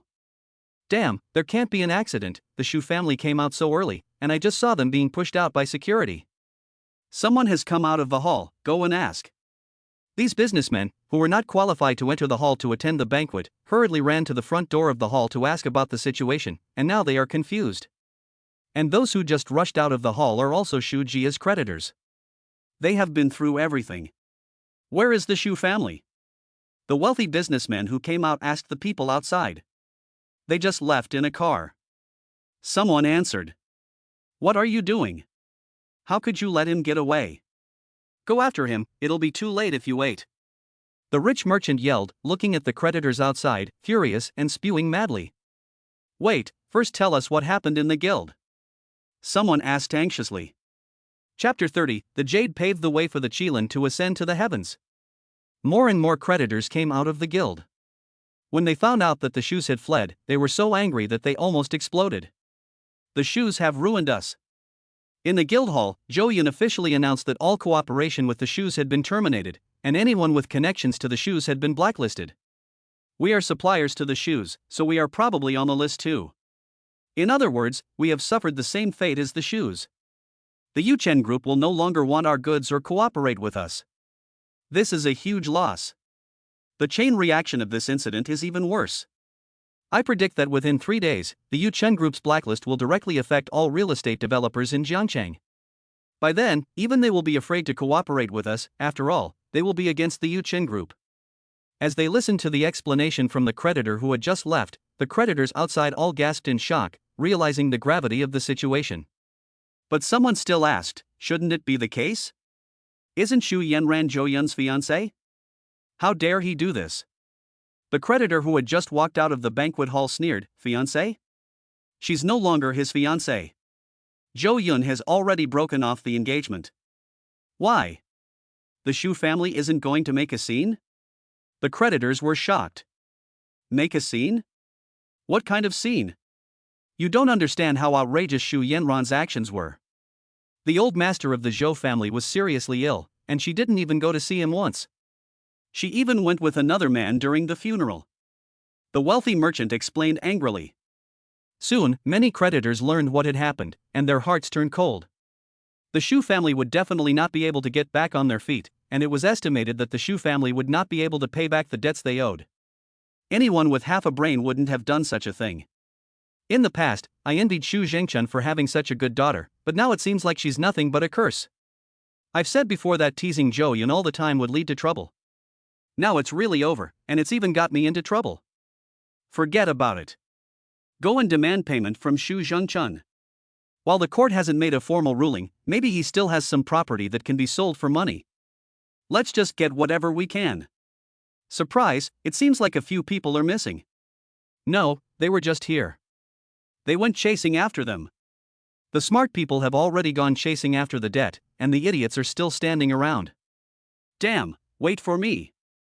If we find someone first, we'll definitely get the money first. Soon, the creditors could no longer stand it and quickly returned to their cars, and kept calling people to surround and block the Shu family's car. They not only wanted to collect debts, but also to show themselves to the Yuchen group.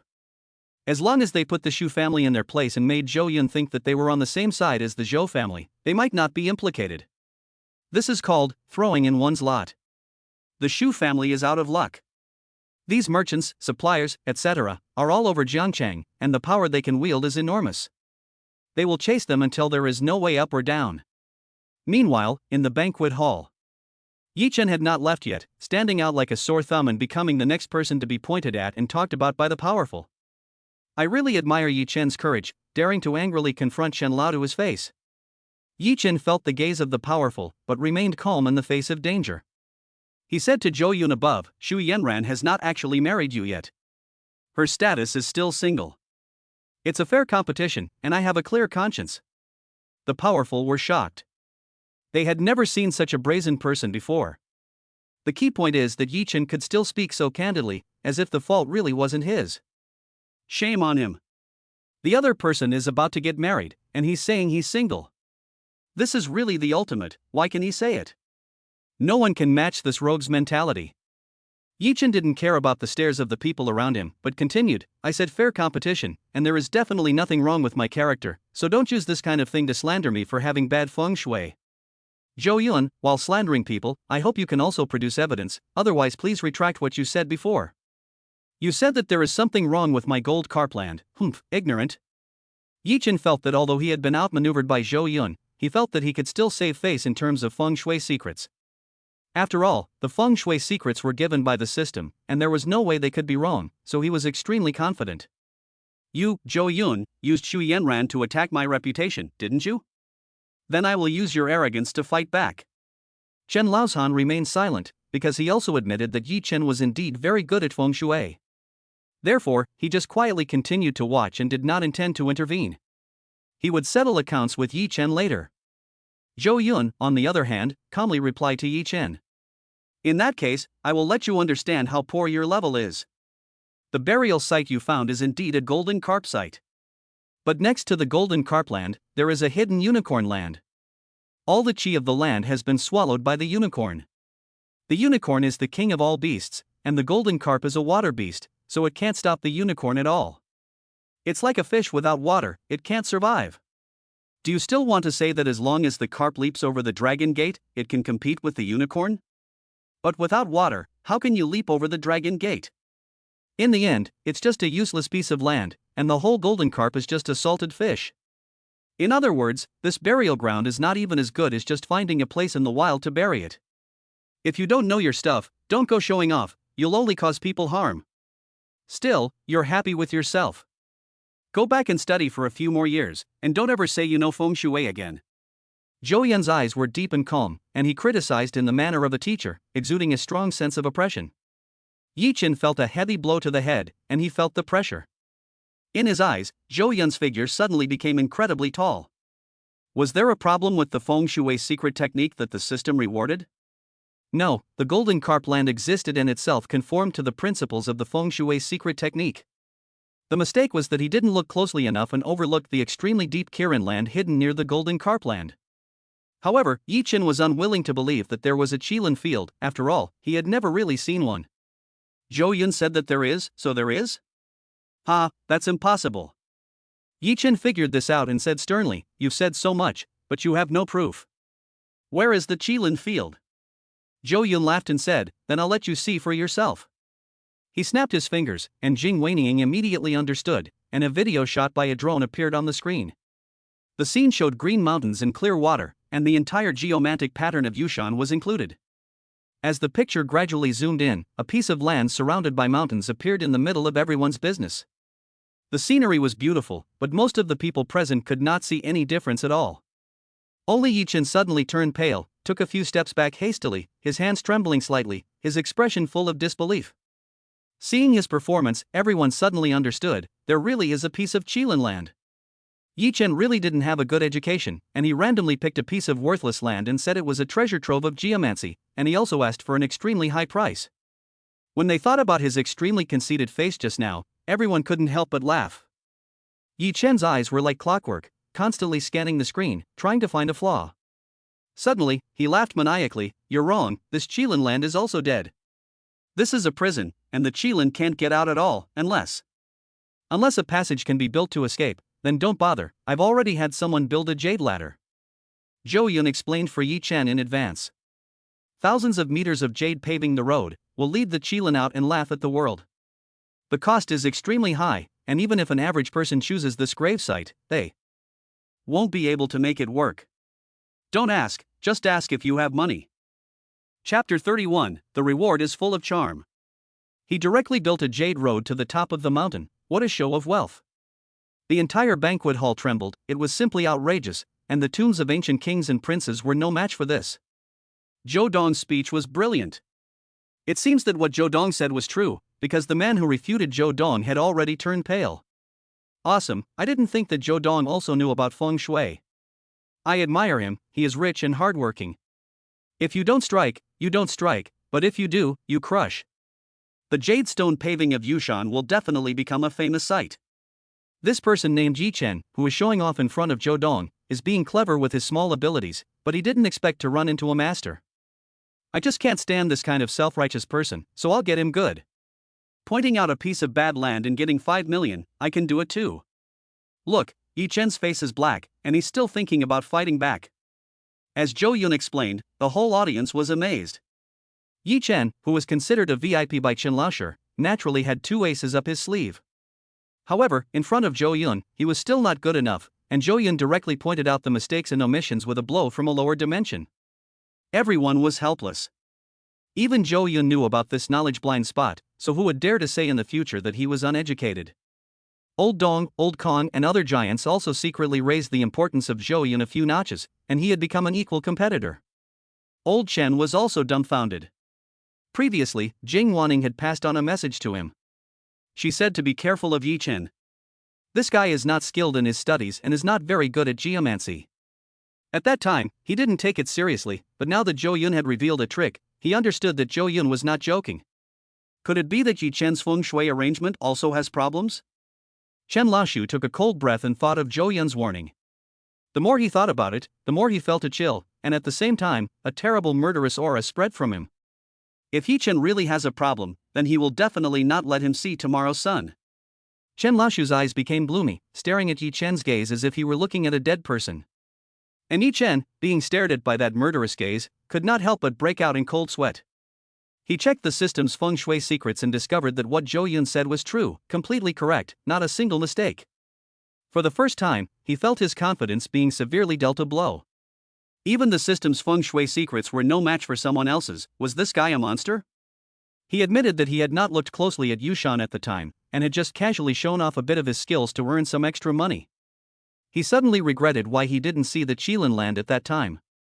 If he had known, he wouldn't be so helpless now. Yi Chen had no idea. Zhou Yun's god-level feng shui secret techniques were a huge step above his, with the core of anger, death, yang, earth, writing, gathering, absorbing, qi mother, etc. None of it escaped his eyes, and no feng shui treasure land could hide. Yi Chen did not lose unfairly. His back was soaked with cold sweat, but he still refused to admit defeat. He was very confused and knew that he could no longer stay here. He silently lowered his head and turned to walk out of the banquet hall. He ignored the derisive remarks coming from the side. His fists were just clenched tightly. Don't think that I only know feng shui secrets, this is just one of my abilities. Yi Chen looked at the floor, his eyes uncertain. Just wait, soon I will become famous in Jiangcheng, and make all of you regret it.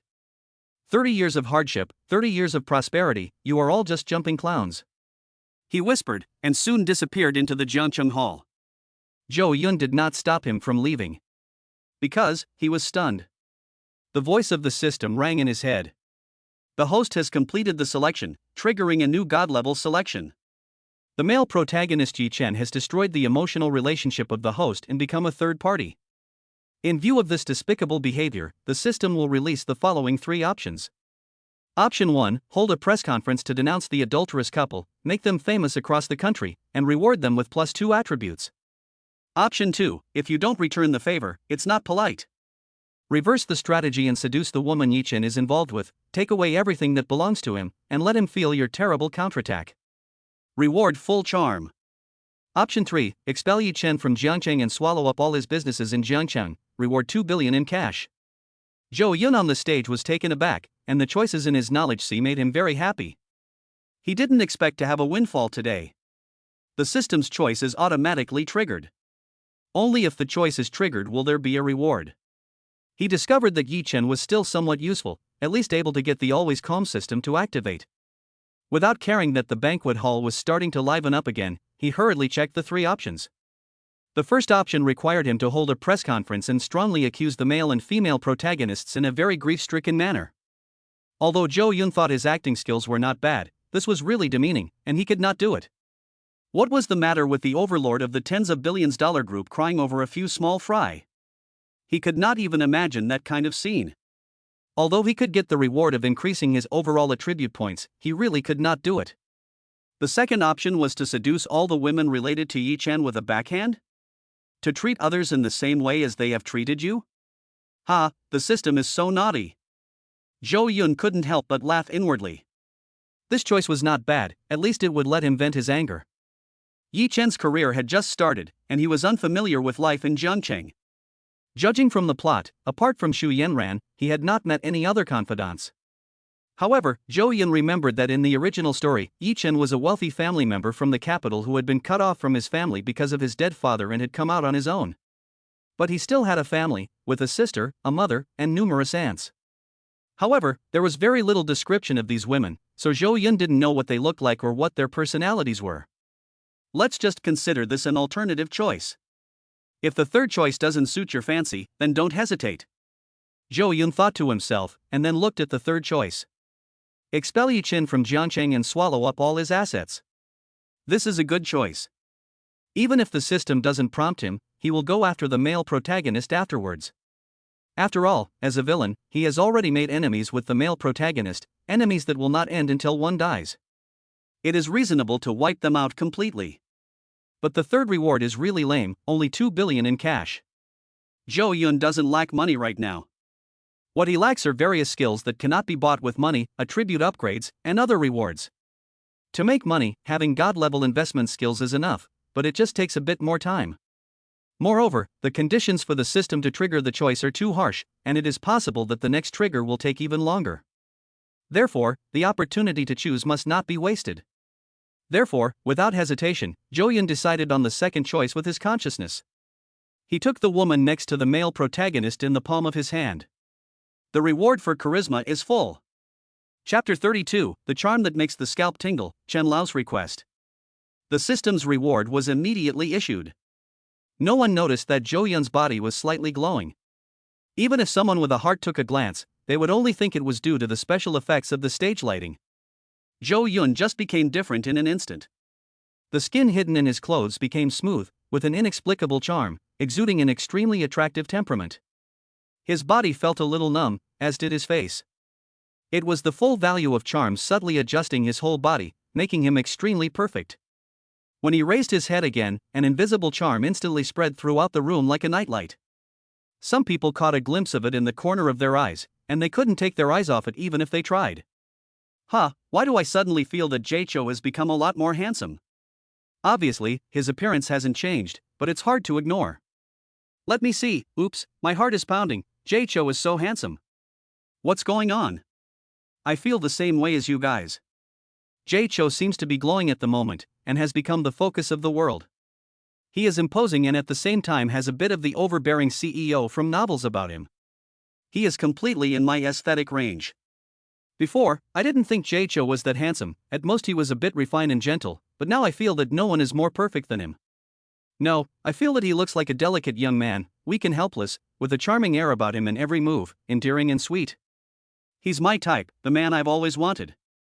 Nonsense, Jaicho is clearly a strong man. I see him as full of manly energy, and I can't help but want to cling to his chest and listen to his strong heartbeat. Why is what I see different from what you all see? In the past, I didn't really like Jaicho, I just liked his money, but now I like him even more. What should I do?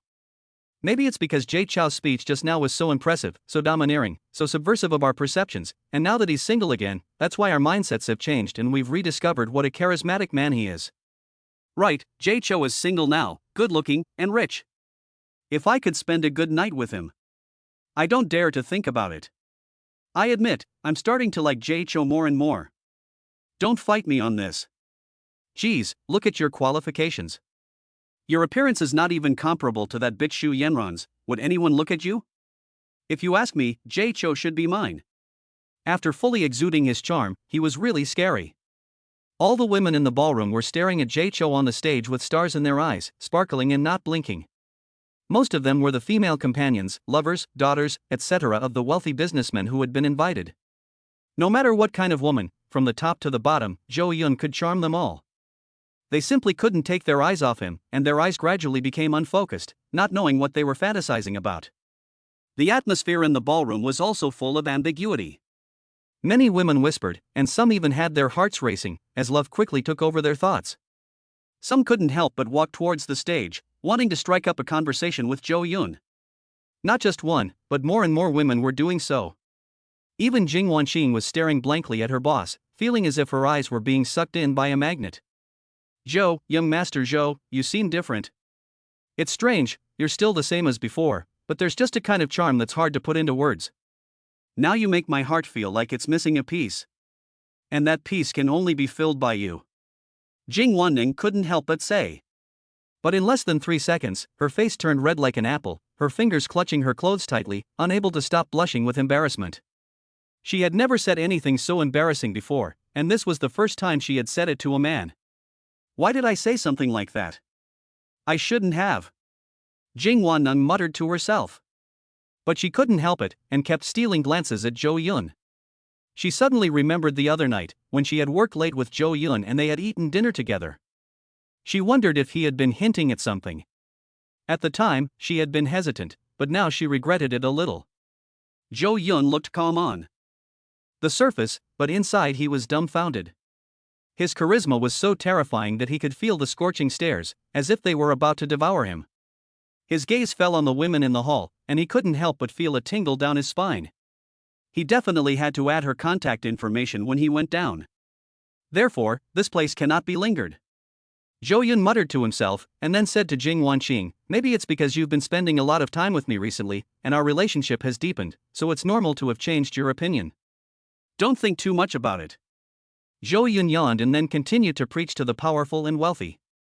The content of his speech was nothing more than the fact that he had just been appointed as a director, as well as the recent decisions of the Yuchen Group, and the general strategic direction, such as project adjustments, future plans, and so on. Of course, some business secrets naturally would not be said. It attracted a burst of applause from the many guests, all praising that with Jo Yun at the helm, the Yuchen Group would surely be like the sun in the sky, with great development. After the announcement, it was getting late, and there was no point in staying in the banquet hall. Jo Yun took the lead and walked off the stage, and Jing Wanqing had the stage lights and projector turned off, and then followed closely behind. He politely apologized to all the guests and then planned to leave through the back door. After he left the banquet hall, Chen Laosher also followed suit, waiting until there was no one around before calling out to Jo Yun. "Jo Yun, I really had no idea about what just happened." "Don't take it to heart," Chen Laosher said apologetically. Jo Yun stopped and laughed. "It's okay, you were also deceived by a villain, which is understandable. It's good that you think so. From now on, I will never help Yi Chen again, so don't worry." Chen Laosher rubbed his hands together. "It doesn't matter, he's just a nobody, I won't pay much attention to him." Jo Yun shrugged. "Then, I have a favor to ask. After watching the comparison of the feng shui between you and Yi Chen today, I recalled what you said before, that there is something wrong with the feng shui array Yi Chen set up in my house. Can you?" Chen Laosher was a bit embarrassed to ask, and if he hadn't been forced to, he wouldn't have asked. Yi Chen was the one who brought him into Jiangcheng Guild. This kid has caused trouble here and angered the owner. It's like he's brought trouble upon himself. If it were anyone else, they would definitely not be looking at him kindly. Jo Yun, however, didn't take it seriously. This kind of temperament is something these old folks like themselves can't match. He was a bit embarrassed when he asked Jo Yun to help with the feng shui. But the feng shui problem concerns the entire family, and he can't just ask anyone to come and take a look. Jo Yun is another great master of feng shui, so he could only ask with a stiff upper lip. "I will give you a big gift after the job is done, and it will definitely satisfy you. Do me a favor, considering that I have been friends with your father for many years." Chapter 33, A Big Business Opportunity, Intercepted in Advance. Let's talk about this matter after a while. You know, I just took over from the old man and I've been very busy lately. Zhou Yun said apologetically. Okay, you do your thing, and you can come over whenever you're free. Chen Laoyu did not dare to expect too much either, and his attitude became humble. A master of geomancy was worth lowering his profile for. Without saying anything else, Chen Laoyu left the meeting hall. Zhou Yun also returned to the Blue Mountain Villa with Jing Wanqing, protected by a convoy of cars. Inside the villa, Jing Wanqing was exhausted, but still full of energy. It had become a habit for her to peek at Zhou Yun from time to time along the way. In the study, Jing Wanqing asked, holding the Poseidon's heart necklace in her hands, "Young master, what should we do with this necklace? I suggest putting it up for auction again. I'm sure many people would buy it." Zhou Yun organized his thoughts, and when he heard her ask, he said without any hesitation, "Give it to you. I have no use for it. It's only 100 million, not a lot of money." "Give it to me?" Jing Wanqing was dumbfounded and very surprised. This was 100 million. She had worked hard for so many years and had only saved a few million. Compared to many ordinary people, she was already considered a rich woman. She had never received 100 million in her life. Moreover, what did Zhou Yun mean by this? This kind of necklace was usually only given to lovers. Just like the one he had given to Xu Yanran before. Did Zhou Yun want her to be his wife? As soon as she thought of this, Jing Wanqing's heart began to pound. In the past, she would have rejected him without hesitation. She was a woman of principle. But now she felt that she should like Zhou Yun. It seemed pretty good to become this man's wife. Zhou Yun looked up at Jing Wanqing, who was distracted, and said in surprise, "What's wrong?" Nothing, thank you." Jing Wanqing's cheeks were flushed with joy. Zhou Yun didn't think much about it, and didn't realize that he had already made this woman fall in love. In the original story, Jing Wanning is almost like a woman with no sexual desire, and no man can make her feel anything. From beginning to end, she is the image of a strong woman. Therefore, if he wants to conquer Jing Wanning, Zhou Yun is prepared for a long battle. He has just gained full charm, and has not yet adapted to it, so he has not noticed any abnormalities. The reason why he gave the heart of the sea god to Jing Wanning is because he is preparing to embark on a major project. This project can make his assets skyrocket from tens of billions to hundreds of billions. Recently, the government plans to sell a piece of land in the northwest of Jiangcheng, which is more than 20,000 mu in area. Regardless of location, area, direction, potential, etc., it is first class, and it is almost possible to build a super town. However, the starting price for bidding on this land is only 1.5 billion yuan. The reason is that there is a swampy field underneath the land, so high-rise buildings cannot be built, and therefore the price is very cheap. Many real estate developers know this news, and no one will bid too high. But they don't understand that the swamp is not deep, and high-rise buildings can be built after it is cleaned up. As long as experts are invited to conduct deeper explorations and assessment reports, and once they are released, the value will directly double or more. What's even more terrifying is that soon, the province will select this land as the location for a university town. The price will then increase by several dozen times. In other words, the maximum auction price for this land is only about 3 billion. But after the auction, even if he doesn't develop it himself, he can sell it and make at least hundreds of billions. This is a huge opportunity. Yi Qin became a top-level powerful figure overnight, surpassing other Jiangqing families, and became famous for a time, all because of this land. Soon, Yi Qin would get the news and start preparing money to bid. And what Zhou Yun had to do was to make sure that Yi Qin didn't have the money to compete with him. He will not be qualified to compete with him. In the original story, Yi Chen relied on the Chen and Dong families to borrow money from them in order to be able to bid for the land. Now that this relationship has been severed, no one in Jiangcheng will dare to lend him money again. But one should never be too afraid of the worst. After all, the other party is also the male protagonist who owns an investment system, and he makes money at an astonishing rate. Zhou Yun will definitely not let go of any opportunity to suppress him. Moreover, it is possible that the system will trigger a task in the process, which will be a windfall. If he does it alone, he will definitely be overwhelmed. With Jing Wanqing's help, it will be much easier. 100 million is nothing compared to a project worth hundreds of billions. Moreover, Jing Wanqing will definitely become his woman in the future. If she is his, then she is his, right? Zhou Yun was confident. It will get busier after tomorrow. I have been planning a major project recently. After its success, our Yuchen group will become the #1 group in Jiangcheng, and the Zhou, Dong, and Chen families will not be able to compare with us. I need your help in this matter, so get ready. Zhou Yun said gently. Jing Wanqing solemnly put away the Poseidon's heart necklace, planning to pass it down as an heirloom in the future. After hearing Zhou Yun's words, she also said seriously, "Young master, you are too polite. No matter what work you command, I will do my best. This is what I should do. Not to mention, you have given me such a precious thing."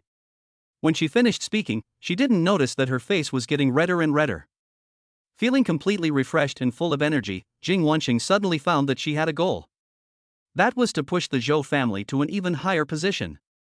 Zhou Yun didn't say anything else, but instead took out a bid document and began to explain the next project. When Jing Wanqing heard that this piece of land, which was only worth 3 billion, actually harbored such a huge business opportunity, her beautiful eyes widened in shock. Young master, are you serious? You can clean up the swamp underneath this piece of land? Of course, otherwise how could I joke about 3 billion? Young master, where did you get this information? After all, don't worry about it. I can assure you that the information is reliable, and only 2 people know about it. Well, no, now that you know 2, there are 3 people. Looking at Zhou Yun's confident expression on his face, Jing Wanqing just wanted to speak again to dissuade him, but she stopped herself. Thinking about Zhou Yun's changes over the past few days, she realized that he had matured a lot, acting steadily and never taking rash actions. She then had full confidence in the reliability of this land and no longer had the slightest doubt. Young master, this matter must be kept secret, and it must never be disclosed. If other groups find out, they will definitely compete with all their might. After all, 3 billion is a sure profit of hundreds of billions. Any fool knows what to do. Jing Wanqing's face was serious. She thought about the consequences. If the news were to be disclosed, she would definitely persuade Zhou Yun to use illegal means to keep the news a secret if there was no other way. Zhou Yun calmly said, "I understand. As long as the 2 of us don't tell anyone, no one will know." Jing Wanqing was stunned and said, "Then isn't there a 3rd person who knows?" She thought it was a mysterious person who told Zhou Yun about the business opportunities of this land. And this mysterious person is the 3rd person. That person will not say anything more because he also wants to make the money. Zhou Yun laughed. He is going to compete with us too? Who is it? Young master, do you want me to have him killed? I guarantee it will be clean and you will definitely not be implicated. Jing Wanqing's eyes were full of murderous intent. Zhou Yun was in a daze and hastily said, "No need for now. He can't stir up any big waves, and I'm going to deal with him soon." Then who is he? Jing Wanqing asked again. Yi Chen. Zhou Yun said simply. Chapter 34 Yi Family, Yi Qingcheng. Yi Chen? The little punk who dared to go against you? The murderous intent in Jing Wanqing's eyes grew stronger. Thinking of Yi Chen's face, she couldn't help but wish someone would kill him. An obscure nobody, who knows where he came from, dares to argue with the young master. He has too much guts. Now that he knows the young master's business secrets, there is no reason for him to live. It's him. Wait, don't even think about killing him. Unless there's no other way, there's no need to resort to murder. If Yi Chen is killed now, it will be difficult for her to get in touch with the Yi family again, and she will not be able to complete the mission of the strategy. Killing someone is easy, but torturing someone is a greater test of skill. As long as he is not allowed to bid with money, he can only watch the 100 billion project with impatience and be unable to do anything. Jing Wanqing suddenly realized and said, "Then young master, by making him an enemy of the powerful in Jiangcheng today, you are actually setting things up in advance." Impressive, young master, you really surprised me. Zhou Yun broke out in a sweat. He had never thought of this, and bullying Yi Chen was just a matter of course. However, the fact that Yi Chen could not borrow money in Jiangcheng was an unexpected bonus. But in order to protect his image, Zhou Yun nodded calmly and said, "There is indeed this consideration." Jing Wan's eyes gradually began to shine with admiration, and she admired, first, sever his connections, and raise 3 billion. This will be very difficult for him. If he cannot attract investment, he will just be able to watch the opportunity to make money with dry eyes. I can imagine the expression on Yi Chen's face the day he saw that you had won the bid. Zhou Yun shook his head and said, "It's not safe yet. Yi Chen still has some ability, so we have to be careful. These days, you find someone to keep an eye on him, pay attention to every move he makes, and I'll block his escape route. Jing Wanqing patted her plump breasts and said, "Young master, don't worry, I'll go arrange it right away." "Well, it's getting late. Tomorrow we'll go to the commercial street to look around and choose a new material supplier." Zhou Yun yawned and went back to his room to sleep. However, Jing Wanqing couldn't sleep tonight. After washing the Heart of Poseidon necklace with many detergents, she placed it in a safe.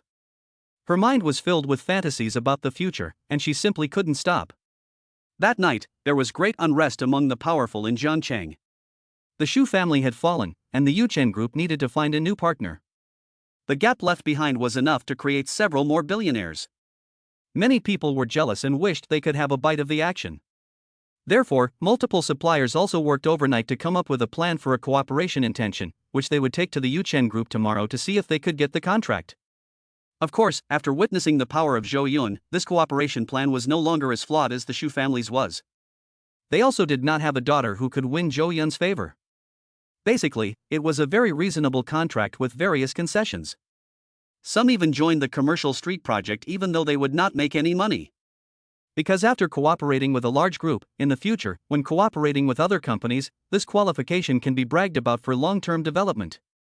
In addition to these small business tycoons, one of the giants in Jiangcheng, Chen's grand courtyard. Chen Lao returned from the Jiangcheng guildhouse in a rage, furious. With a gloomy face, he asked a middle-aged assistant beside him, "What do you think of Yi Chen?" The assistant thought for a moment and said, "We are now in need of Zhou Yun's help, and in order to maintain a good relationship, we must not let Yi Chen go." Chen Lao gulped down a cup of tea and said with murderous intent, "He must die.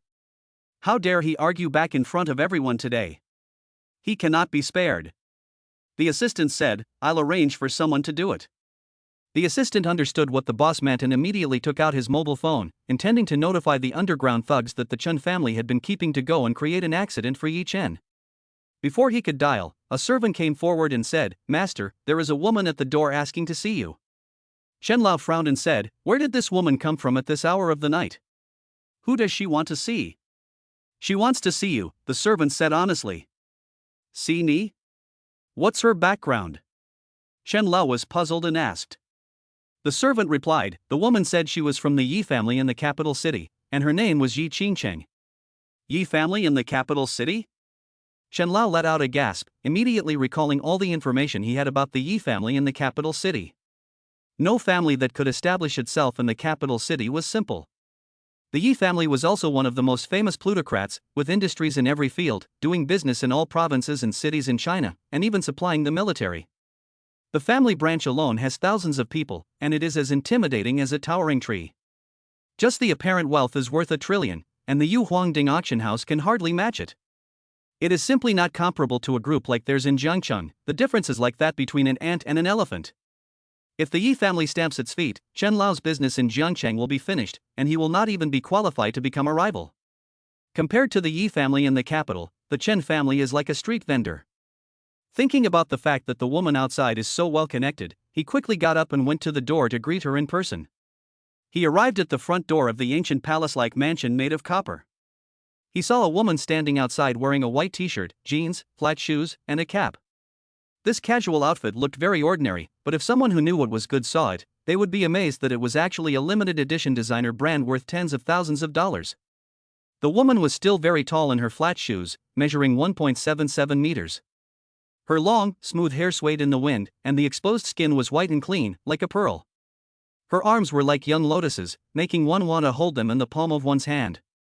What's more, the woman had a very thin waist, which looked very resilient, and her upper waist was also disproportionately large. This is a super beauty. Although he did not see her true appearance, Chen Laosher was able to define her in his heart based on his many years of experience. "Hello, I am Chen Tianzhong, the head of the Chen family." Chen Lai said with a polite smile.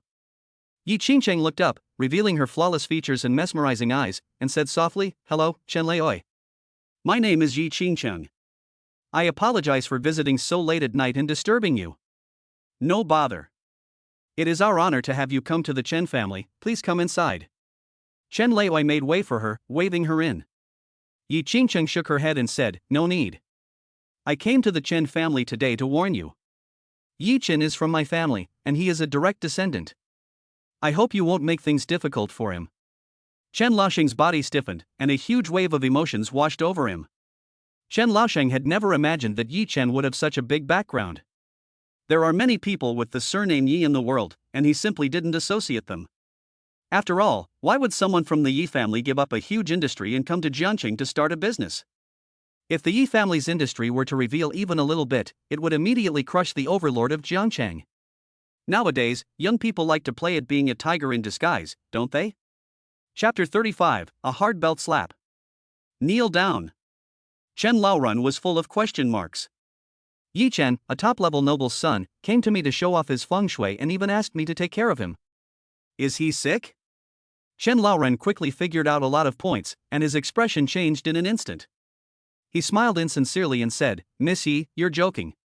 I have no grudges against Yi Chen, so there's no way I could make things difficult for him."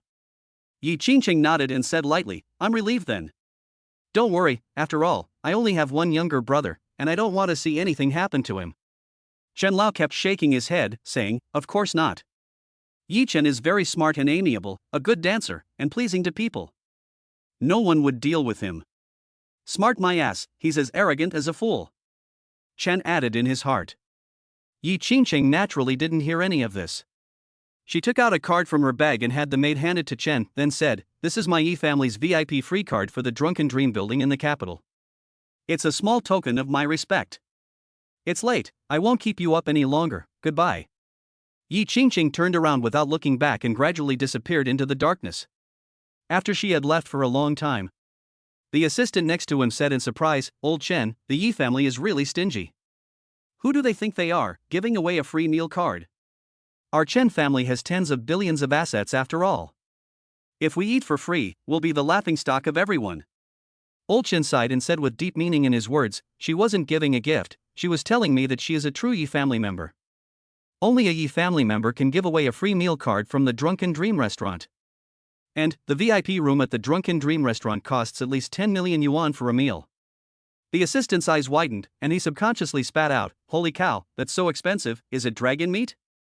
His annual salary is only a little over 1 million yuan, which is pretty good among ordinary people.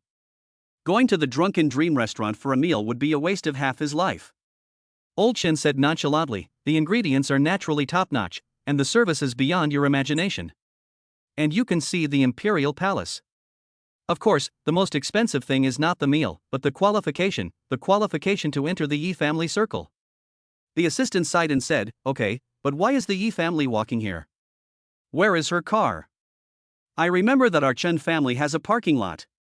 Chen Lao thought for a while and said, "Maybe, she is like her younger brother, lacking in common sense. Forget it, let's not mention these things. As for killing Yi Chen, you keep it to yourself and don't mention it again in the future." Chen Lao reminded his assistant. The assistant nodded vigorously and said, "I know what's important." After thinking for a while, Chen took out his phone and called Zhou Yun. "Hello, Zhou Yun, this is your Uncle Chen. Let me tell you something, this Yi Chen is no ordinary person. He is from the Yi family in the capital." Chen didn't hide anything and told Zhou Yun the whole story about Yi Qingqing's intentions. To his surprise, Zhou Yun seemed very calm after hearing it, as if he had expected it. This really made Chen think, is Zhou Yun not afraid? Why does he seem so confident? But Chen couldn't care less. Notifying Zhou Yun was just a personal favor. The night was long. The Shu family of 3, who had been chased by their creditors and had to hide, had just arrived by car at a farmhouse in the countryside outside Jiangcheng. The Shu family was finished. Jiangcheng was no longer safe for them. They had just narrowly escaped being found by the creditors, who had cornered them several times. Shu's father had driven recklessly, ignoring red lights and almost getting hit by a truck once, to shake off the creditors. Then they hurriedly left Jiangcheng and found this farmhouse. They only had 20,000 to 30,000 yuan in cash left, so they couldn't go to a big hotel, and had to find some cheap farmhouse to hide out. Damn, damn, damn. In the car, Shu's father angrily pounded on the steering wheel, almost knocking the airbag out. Damn it, when they first came to ask me for cooperation, Shu kept calling me Brother Shu. Now that I'm in trouble, they're all jumping on my back. Damn it. Shu's father cursed fiercely, then got out of the car and looked at the mother and daughter, who were still in the car in a daze. He really wanted to slap them. What are you two still doing in there? Do you think you're queens and princesses and want me to carry you down? Shu's father was unceremoniously rebuked. Shu's mother and Shu Yenran quickly got out of the car with their bags. The farmhouse promised to recreate the most authentic rural fun, and as soon as they got out of the car, they smelled a strong smell of chicken shit. Shu Yenran covered her nose and said, "Dad, this place stinks, let's go somewhere else." "How dare you say that? If you hadn't kept supporting Jo Yun and not made the decision to marry her sooner, we wouldn't be in this situation now, would we? Where else do you want to live? Is the Sky Garden at the Jingxian Hotel not good enough? Then go and beg Jo Yun's forgiveness, and I'll take you there right away." Shu Yenran was scolded so fiercely that she didn't dare to argue back, and tears flowed down her face, making her look very aggrieved. Shu Yenran was scolded so fiercely that she didn't dare to speak back. Tears flowed down her face again, making her look very aggrieved. Useless thing. Shu's father ignored her for the time being. His voice attracted the attention of the farm owner, who soon came out. Shu's father negotiated a good price and booked 2 rooms. The family then moved into the farmstay. The rooms were clean, with air conditioning and hot water, but the quality of the goods was very different from that of a hotel or home. From the moment they entered the room, Shu Yenran had been frowning, feeling very unhappy, but she dared not say anything. Shu's father sat down on the bed with his back straight, his eyes fixed on Shu Yenran, until she felt his gaze on her like a cold shiver. "Come here and kneel down." "What?" Shu Yenran was shocked. "Are you deaf as well? I told you to kneel down." Shu's father scolded in a low voice. "I'm not kneeling," Shu Yenran stubbornly said. When she was young, her father had punished her by making her kneel, but such things became less frequent as she grew up. After she met Jo Yun, her father practically doted on her, so she had been spoiled for many years and had forgotten the pain from her childhood. Shu's father quickly scanned the room, looking for something useful, but in the end he pulled out his belt. Shu's mother had been watching the show from the side, and as the Shu family had become like this, she, as a woman, could not think of a way out either, and could only rely on the man of the house. But after seeing her daughter about to be beaten again, she hurriedly persuaded her, "Daughter, just listen to your father, kneel down, quickly, or else." Seeing her father draw out the belt, Shu Yenran immediately panicked. After being persuaded by her mother, she reluctantly knelt down. With tears in her eyes, she cried, "I've already begged, I didn't want it to turn out like this, why do I have to kneel down? It wasn't my fault. It was Jo Yun's fault. He's so heartless. I treated him the same way before, and there were no problems. Who knew he would suddenly change like that? What can I do? Don't hit me. It hurts, wah wah wah." Chapter 36, Even my mother was whipped. The sound of whips cracking could be heard all over the farmhouse. There were also the sobs and cries of pain of a woman. Shu Yenran cried so loudly that her father covered her mouth with a quilt and continued to whip her. He did not stop until her whole body was covered in scars. Shu Yenran fainted several times from the beating, and for the first time in her life, she endured such pain. If you had been more obedient, and gone to the funeral of Mr. Zhou obediently, things wouldn't have turned out like this. If you didn't go, that's fine, but hanging out with that little bastard Jichen, you really are a disgrace to me. When I die, are you going to bring a man to dance in front of my corpse, too? What else are you capable of? It's all my fault for not disciplining you properly, for being too indulgent. Today I'll start teaching you what it means to be worldly wise. Snap. This is called knowing the ropes, so you remember it well. Shu's father rolled up his sleeves, his face flushed, and he was sweating profusely from swinging the belt. When he saw Shu Yenran in pain, Shu's father finally stopped. Then he looked at Shu's mother, who was silent and looked away. Shu's mother felt like she had fallen into an ice cave and said in a panic, "Why are you looking at me? You come here and get a beating too." Shu's father said harshly. "Why, do I have to be beaten too?" Shu's mother kept backing away. Shu's father sighed and said, "I plan to go to the Zhou family again tomorrow to beg Jo Yun, and only our miserable appearance can arouse his sympathy and give the matter a chance to turn around. I don't want this either, but there's no other way. If you still want to live a life of wealth and luxury, then listen to me. If you can endure it for a while, things will calm down. After you have obtained Zhou Yun's forgiveness, I will hire the best doctor for you both." After hearing what Shu's father said, Shu's mother thought carefully and finally gritted her teeth and said, "Come on." In a moment, the sound of a belt whipping against flesh could be heard again in the room, which had just quieted down. Shu's mother was delicate and expensive, pampered and well treated, and this was the first time she had been beaten like this. She fainted several times and her body was covered in red belt marks. Shu's father, panting from exhaustion, said, "Okay, tonight we'll stay up late and try to look as haggard as possible. I don't believe that Jo-Yun will be able to resist." Shu's mother gritted her teeth in pain, but endured the pain and stood up shakily, saying, "It's your turn. I'll whip you." "I don't need it, just do something to disguise it." Shu's father took a lipstick out of Shu's mother's bag and applied it to her body, drawing the marks of the beating. Shu's mother's eyes widened, and she almost couldn't catch her breath. She collapsed heavily onto the bed, screaming in pain, but her eyes were fixed on Shu's father, who yelled, "I curse your grandmother." Shu's father's hand immediately clenched onto his belt, and his eyes shot across, "You dare to curse again? If you didn't spoil your daughter, would she have become so stupid? Besides, if I get hurt, who's going to drive tomorrow? Damn it, you're all so stupid." Blue Mountain Villa. The small mountain villa area belongs to the Yuchen Group and is not far from the city center. The upper part of the mountain is not for sale to the public and is all within the Zhou family's domain. The scenery is pleasant and the air is fresh. Morning. After washing up, Jo-Yun had a refreshing and nourishing breakfast with Jing Wancheng. He recalled last night's phone call from Chen Lao. He was surprised that Yi Qingcheng had arrived in Zhengcheng so early.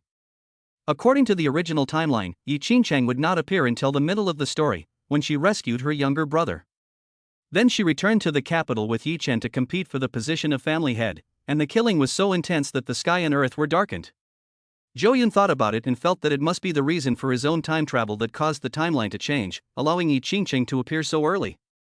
This woman is not described much in the original story, except that she is a beautiful woman. After bringing Yi Chen back to the Yi family, she did not have much of a chance to appear, as Yi Chen was the one acting all along. Jo-Yun had never seen the real person, so he didn't know if she was pretty or not. After all, Xu Yanran, the heroine, had so many opportunities to appear, and in the end, she just looked like an ordinary celebrity. Therefore, he would wait until he saw the real person to make a decision. Yi Qingcheng's early arrival in Zhengcheng was by no means simple. Perhaps there would be many unexpected events. He had time to meet her. Jo-Yun made up his mind in his heart. After breakfast, with the help of an exclusive stylist, Jo-Yun dressed in a decent outfit. More than 10 security guards had already gathered and were waiting in the garage. Jing Wanning also had the documents in hand and was ready to leave at any time to inspect the situation in the unfinished commercial district. Before she even walked out of the villa door, the doorman came to report that there were 3 people kneeling on the ground outside the door, blocking the road, crying their hearts out, and insisting on seeing Jo-Yun. After Jing Wanqing asked for clarification, she was unable to hold back her laughter or tears. It was the Shu family of 3, with red marks and wounds all over their bodies, their eyes dull and weak, as if they had been imprisoned for more than 10 days, and they looked miserable. She told the gatekeeper to notify Jo-Yun, and then went alone to the door to observe the situation. She saw that the road down the mountain was blocked by the 3 of them, and the convoy could not get out. The 3 of them were ragged and shivering in the cool morning breeze, which was sympathetic. However, Jing Weiniing would not feel the slightest bit of pity. She was a strong woman herself, her heart hardened by experience, and she looked with disdain. Xu Yanran and her mother were in tears, their eyes glazed over. They probably didn't know what they were doing, and looked like they had hysterical blindness. Only Shu's father was wailing, constantly pleading for mercy and hoping to gain Jo-Yun's forgiveness. "I have already punished Yanran. She will never be as arrogant as she used to be. Look at the scars on her body, this will be a lesson for her for the rest of her life. My mother failed to teach her daughter properly, and I also made a mistake. I have already punished myself, and I will never make the same mistake again. I just beg Jo-Yun to give us a way out and spare our family. Yanran is willing to be your slave, even if she doesn't get married, it's okay to be a concubine, she will be your servant." Shu's father did not say it very clearly, knowing that the Zhou family must understand what he was asking for. He did not expect his daughter to become the wife of the Yuchen group, and he was willing to lower his status and be a maid. As long as the Yuchen group withdrew the lawsuit, resumed the previous cooperation, and settled the final payment, so that he had the money to pay off his life-threatening creditors, it would be fine. Reducing his demands to this extent, he did not believe that Jo-Yun would let go. After all, he had pursued Yanran for 3 years, so he would not let it go in vain. However, when he looked up, hopefully looking at the entrance to the villa, he only saw Jing Wanqing, who was looking at him with a cold face behind the door. Shu Fu quickly lowered his head again. Now was different from the past. He had come to understand the weight that Jing Wanqing held in Zhou Yun's heart, and he dared not casually suppress and abuse her as he had in the past. He also knew that Jing Wanqing was like a favorite person of the emperor. A whisper in his ear could send their family into a situation from which they could never recover. You must not provoke her. Shu's father could not bring himself to go to Jing Wanqing for help, and it was difficult for him to speak up, mainly because his status and mentality had not yet changed. If everything had gone well before, he would have been no different from the owner of the Zhou family. No master would beg a servant. Therefore, he was waiting for Zhou Yun to appear. When Shu's father looked up again, he discovered that Jing Wanqing had already left. Chapter 37, He really dares to bump into me. Playing the martyr in front of me? Zhou Yun sneered. He had just heard the news and instantly understood Shu's father's intentions. He wanted to win his sympathy, but Shu's father had miscalculated. Zhou Yun, like Jing Wanqing, had no mercy. You have to pay the price for doing something wrong. When making a choice, you have to expect a bad outcome. This is Zhou Yun's consistent principle. Jing Wanning asked, let's leave through the back door. The Shus are all weaklings, they won't be able to hold out for long and will retreat. Zhou Yun disagreed, no, let's go out the front door.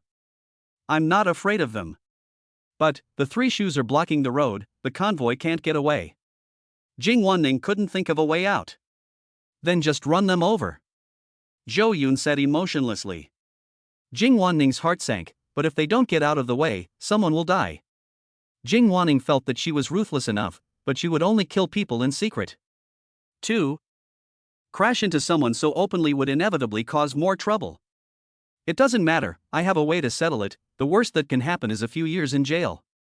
The Zhou family has not been wasting their time in Jiangqing for so many years. They have official connections, and the lawyer they hired is more than capable of dealing with such a minor situation. Jing Wanning saw that Zhou Yun's mind was already made up, and she didn't persuade him any further. Slowly, she also felt that it was only natural. Young people need to be aggressive. Zhou Yun had just taken over the Zhou family, and he could not be intimidated by the Shu family's despicable tactics. Of course, it was not Zhou Yun who would go to prison, but the driver of the convoy. Jing Wanqing communicated with the lead driver, promising to compensate him and allowing the driver to just ram into the car. If anything happened, the driver would bear full responsibility, and the Zhou family would pay all compensation. With such a promise, the driver did not hesitate, and he dared to crash into him even if the King of Heaven and Earth came. The convoy slowly left the garage, and the 5 brand new luxury cars slowly arrived in front of the villa. The villa door opened, and Shu's father looked up suddenly, then cried so loudly that the heavens shook, pleading for mercy in every way. But Zhou Yun in the car was unmoved, the windows were closed, blocking out all noise. He couldn't hear a thing. He didn't even look at the Shu family, ignoring them. Shu's father saw Zhou Yun in the car and shouted until he was hoarse, but it was as if there was a different world between the two sides, making it difficult for them to communicate with each other. Xu Yanran also looked up, and suddenly, she froze, her eyes wide, as if she had entered a dreamlike time and space. Because, the moment she saw Zhou Yun, that feeling of love at first sight, the feeling of wanting to spend her life with him, instantly welled up in her heart, stronger than ever before. This is incomparable to when she met Yi Chen, and it's not even on the same level. It's as if Zhou Yun is her true love, and she has just been wasting her time. This is the only life she has, and having him by her side is enough. Xu Yanran is shocked. Why is this? Obviously, Zhou Yun is still the same as before, not much has changed, but it makes her suddenly unable to stop loving him, and she is even willing to die for him. Why didn't she realize before that Zhou Yun is so good? At this moment, a torrent of regret welled up in Xu Yanran's heart, remorseful for not treating Zhou Yun better in the beginning. But there is no medicine for regret in the world, and she could only watch helplessly, unable to do anything. I suddenly realized that what I love the most is actually him. Xu Yanran's eyes welled up with hot tears, and she cried again, rolling on the ground. Full of charm, no one can resist. At this moment, the lead driver, facing the Shu family of 3 who had stopped in the road, symbolically pressed the horn, but the speed did not slow down at all. Xu Fu, who was blocking the car in front, watched as the luxury car accelerated and started again. He gritted his teeth, not believing that the Zhou family would dare to hit him in front of his face, but his spirit was completely tensed. Soon, when the car was still not braking and was only 5 meters away, Shu's father lost his temper and cursed, "Damn it, he really dared to crash. Damn it, Zhou Yun, are you still a human being? Son of a bitch, animal.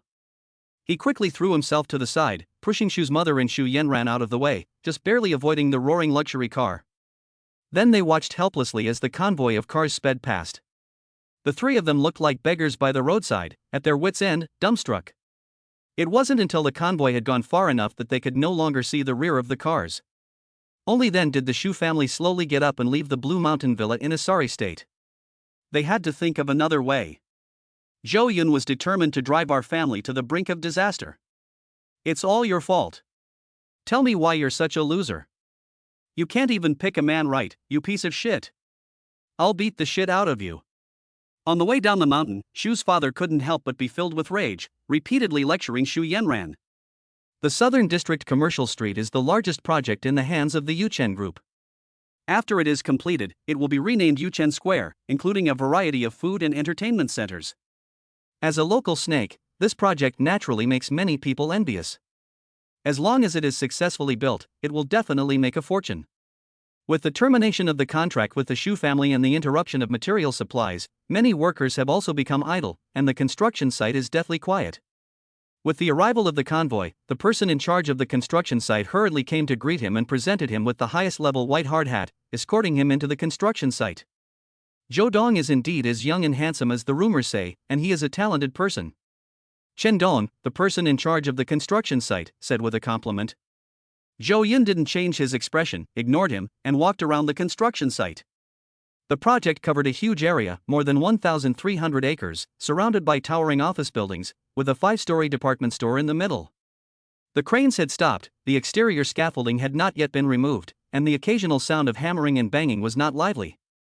Talk to the new suppliers as soon as possible to complete this project, and then the company will focus all its energy on new bidding projects. Entering the mobile tin room on the construction site, Zhou Yun said to Jing Wanqing, "Bring up the information on those manufacturers, I'll choose. There are too many documents, so they are now stored and received on a tablet computer." Jing Wanqing retrieved all the expressions of intent and quotations for cooperation sent by the suppliers. There were so many, and many suppliers had been eyeing the project for a long time. Now that the Shu family had fallen, they were all rushing in. Some were opportunists, while others were serious about negotiating prices. A small number were offering direct discounts, hoping for long-term cooperation. Zhou Yun selected some suppliers with reasonable prices and good reputations, and then asked Jing Wanqing to notify them to sign the contract directly today. After looking at the progress of the construction site, everything was going well. Putting aside the part that was messed up by the Shu family, everything else was fine. Just then, Zhou Yun heard loud noises coming from near the tin room, so loud that it seemed like the room itself was about to be overturned. He walked out of the door and saw a group of workers gathered around, being stopped by security guards and crying nonstop. Project manager Chen Dong hurriedly said to them, "Your wages will naturally be settled in full after the end of the project, so what's the rush?" Chapter 38, Intercepting the 4 Heavenly Kings. I haven't been paid for a year, and I haven't been paid for the previous project either. I have a family to support, and they're all waiting for me to bring home the money. When will you pay us off? I can't wait any longer. We did the previous project too, but in the end, we only got paid for the workers that Shu's family brought in. We didn't get a dime. Now Shu's family has run away, when will we get paid? The boss is here, that's good. I don't care. If you don't pay me today, I'll run in front of your car and die. I don't want to live anymore. Please have mercy on me. My child is only 1.5 years old, and he needs nutrients right now. But I can't do anything about it. Do you know how much pressure I'm under? The workers became more and more agitated as they spoke, and they were about to get physical. The burly security guards could hardly stop them. Chen Dong's face was as dark as the bottom of a pot. Today, Zhou Yun came, and these workers caused trouble. They were so disrespectful. After Zhou Yun left, they must be taught a lesson. Chen Dong glanced and saw a guy who stood out from the workers.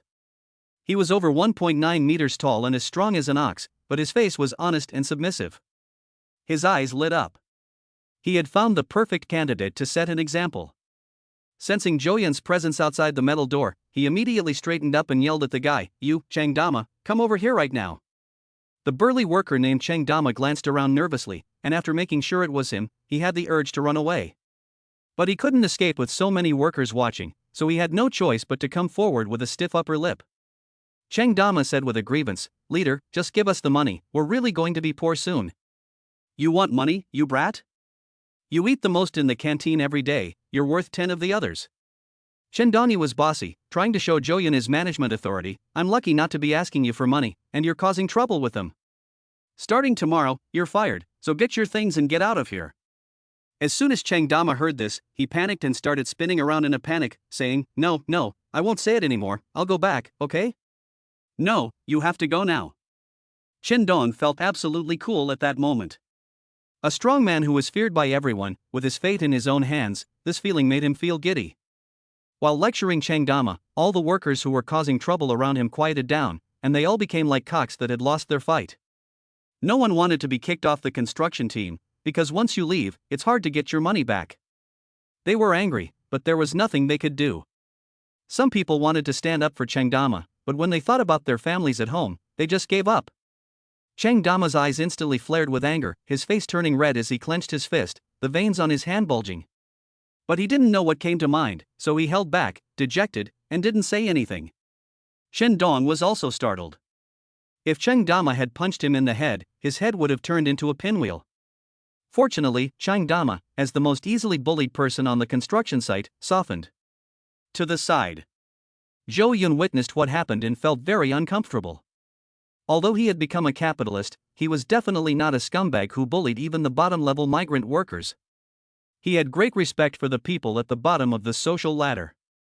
He had always believed in one principle: only when you create value for society will you get your due reward. Never get rich by disrupting social stability. So when he saw these migrant workers, each in rags and with a bitter look on their faces, he couldn't help but feel anger rising up in his heart. He was very unhappy with Chen Dong's actions. Then Chen Dong once again committed an act that made him feel despicable. He even went so far as to kill the chicken as a warning to others. As a manager, not only did he not work hard to solve problems, he also suppressed the people below him. This kind of guy cannot be kept.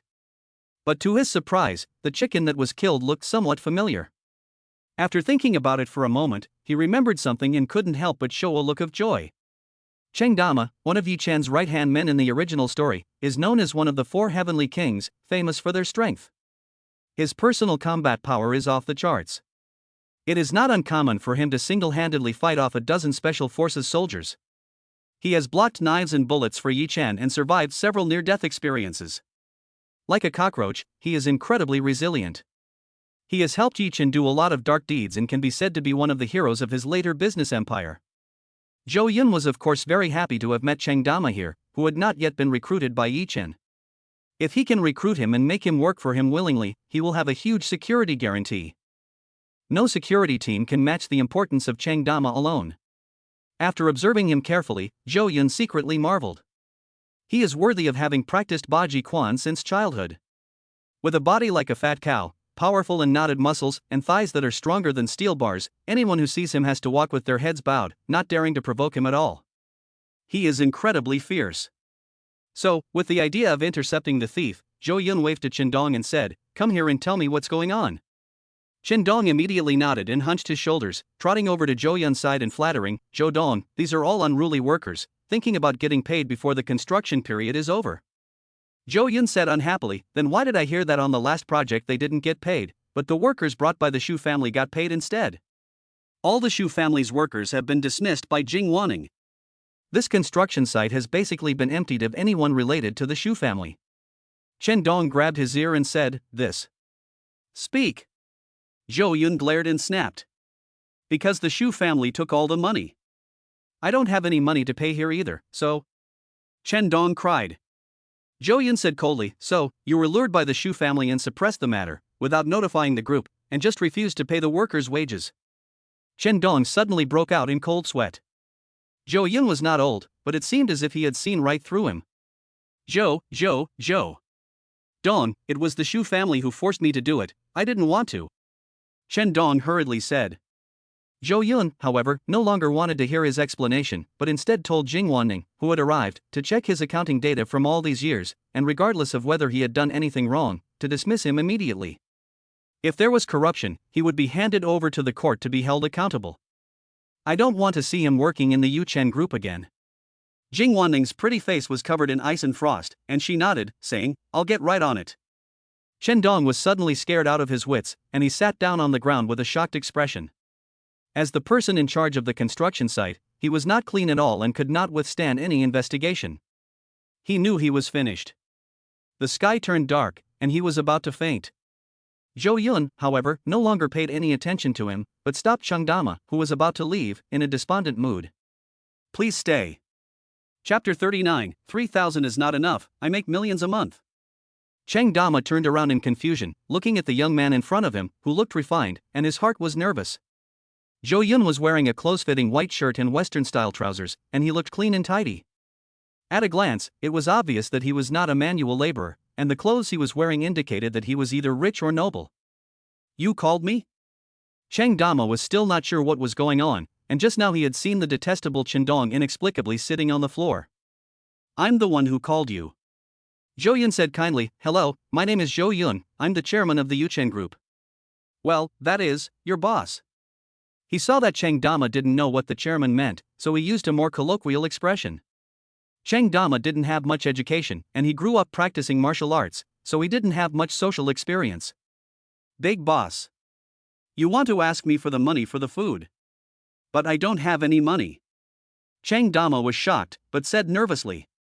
No, I just want to tell you that our construction site provides accommodation and meals, so naturally we won't haggle over this little bit of food. Chen Dong's personal actions don't represent the company. Zhou Yun said persuasively. Moreover, Chen Dong was fired for violating company regulations, so what he said doesn't count anymore, and you don't need to go. Cheng Dama was shocked and glanced at Chen Dong, who was dejected and downcast at the side. Seeing that he didn't say anything, he immediately understood that what Zhou Yun said was true. You really don't mind that I eat a lot? Cheng Dama asked pitifully again. Zhou Yun asked curiously, no, how much do you eat? Is he that famous? The workers nearby immediately helped out. Dama is a kid who eats a lot, he can finish a bucket of rice at a time, plus half a bucket of vegetables. If it weren't for what other people might say, he could eat even more. But boss, don't get him wrong, even though he eats a lot, he can do the work of 5 or 6 people, and he does it well. Yes, having him on our construction site can solve a lot of problems. For example, if some heavy machinery breaks down and needs to be disassembled, he can casually lift the extremely heavy iron blocks, which we all admire. Dama is just too honest. He is so big, and he believes whatever people say. Boss, you must not listen to Chen Dong's nonsense. This guy is smooth as silk and can't tell a lie.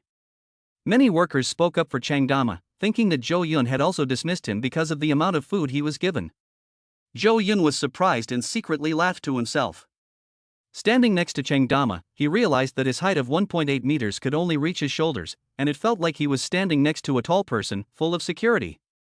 What a superb fighter! If I don't take him under my wing, I'd be a fool. Patting his muscles lightly, Zhou Yun laughed, of course I don't care. The more you eat, the better. Dama, I really like you. You're so awesome, but why are you so honest? Just now, Chen Dong bullied you so much, why didn't you just punch him? Zhou Yun said with a laugh. Chen Dong, who was standing nearby, almost shit himself when he heard this. Cheng Dama scratched his head apologetically and said, Boss, you don't understand. I practice authentic Baji Quan, and I have too much strength, so I'm bound to hurt people when I fight. I'm very good at fighting, but when I was 16, I lost my temper and killed an adult who was bullying a child with one punch. My family lost all their money because of it. I was forbidden to fight again, so I won't fight again, and my family has no money to pay for damages. Since the family had no money left and could not afford to support me, I went out to work on a construction site early and have been doing so for 3 years. But in these 3 years, I have not earned much money, not enough to eat, and I have never sent any to my family. My parents are sick, and they recently called to inform me that they have been hospitalized. I didn't mean to cause trouble, but it is true that my family is in dire need of money. As he spoke, Cheng Dama, who was honest, almost shed tears, heartbroken. Such a big man, with moist eyes, is really heartbreaking. A man should not bend over backwards for a pittance. But he is willing to do anything for his family. Even Jing Wanning, who was standing nearby, felt very sympathetic after hearing Dama's explanation and wanted to help. She felt that the other person's situation was very similar to her own in the past. If she hadn't met the Zhou family, perhaps her parents would have died and she would have become an orphan long ago. Young master, let's help him, Jing Wanning begged. Jo Yun-sung smiled and said, "No need to help, he is capable of fighting for himself." Jo Yun looked at Chang Dama with a serious expression on his face. He exuded the aura of a superior, and everyone felt it and fell silent. It's good to be able to fight, but you also need to have brains. Force is not omnipotent. When you're out and about, it's about background and power. Jo Yun said unceremoniously. Chang Dama was stunned for a moment, suddenly feeling that the young man in front of him had become like a master, lecturing him. "I'm sorry, boss." Chang Dama didn't know what to say, so he could only say apologetically. But Jo Yun's tone changed, and he laughed, saying, "Come and work with me, and you'll have both background and influence. From now on, let go of your feet, don't restrain yourself, and I'll take care of the rest." Chang Dama froze in place, unable to wrap his simple mind around what he had heard, and he thought carefully about the meaning of the words. The workers around him were worried for him, and they hurriedly persuaded him, saying, "Dama, what are you hesitating about? This is a huge opportunity. Agree quickly. If the boss takes a fancy to you, you'll be set for life." "Dama, if I were you, I'd get down on my knees right now." "Idiot, what a fool, still standing there. I'm worried about you." Chang Dama suddenly understood, but still said honestly, "Boss, I only have a body of strength and a little martial arts. What can I do for you?" Jo Yun said, "Be my bodyguard, protect my safety, always stay by my side, never leave my side, and block any danger in front of me. And absolutely obey any of my commands. I want you to go east and not go west. That's your task and your job." Dama stared with his big round eyes. "That's it? I don't ask for much, just enough to feed me, 3,000 yuan a month will do." Dama felt that this was too easy. He was used to following orders. Back home, he followed his parents and his master. At the construction site, he followed the foreman. Jo Yun laughed and said, "Eat as much as you like. 3,000 yuan is not enough.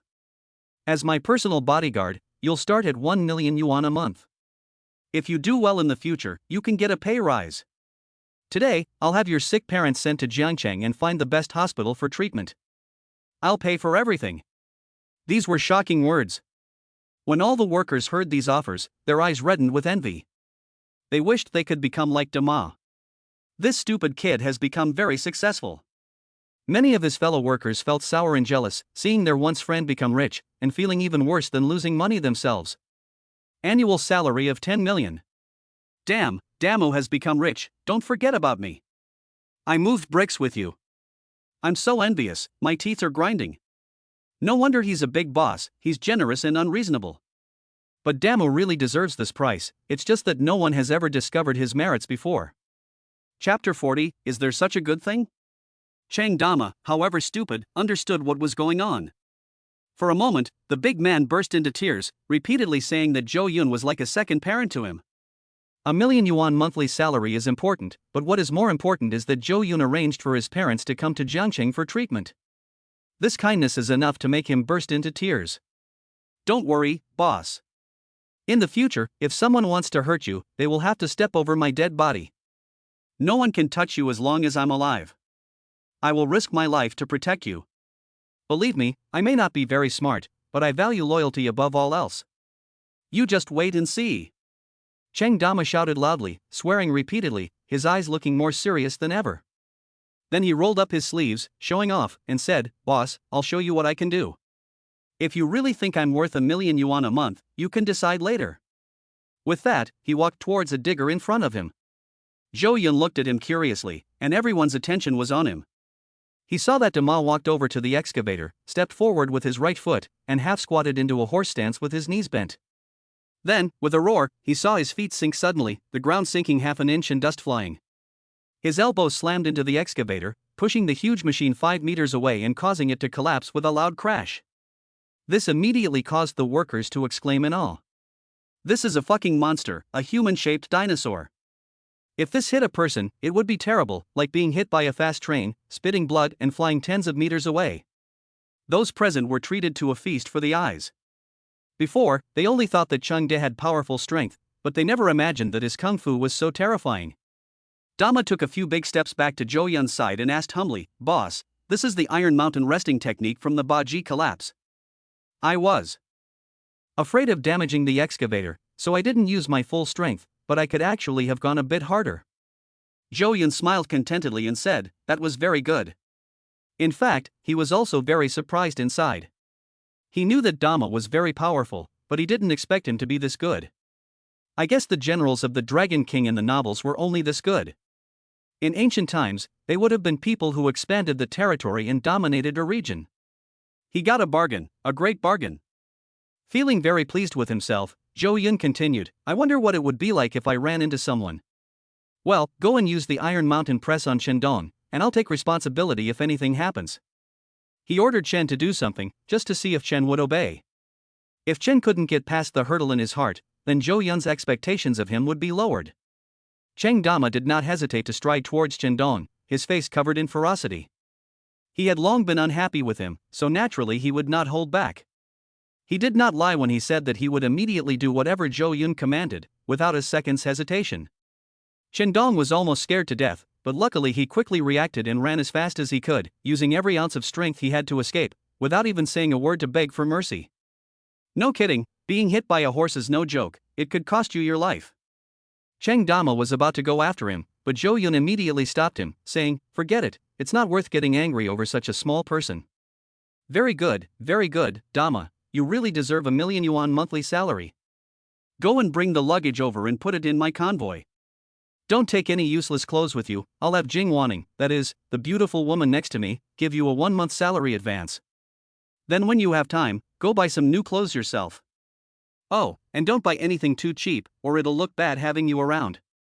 Never mind, just wear the security uniform. I was going to let Cheng Dama buy designer clothes, after all, with such a high salary, he can afford to buy a few.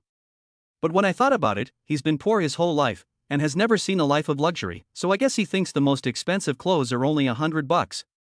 This is definitely not acceptable. So I'll just let Jing Wanqing arrange it for him. Cheng De walked away with a hoarse voice, his pace very cheerful, as if he had been given a new life. Zhou Yun laughed inwardly. If He Chen were to face the kung fu master who should have been his in the future, he wondered what kind of feeling it would be. However, he did not forget his business. He said to all the migrant workers, "I have already understood your situation. Those who have not settled their bills for the previous project can go to the finance department to settle the remaining payments later. The group will transfer the funds. And according to the contract, the construction of the shopping mall must wait until the project is completed before the bill can be settled. You can ask your own person in charge for details." As he finished speaking, there was a loud cheer from the crowd. Many people were relieved, and many workers who couldn't feed their families cried and thanked Zhou Yun over and over again. Some older workers took off their hats and wanted to kneel down to Zhou Yun, but in the end, Zhou Yun told the security to stop them, as he didn't want to shorten his life expectancy. Then Zhou Yun said to Jing Wanning, "How much liquid capital can be mobilized on the group's books in a short period of time?"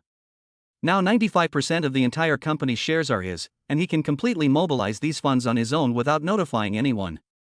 There is still about 2 billion, of course, this does not include the Zhou family's assets in it. Jing Wanning did some simple calculations. Although the Yuchen Group is a 10 billion group, it is only the market value, and it does not mean that there is 10 billion in liquid capital. If you sell the entire company and convert all real estate into cash, you will only have more than 28 billion. And Zhou Yun used the Zhou family's private money to buy the shares, not the group's working capital. If you do the math, Zhou Yun roughly calculated and found that the money he could come up with now was only 5 to 6 billion. This amount of money is enough to bid for the major project of the 20,000 plus acre land. However, the subsequent capital investment is not enough. He had to find a way to make more money without shaking the foundations of the group. "How much do you owe these workers in salary?" Zhou Yun continued to ask. Jing Wanning contacted the finance department and quickly got an answer, more than 20 million. "That's okay." Zhou Yun nodded. That amount of money was nothing to him. Once the court ruled against the Shu family and started to recover the compensation, a thorough investigation would probably recover a few 100 million yuan. Although it wasn't much, it was a way to get back some of the money. Zhou Yun sighed and said, "It's time to expand our territory again." He wanted to create a business empire that belonged to the Zhou family, one that could rival world-class groups, but there was still a long way to go. Right now, even the families in the capital, such as the Yi family, could easily crush him. Therefore, he must quickly find a way to make more money. Just as Zhou Yun was looking at the sky and thinking, Cheng Dama returned after simply packing his luggage. Upon learning that Jo Yun had solved the migrant workers' wage problem, Dama also praised him repeatedly. I am now even more convinced that you are a good boss. I am not very smart and I am most afraid of following the wrong person, but it seems that you are someone who is truly worth protecting with my life. I will definitely listen to you. Then if I ask you to blow up the Sakura shrine, will you go? Sitting in the back seat of the car, Jo Yun asked Cheng Dama in the passenger seat teasingly. Is there such a good thing? Cheng Dama was ecstatic. Chapter 41, The Dragon Returns to the Sea. Cough cough, it depends on the situation, there's no rush right now. Jo Yun coughed twice, feeling that this guy was really straightforward. It would be better to joke less with him in the future. What if he took it seriously? Jing Wanqing snickered beside him, her smile like a blooming flower, very pretty. Although Jo Yun didn't ask, Jing Wanqing curiously asked, Dama, what are you going to do when you get rich? Cheng Dama thought about this question for a long time, and finally said, I want to go to a buffet. I heard that there is no time limit and you can eat as much as you want within the time limit, but it's very expensive, it costs more than 100 yuan. I've never been able to afford it before. Jing Wanqing could no longer hold back, and her laughter, like the sound of a silver bell, echoed through the carriage. Jo Yun was also beaming from ear to ear, and in her heart she was silent in respect for the buffet restaurant that Dama had chosen. Dama continued, the second thing is, I want to buy a mobile phone with a large screen. My hands are too big, so every time I touch the screen, I have to be careful to operate it. After buying the phone, I'll download the game King of Glory and buy a skin for my favorite character, Hua Mulan. The rest of the money will be used to buy a house in Jiangqing for my parents to retire, and to bring my younger sister and brother here to study. The other side. Ascend Investment Company, Ltd. Yi Chen sat in the office with a gloomy face. Thinking about what happened last night, there was always a burning anger in his heart. Then, he frowned again. Why? It suddenly felt like I had lost something important. This feeling came inexplicably, as if a thread that was somehow connected to me had been severed, indistinct and elusive. Forget it, I don't want to think about it. I need to make money quickly, surpass the Yuchen group as soon as possible, and then crush Jo Yun under my feet. No one can stop my rise. I will be the man standing at the end of the world. A little Jo Yun is not worthy of arousing my anger. The day will come when he will come to me on his knees, and it won't be too far away. Taking a deep breath, Yi Chen suppressed his emotions, turned on the computer, and turned on the ability to see the return on investment. He searched the internet for all the projects that could make money, whether it was stocks, auction items listed by auction companies, antiques, even gambling stones, etc. He read them all. A precise return on investment appeared in his eyes, which was the ability given to him by the system. It was also the source of his confidence. Finally, he discovered an interesting thing, which was the bidding plan announced by the government on the official website of Jiangcheng.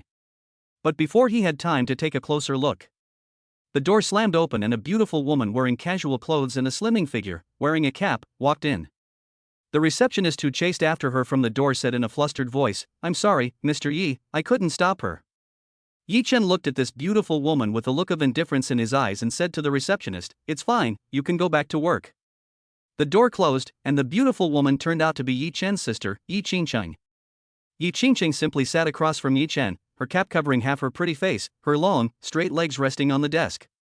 She didn't say a word. Yi Chen was annoyed and said, can you stop looking for me?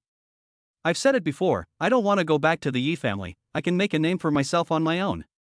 My dear younger brother, no matter what you say, I won't leave without taking you back. The family business is what you should be doing. You've caused enough trouble and played enough. Come back with me, your mother needs you. Yi Qingcheng was helpless. Obviously, she had no way of dealing with this younger brother, so she could only persuade him nicely. In her opinion, Yi Chen was just not doing his proper work. The investment company he got involved in was like a toy that could be thrown away at any time, which was ridiculous. Yi Chen said in a low voice, when I left the Yi family, you and my mother turned a blind eye to me, and you didn't even say goodbye. Now you're asking me to come back, don't you think that's ridiculous? My father is dead, and I want to avenge him, but you guys are doing everything you can to stop me. My uncle should be dead, but he's living it up. Everyone is indifferent about this, including you and my mother, and many people close to me. Your cold-bloodedness has completely hurt me. In that case, I will use my own methods to seek justice for my father and myself.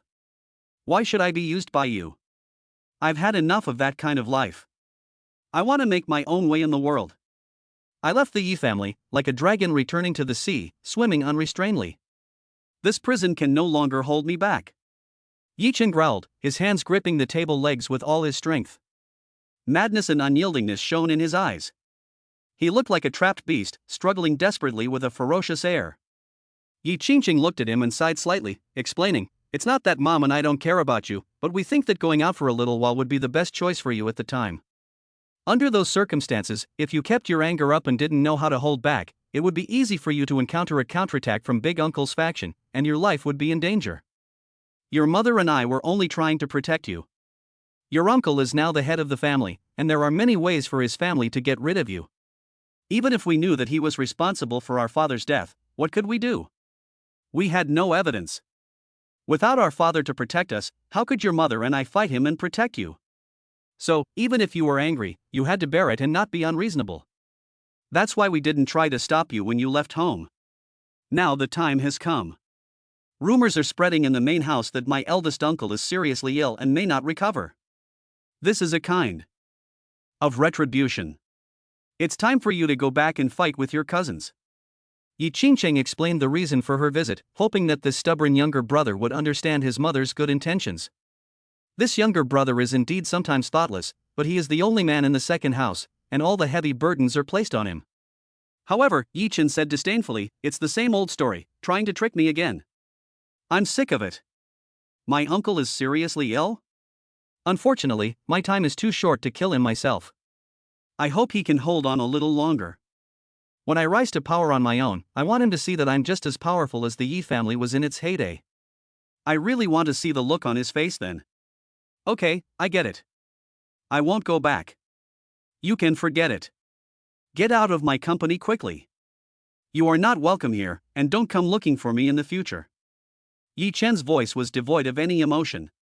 He didn't like his own sister, and there was a deep rift between them. His reaction deeply hurt Yi Qingcheng. She had expected Yi Chen to react like this, but when it actually happened, she was still very sad. "Yi Chen, don't you want this? Leave my company. I don't want to say it again." Yi Qingcheng looked at her determined younger brother and could only stand up, planning to persuade him slowly, not in a hurry. "Forget it, I'll stay in Jiangcheng for a long time, until you change your mind. If you have any trouble afterwards, you can come to me, I'll try to help you solve it. By the way, I've already settled the Chen family, they won't come looking for you again. Take care." Chapter 42 Zhou Yun, Save Me. Yi Chen was relieved that his sister had left, but the sense of urgency in his heart was even greater. He had to make money quickly. He was still too young, and even a figure like Zhou Yun could influence him. He couldn't be suppressed any longer, he had to turn the tables. He had to become stronger, and he had to do it in a very short period of time. Yi Chen was fully concentrated, and his investment system was fully deployed. He fiddled with the computer, searching for every opportunity to make money. The computer page was still stuck on the official website of Jiangcheng, displaying bidding information. He clicked on it, and he saw the bidding plan for the 20,000 plus mu of land in the northwest of Jiangcheng. After searching, what interested him was that the location of the land was very good, but the starting price was a mere 1.5 billion. So low? Then he searched for information about the land and learned that it was not suitable for high-rise construction and that the ground was swampy, making it a poor site. But what surprised him was that the system showed that the return on investment for the land would be 40 times. In other words, if the auction price was finally set at around 3 billion, then he could make hundreds of billions. Yi Chen's heart pounded, his blood rushing faster. He sensed that the opportunity to make a fortune and soar to the top was right in front of him. He didn't doubt that the system could be wrong. After countless tests, the investment system had never failed. In other words, there was something wrong with the real situation of this land. If he could get it, he would instantly become richer than the Zhou family and become the #1 tycoon in Jiangcheng. By then, Zhou Yun and the other 3 families in Jiangcheng would all be dwarfed by him. Yi Chen couldn't help but burst out laughing, and suddenly felt all his depression swept away. His future was bright, and the fantasy scene had already become reality. This feeling was so great that Yi Chen couldn't help but imagine the sight of Zhou Yun's face turning black. "I really am the flying boat rising against the wind in this era. No one in the entire Jiangcheng knows the secret, only I am the only one." Yi Chen gradually lost his senses, dancing around the office and speaking heroic words. However, he quickly calmed down and began to daydream. I only have 20 million yuan in disposable assets now, which is not enough to bid for this land. I must earn about 3 billion yuan before the official bidding starts to be eligible to participate. Damn it, if it weren't for Zhou Yun, I would have been able to borrow money from forces such as the Chen and Dong families, but now he has ruined everything. Yi Chen was in distress. The official bidding was scheduled for 1 month later, and during that time, it was simply impossible for an ordinary person to make 3 billion with a capital of more than 20 million. Fortunately, he had an investment system that could show the rate of return, but the chances of making big money were really slim, and he had to find it slowly on his own. Recently, he had basically seen investments of tens of thousands of dollars making hundreds of thousands and millions of dollars. He had once wanted to buy a lottery ticket, and when he had chosen the right number to win the first prize, the rate of return had instantly changed as soon as he bought it. Damn, that's annoying. But it also shows that the rate of return is not fixed, and that other factors can change it. His system can only see the initial return on investment. Never mind, use every means possible to make as much money as you can. There happens to be an auction going on recently, so I'll go and pick up some bargains.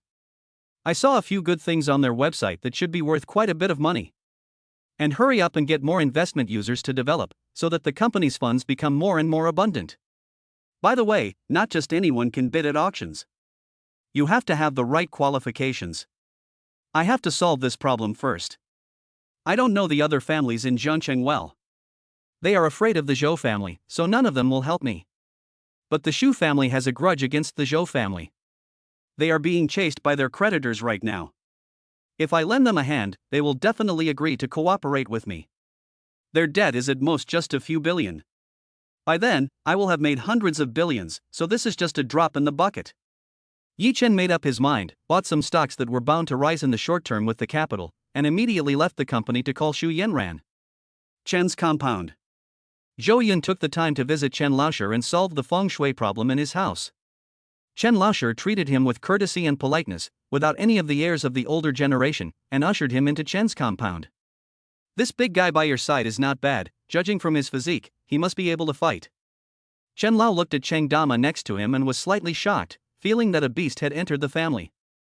Zhou Yun said modestly, "Don't look at his tall stature, he's actually just average, not as good as Chen's bodyguard." The two exchanged a few polite words with each other. Then Zhou Yun took a look around the Chen family and, after determining where the problem was, said, "Do you feel like you've been having a lot of luck lately?" Chen Lao nodded and said, "That's right, ever since Yi Chen set up the feng shui, business has slowly picked up and everything has been very stable. It is because of this change that Chen has never suspected Yi Chen's feng shui and treated him as a VIP. Zhou Yun said non-committally, "Then take a look at your lower abdomen. Is there a gray mark there? Recently, you feel more and more tired, and your family members are also a bit listless." Chen was surprised. Zhou Yun was amazing. He had never seen it before, but he was able to get it exactly right. He lifted up his lower abdomen. There was indeed a mark there, and it was getting darker and darker. What is the problem? Chen realized the gravity of the situation and became frightened.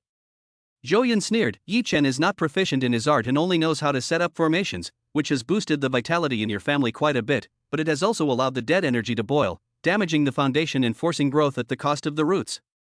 Therefore, the talents in your family are like being poisoned with a slow-acting poison, and if this continues, they will not live for many years.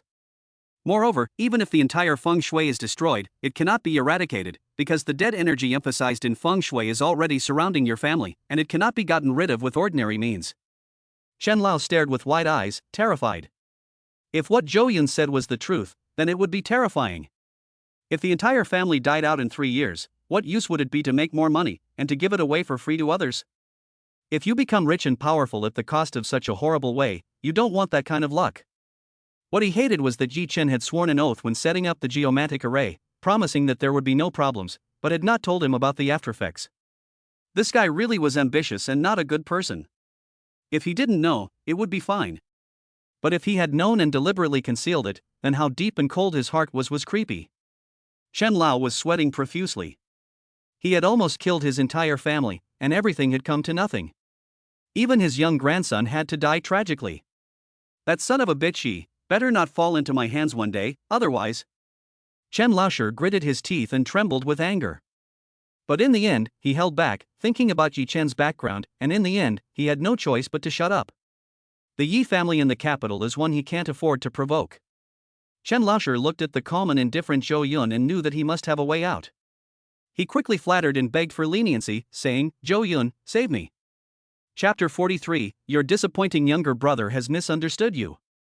Just name your price, as long as it can help my family tide over this difficult time, I'm willing to pay any price. Last time I said I'd give you a big present, so tell me, what do you want? Chen Laohu looked sad, like a senile old man. For him, nothing was more important than his family and future generations. If the bloodline were to be cut off, he would never be able to forgive himself, even if he died. Chen Lao was prepared for Zhou Yun to ask for the moon, and he was willing to pay a heavy price. He just blamed himself for meeting the wrong person. Zhou Yun said directly, "I want your family's venture capital company. Are you willing to give it to me?" Chen Lao was silent for a while, and his mouth opened, but he did not immediately agree. The Chen family's venture capital company was an investment company that was neither large nor small. The company had more than 2 billion yuan in customer funds that could be used. This money is used to provide emergency funding for the Chen family's main industries, and it is a kind of insurance. Chen Laosher still felt reluctant to hand it over to Zhou Yun. After all, it was hard to build up, and it took a lot of effort. To re-establish a venture capital company would cost countless human and financial resources, and it might not even reach the current scale. But, how can this be compared to the lives of the whole family? Chen hesitated for a moment, but then he came to a decision. He said with a heavy heart, "Take it if you want, but I will withdraw the profits and personnel that belong to the Chen family." Zhou Yun nodded and said with satisfaction, "Then it's settled. The most important thing about a venture capital group is its customers and reputation. The rest can be supplemented. The Chen family has done a good job in this regard." Zhou Yun had previously wanted to set up an investment company. The Northwest project site would require a large amount of capital investment in the future. With the money Yu Qin Group has now, it would be a bit difficult to completely cover it. Of course, there is another way, which is to borrow from the bank. The bank will definitely be happy to do so. Bai Ding is definitely not a fool. When the value of the land is exposed, it will definitely be a sure profit, and they are willing to lend any amount of money. But Zhou Yun doesn't want to borrow from the bank. Unless there is really no other way. He would rather use his own funds to take over the entire project, which will save a lot of trouble. A venture capital company is a good choice. It can raise funds and manage the whole thing.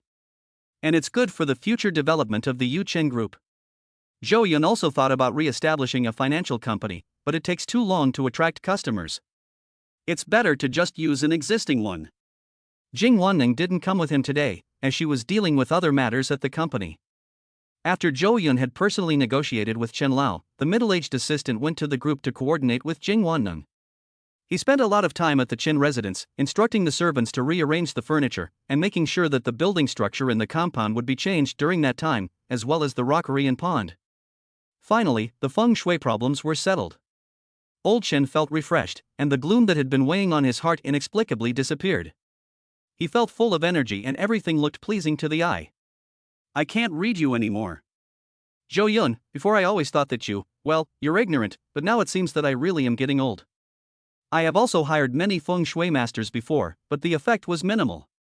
Compared to you, they are like the moon and fireflies. Alas, it seems that I am really not suitable to stay in this position anymore. After a while, I will announce my retirement and replace the young man in power. At that time, I will introduce him to you, and in the future, you and he can help each other." Chen Lao admired him very much and said with emotion. Zhou Yun smiled and said, "There are people outside, and I can't bear such praise from you.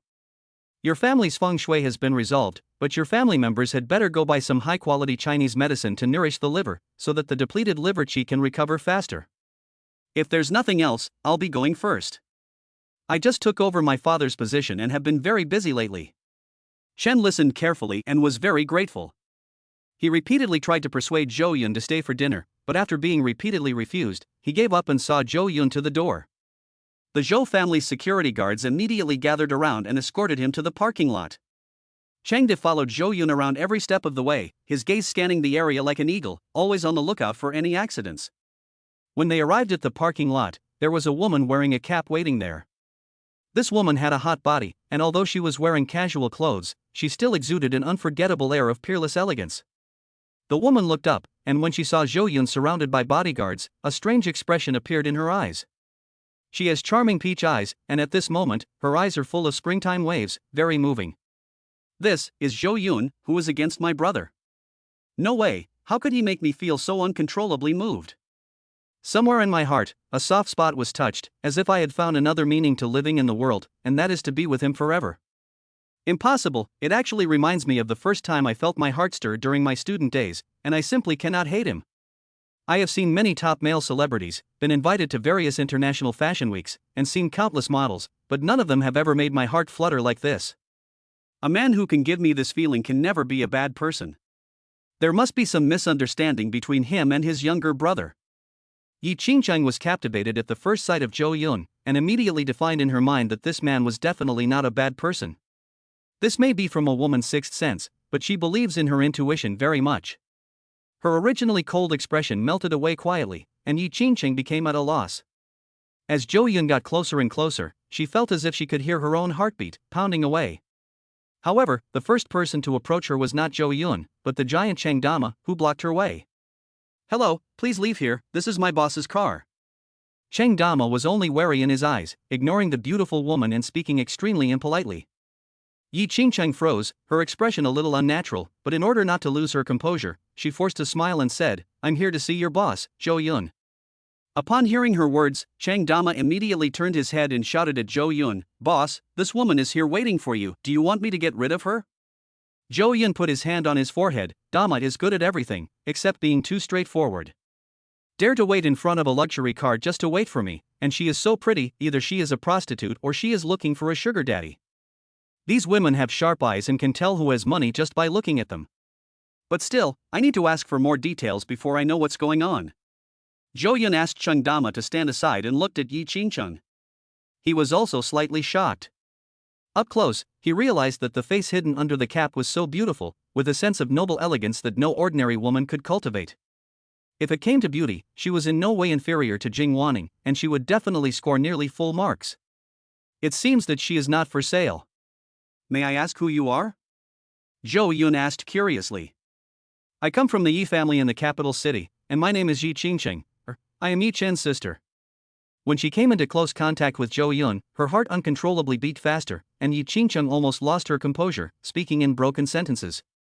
Suddenly remembering something, she hurriedly explained, "I'm not here to cause trouble, I just want to get to know you. I feel that my unworthy younger brother may have some misunderstanding with you." Chapter 44, Life expectancy increases when you are surrounded by beautiful women. It must be a misunderstanding. How could such an attractive person be an asshole? Never. After getting a closer look, Yi Qingcheng saw that Zhou Yun seemed to be glowing with an incomparable radiance. "Hello, Miss Yi, it's late, let's find somewhere to eat and we can talk." Yi Qingcheng was a beauty of at least imperial consort level in ancient times, and the original story finally didn't go awry, and Zhou Yun finally let out a sigh of relief. The system's choice was to attack the woman related to Yi Chen, and Yi Qingcheng obviously fit the target very well. Even if it wasn't about the system, when he saw Yi Qingcheng, Zhou Yun didn't care about having a deeper contact with her. Beautiful women are pleasing to the eye and lift the mood. What's the use of making money if you don't do whatever you want with it? What's the difference between that and being an eunuch? The parking lot outside Chen's house was not a place for chatting, and it was just about dinner time. Yi Qingcheng agreed without thinking, and couldn't help feeling secretly delighted. She felt that it was worth the trip because she would have the opportunity to get to know Zhou Yun more. Zhou Yun told the security guards to let their guard down, that the woman was not a threat, and then opened the door for Yi Qingcheng in a gentlemanly manner. As the car left the Chen family compound, the two people inside fell silent.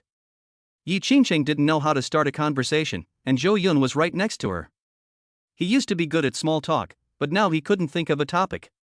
She was secretly embarrassed and annoyed. She had never been so nervous around anyone before, and she could always strike up a conversation with anyone.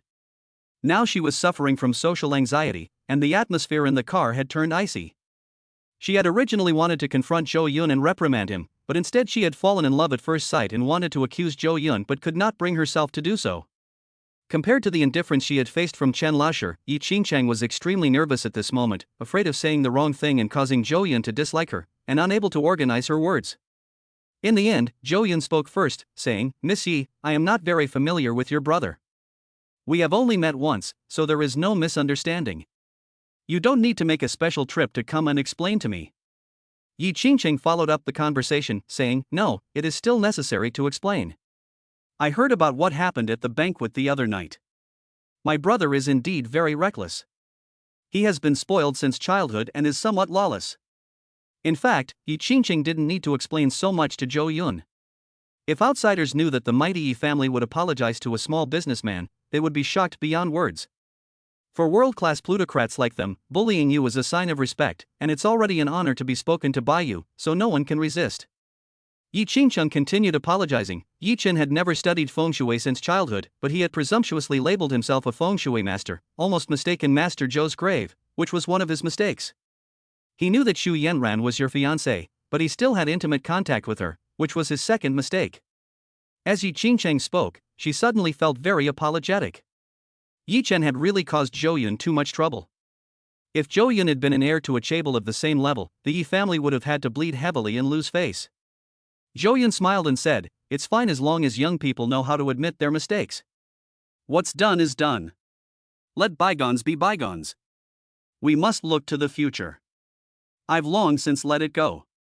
But I also have to thank him, because he made me see the true face of Xu Yanran and prevented me from causing misfortune in my family and being laughed at."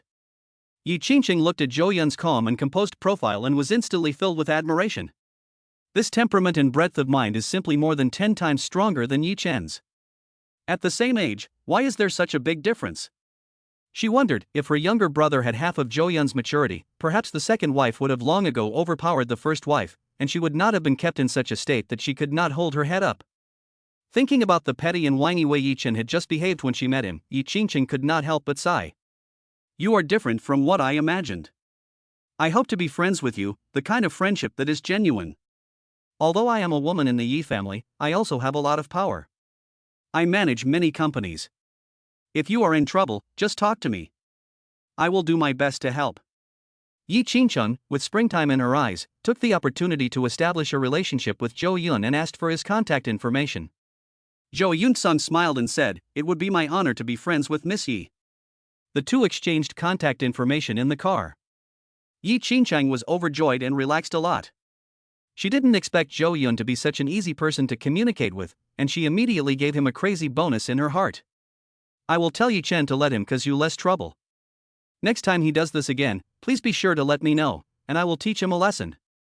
Yi Qingcheng said solemnly. "My younger brother has been full of confidence since he was a child, very arrogant, and has rarely experienced setbacks. Please bear with him." Zhou Yun said nonchalantly, "As long as he doesn't provoke me, I won't do anything to him, so don't worry." "That's fine. Let me tell you, Yi Chen was strictly controlled by his father when he was young. The family arranged every aspect of his life, but he was dissatisfied. He said something about his life being up to him and not up to the heavens, and he was extremely rebellious, doing many absurd things. The two gradually became familiar with each other, their relationship grew warmer, and they slowly became good friends who could talk about anything. The carriage was often filled with Yi Qingqing's laughter, like the twittering of a warbler, and with joy and laughter. Zhou Yun was also in an exceptionally good mood. Being able to accompany a beautiful woman increased his lifespan considerably. In this relaxed atmosphere, the convoy arrived at a luxurious restaurant on the top floor in the city center. Zhou Yun often patronized the restaurant, and found the food delicious, made with the freshest ingredients, and sure to whet one's appetite. Overlooking the entire Jiangqing city from the top floor, eating and looking at the scenery at the same time could make one feel open-minded and cultivate the mind and eyes. The waiter remembered Zhou Yun and was amazed. Last time, he had brought a cold and aloof professional-looking beauty, and this time, he brought another beauty who was like a top-tier celebrity. The life of the rich was unimaginable to ordinary people, unadorned and enviable. The two sat down, and before long, the exquisite food filled the table. It didn't matter if they finished it or not, the point was to enjoy it together. The two chatted about Yi Chen and got to the topic of Xu Yanran. Yi Qingqing drank a glass of water and asked curiously, "What kind of woman are you looking for in the future?" "I think you are very good, I don't know who can match you." It was the same question again, and in a daze, Zhou Yun remembered someone asking him the same thing.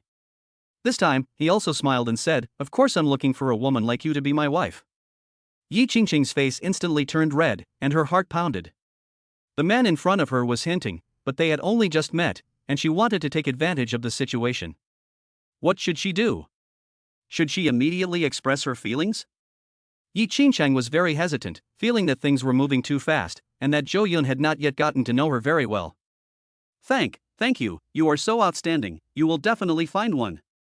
Yi Qingqing made a double entendre without saying it explicitly, hoping that Zhou Yun could guess it.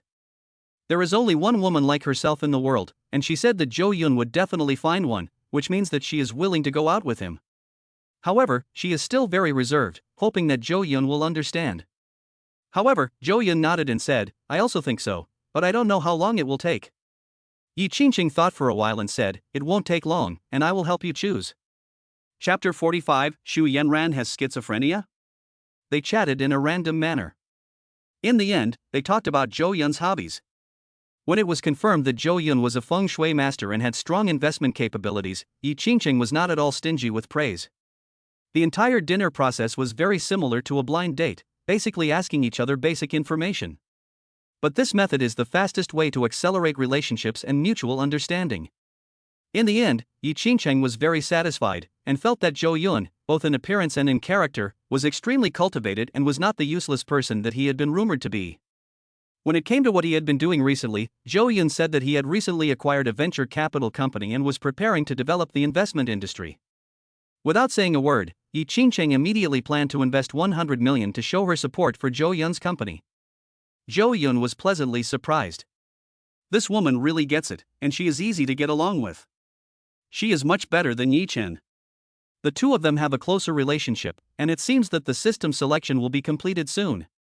At the end of the conversation, Zhou Yun invited Yi Qingqing to go to the auction at the Jade Emperor Peak together.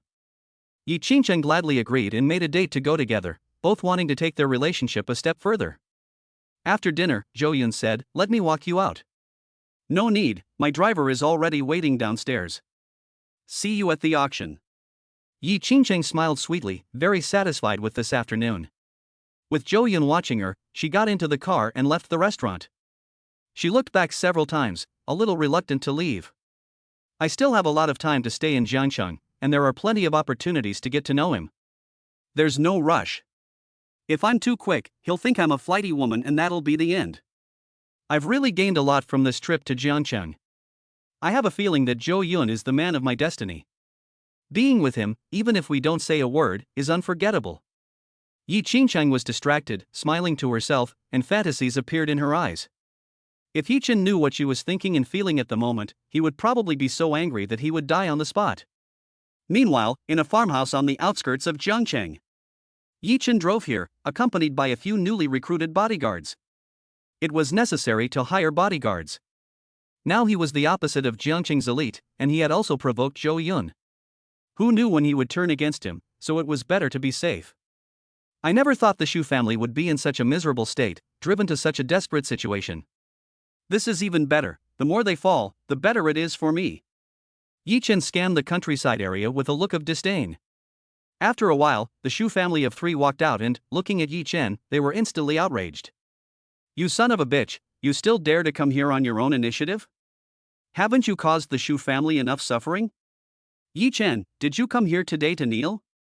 As soon as Xu's father saw Yi Chen for the first time, he immediately flew into a rage, took out his belt and wanted to whip the son of a bitch to death. If it weren't for him seducing his daughter, how would the Xu family have fallen into such a state? They would have already become in-laws of the Yu Chen group, the number one family under the overlord of Jiangcheng. Who wouldn't hate losing their wealth and glory? Xu's mother was also furious when she looked at Yi Chen. But she was still in pain all over her body. She had been whipped with a belt last night, and her skin was now purple all over. It would take a long time to heal, so she could only remain silent. Xu Yanran, on the other hand, was staring blankly at Yi Chen. Her heart was still replaying the moment she saw Zhou Yun in the morning, the feeling of the world crashing down around her, and the remorse had not yet dissipated. She was not the least bit happy about Yi Chen's arrival, and her thoughts had long since stopped on this man. It was like an old flower, Yi Chen had already been abandoned in her heart. But Yi Chen did not know that in just a few days, this woman Xu Yanran had changed her mind again. He looked at the dazed Xu Yanran, inexplicably feeling heartache, mainly because her body was covered in belt marks, and he felt as if they were being beaten on himself. He still really liked this woman, and although she was a bit silly at times, she inexplicably attracted him. Uncle Shu, Auntie and Yenran, what's wrong with you? Why didn't you go to the hospital even though you were so badly injured? Yi Chen asked in puzzlement. How can you even ask? If it weren't for you, they wouldn't have suffered like this. Shu's father snapped. Shu's father also wanted to take them to the hospital. But going to the hospital would require registration, and they might even have to be hospitalized. It wouldn't be long before their creditors found out, and they would just become corpses in the morgue. So they could only hastily apply some medicine and take some anti-inflammatory drugs to get through this. Yi Chen said in astonishment, this. Never mind, I won't ask anymore, I just want to apologize today. Then, he looked at Xu Yenran seriously and affectionately. I'm sorry for getting angry with you at Jiangcheng Hall. I really didn't mean it that day. It's all Zhou Yun's fault, he's the one who provoked the quarrel. You don't have to care about a man like him, it's best to break up. I will definitely be able to surpass the Zhou family in the future, and you also said you would believe in me. You deserve someone better, and I am that person. Yi Chen first apologized, then he suppressed Zhou Yun a bit, and then praised Xu Yenran, playing a good game of chess. He took a box from the bodyguard's hand, which contained an exquisite watch worth more than 300,000 yuan. He laughed and said, "This is my apology, and it's just the beginning. In the future, I will give you a gift that is even more expensive than the Poseidon's heart." The watch glistened with a metallic luster in the light. Xu Yenran froze for a moment, looking at the watch handed to her in Yi Chen's smug face, and inexplicably felt disgust. This feeling was just like the one she had when facing Zhou Yun before. She mercilessly reached out and slapped the gift box aside, coldly saying, "I don't need your gift, and I don't accept your apology." "Fine, don't bother my family if there's nothing else, just go." Yi Chen was petrified on the spot. It was as if he had been struck by the chaos god thunder, and he stood there in a daze. His brain had lost the ability to command. Mechanically, he looked down at his empty hands. The gift box had been slapped onto the ground and was covered in dirt. Just like his mood at the moment, it was a mess and filthy. It seemed extremely unreal. What the hell is going on? Yi Chen's eyes were wide open. This was not the same as the image he had imagined before coming here. It wasn't supposed to be like this. When I apologized, Xu Yenran should have graciously accepted and said it was okay, and then everything would be just like before, with the two of us falling in love? When I gave her the gift, Xu Yenran wasn't supposed to accept it ecstatically and give me a warm hug? Damn it, Yi Chen was going crazy. What was wrong with this woman? She must have taken the wrong medicine, because she could turn on a dime like that. Why don't you praise my young and capable Xu Yenran? It wasn't just him. Even Shu's parents were dumbfounded by their daughter's actions. I still remember that just yesterday, my daughter kept saying that Yi Chen was her true love and that she would marry no one else. Love at first sight, mutual affection. In just a few days, she felt the taste of true love. She also said that with Yi Chen, even if she ate buns every day, her heart would be sweet. At the time, they were also helpless, unable to change their daughter's mind, and could only persuade her. Now their daughter has even refused to give her true love a good face, and even slapped away the gifts, telling him to get lost. This is unprecedented. The two of them looked at each other, both a little caught off guard. Has my daughter been so shocked that she has gone insane and split into a second personality? But my daughter, well done. That's how you should treat him. What the hell, you want to harm our family twice? Apologize? Apologize for what? You want my daughter to like you with a broken watch? Have you shrunk in the head or what? Take a good look at yourself. My daughter didn't even care about 100 million before, and you think you're on the same level as Zhou Yun? Ridiculous. Chapter 46, Future Plans, Business Empire. Listening to the taunting words of the Shu parents, Yi Chen took a deep breath, trying his best to calm down and ensure that he didn't lose his temper again. Today, he was asking the Shu family for help and needed the qualifications to bid on the project, so he must not be selfish and ruin everything. As the son of the heir of fortune who had been blessed by heaven and had activated the system, it was only natural to be misunderstood and disbelieved by others. Sooner or later, he would prove it with facts and then slap them in the face. At that time, the Shu family will have to worship themselves and pour footbath water on themselves. It was only a gloomy moment, and Yi Chen's expression quickly returned. He told the bodyguard to pick up the expensive watch on the ground and smiled reluctantly. It's okay if you don't like the watch, but listen to me first. I know that Zhou Yun has harmed your Shu family and reduced you to a miserable state, and you have owed a lot of debts. Now you are at a dead end and are powerless to turn things around. I have come today to save your Shu family from its predicament and give you a chance. Even if you don't rely on the Zhou family, you can restore your former glory, and Zhou Yun is nothing. Yi Chen held his head high, and a kingly air exuded from him. This time, he came with full sincerity. A project with a value of hundreds of billions of dollars is enough to make you fat and happy, and it is completely no problem to slightly help the Shu family. In his opinion, he was the Shu family's savior, and as long as they weren't fools, they would know what to do. You are a fool, aren't you? Shu's parents said in disbelief. Uncle and aunt, listen to me first. I have a project in my hands with huge profits. As long as you cooperate with me, you will be able to pay off your debts and even make a fortune. Yi Chen said confidently. Shu was full of suspicion. I have been around for so many years, don't try to fool me. How big is the project? Yi Chen patted his chest and gave his word. This project is enough to shake Jiangcheng. At that time, all suppliers and real estate developers will come to beg you on their knees. I am going to bid for the government's commercial land, which is more than 20,000 acres. I am determined to win. What is lacking is the qualification to bid. Originally, I could just find other companies to cooperate with, but because I have a good relationship with Yanran, I came to your family. Yi Chen didn't say it clearly. Who wouldn't be jealous of hundreds of billions of profits? Shu's father is definitely not a good person, and he must be insatiable. When he finds out, he will definitely take advantage. It's easy to deal with the devil, but difficult to deal with his minions. Shu's father is just one of those minions. Shu's father took a sharp breath and said, the starting price for more than 20,000 acres of commercial land must be tens of billions of yuan, right? Kid, what's your background? Seeing that Yi Chen didn't look like he was joking, Shu's father took him seriously. If it were in the past, he would have thought that the kid was joking, asking for a 10 billion project. But now the Shu family had no other way out, and could only take a gamble, like a drowning man grasping at a straw. Yi Chen said, you don't need to worry about that, just cooperate with me. In the next few days, you can follow me, and naturally you will see my ability to make money. However, I have one more condition, you cannot stop me from dating Yanran.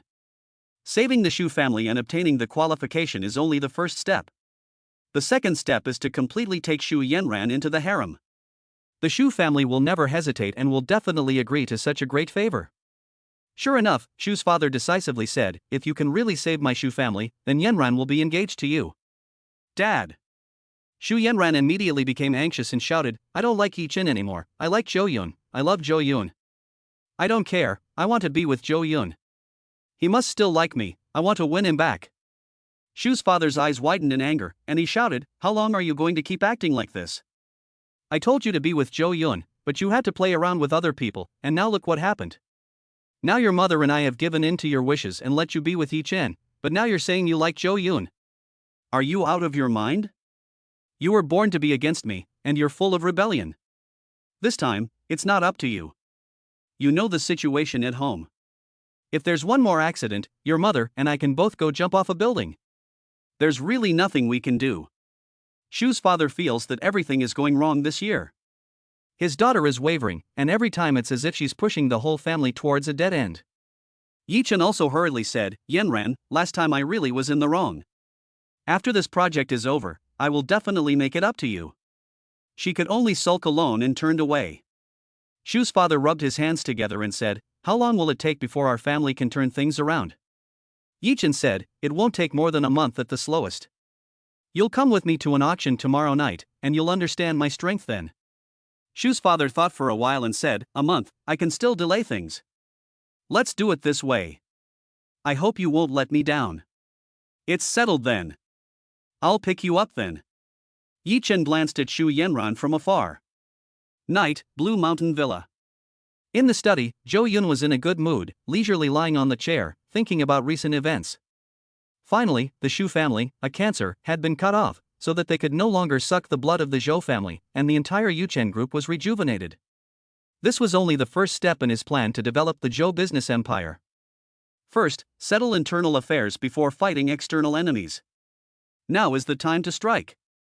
Take over the venture capital company, and then rely on the original old customers to develop financial services.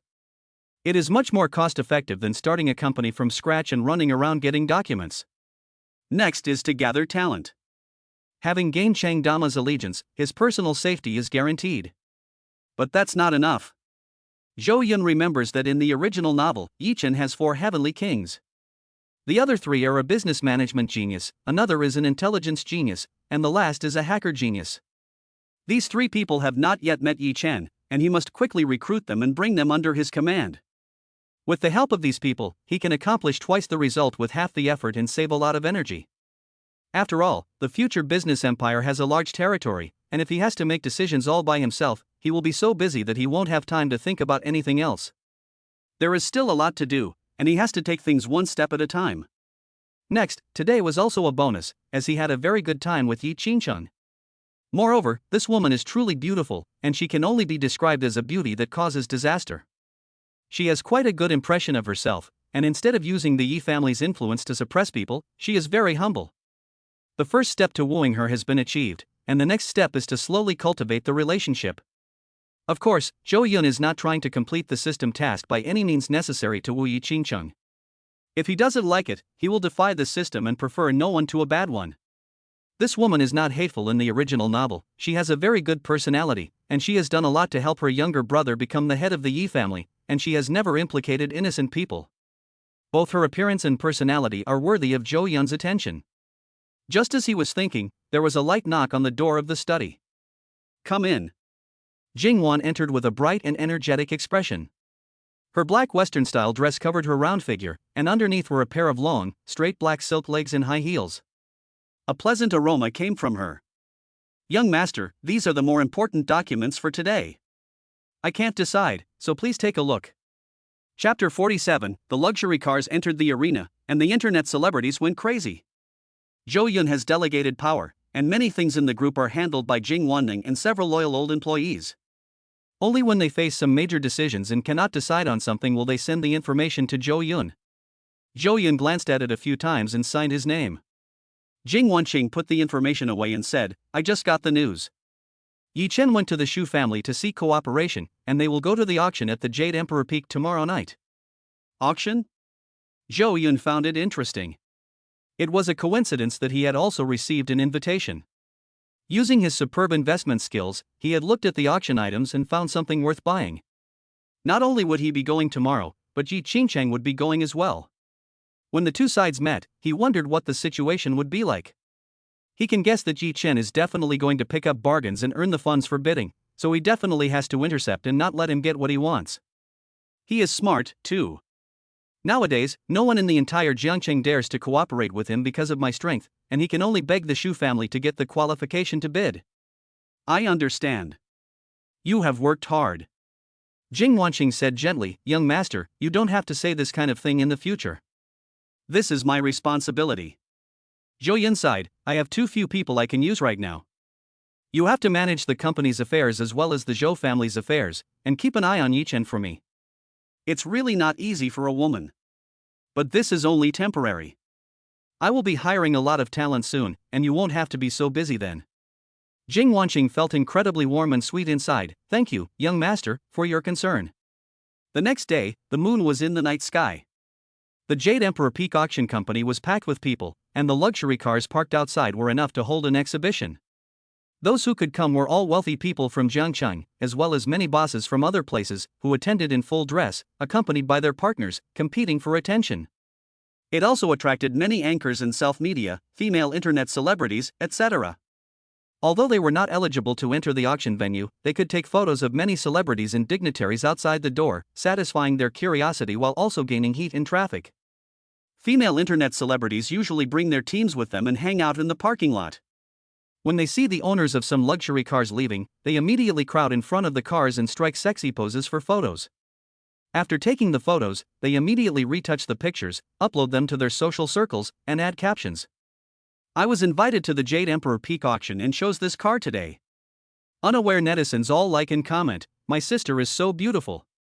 Envious. Rich and pretty.'" The male anchors are taking pictures of the luxury cars, explaining their performance and prices, and educating the audience about cars.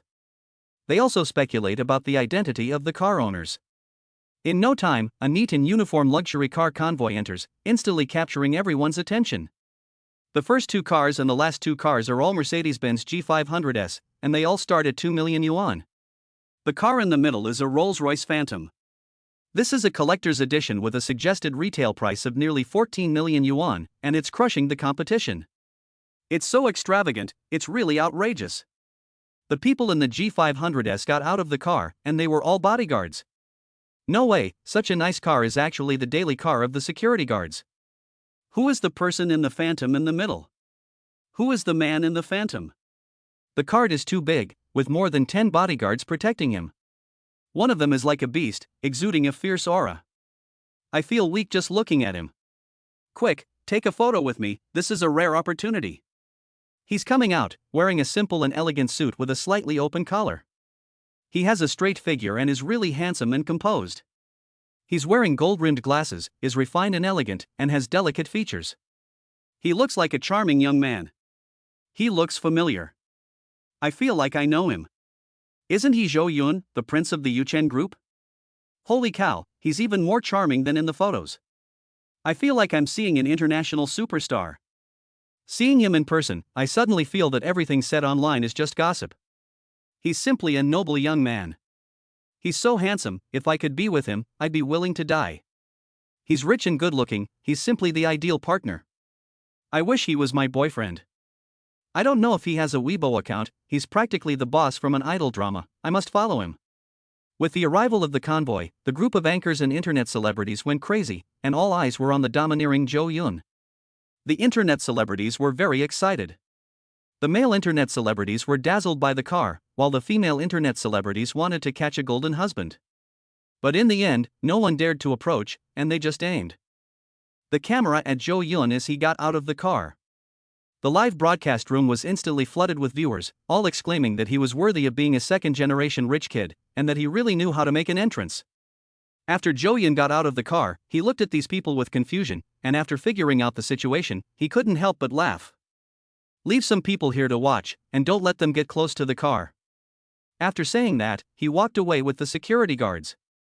As Zhou Yun just walked to the door, many celebrities and powerful people also stopped and greeted him. He responded politely, and in a moment, he saw a bright figure in the crowd. Yi Qingchang had abandoned her daytime casual wear and changed into a red rose-like evening gown. She exuded an indescribable aura of noble elegance that was heart-stopping. Unlike Jing Wannin, Yi Qingqing belonged to the category of noble beauty. She was not cold and aloof, but had an air that made people intoxicated and addicted. The celebrities present all paled in comparison to her, like the contrast between green leaves and flowers, so otherworldly. She walked slowly over, her smile generous and unrestrained. Not only Zhou Yun, but all the men were mesmerized. Who is she? Jiangcheng has never seen anyone like her before. What a beautiful young lady! Find out about her quickly, this woman is definitely extraordinary, the temperament she has is not something ordinary people can cultivate. Who is she going to? Does she know someone here? Does she already have a partner? After greeting Zhou Yun, many celebrities couldn't help but fix their gaze on Yi Qingcheng, their eyes full of admiration. They speculated about what kind of man would be worthy of such an exceptional woman. The crowd unconsciously made way for her, and Yi Qingcheng, like a princess, walked towards Zhou Yun. You're really pretty today. Zhou Yun's eyes lit up as he beamed. You're very handsome too. Yi Qingcheng smiled politely without losing her manners. She leaned close to Zhou Yun, and under the astonished gazes of everyone, she naturally took his arm and walked towards the center of the auction. The two of them, a man of talent and a woman of beauty, formed a beautiful sight that attracted people's attention wherever they went.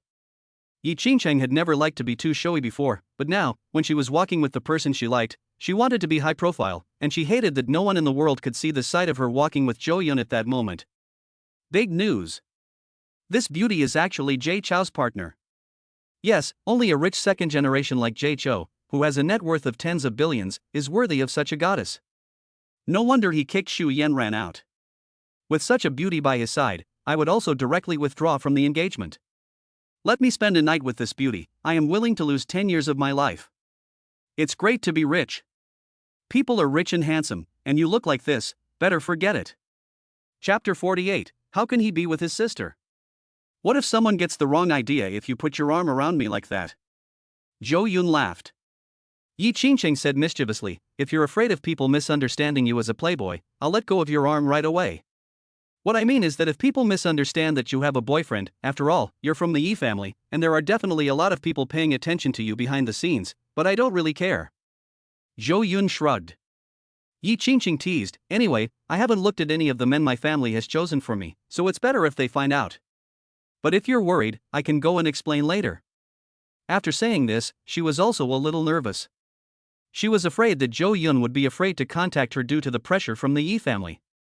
If Zhou Yun let go of her hand, she would be slightly disappointed. It didn't matter if a man was poor, but if he didn't even have the courage, then his impression in her heart would be greatly reduced. If he doesn't have money, he can marry into the family. As long as they truly love each other, she will do her best to protect Zhou Yun. Although the two are not really together and have not confirmed their relationship, having only known each other for 2 days, Yi Qingqing has already begun to plan for the future and worry about it. Zhou Yun's expression is calm and unruffled, hold my hand tightly, and don't let go until we part ways. His calm words contain firmness. Although he did not explicitly say that he fears the Yi family, he has actually made his position clear. This sentence was more romantic than any love words. Yi Qingqing's expression was momentarily dazed, and then her beautiful eyes twinkled with millions of stars, and she held onto Zhou Yun's hand even tighter. Just as the two met. Outside in the parking lot, a BMW 3 Series slowly pulled in. A car of this class, in an auction like this, was no different from a taxi, and no one paid it any attention. The internet celebrities were still talking about Zhou Yun, looking at the luxurious convoy of cars that they couldn't approach, full of regret. This BMW was the first car Yi Chen had bought with the money he had earned. He got out of the car, followed by the Shu family's 3 members. They were all dressed appropriately for the occasion, and naturally they did not dress casually for an auction like this. However, the Shu family's 3 members had disguised themselves a little, so that it was not easy to tell who they were. After all, they had debts and many people were looking for them. As soon as they got out of the car, they inevitably heard the noise of the net celebrity anchors' discussions. If only I were qualified to participate in the auction, as long as I can get in, I will definitely make this rich young master fall at my feet. For Mercedes-Benz S and a Phantom, they can be ranked first in the parking lot. With this kind of ostentation, they are worthy of being the prince of the Yuchen group. It's not appropriate to call him the prince anymore, he has inherited tens of billions of assets, he should be called a tycoon. In comparison, the other cars are much weaker. Hey, someone else is driving a BMW 3 Series, I guess they don't even have the qualifications to enter, they should be anchors like us. Wait, take a better picture of me, don't include the BMW, it's embarrassing. Unfortunately, Zhou Yun didn't let us take pictures of his luxury car, otherwise today's photos would be enough. Listening to the internet celebrities' discussions, Yi Chen's confident expression suddenly collapsed. His face was as dark as the bottom of a pot. Fortunately, it was at night, so it wasn't too obvious. He was frantic in his heart. How could it be such a coincidence that Zhou Yun had also come to the auction? If he came, why did he happen to arrive at about the same time as him? He admitted that his car was indeed average, but it wasn't as bad as being said so. Yi Chen's gaze passed through the internet celebrities and saw 4 neatly parked Mercedes-Benz S and a black, dignified Rolls-Royce Phantom. His eyes almost exploded from the metallic sheen of the car bodies. The perfect lines, the unique car logo, and the luxurious model exuded a glorious and majestic temperament. It was as if his car had been crushed to the ground. His face was throbbing in pain. Coupled with the crazy comparisons made by the internet celebrities, it caused a major blow to him. An indescribable sense of humiliation welled up in his heart. It wasn't like me, relying on myself to fight my way to the top. If I'm willing to go back to the Yi family, I can change one a day, and I can even get the car dealer to design a limited edition for me. Yi Chen snorted coldly, trying his best not to look at the luxury cars and suppress the discomfort in his heart. Although Zhou Yun's even bodyguard's car is better than his, he is extremely pleased when he thinks about the 100 billion project. By then, not to mention the Phantom, he could even buy the Rolls-Royce Silver Ghost. And this piece of news, only he knew about it. Xu Yanran's eyes were vacant, but when she heard that Zhou Yun was also at the auction house, her eyes, which had lost their color, suddenly gleamed a little. She looked towards the Zhou family convoy and was sure it was Zhou Yun's car, which made her a little surprised.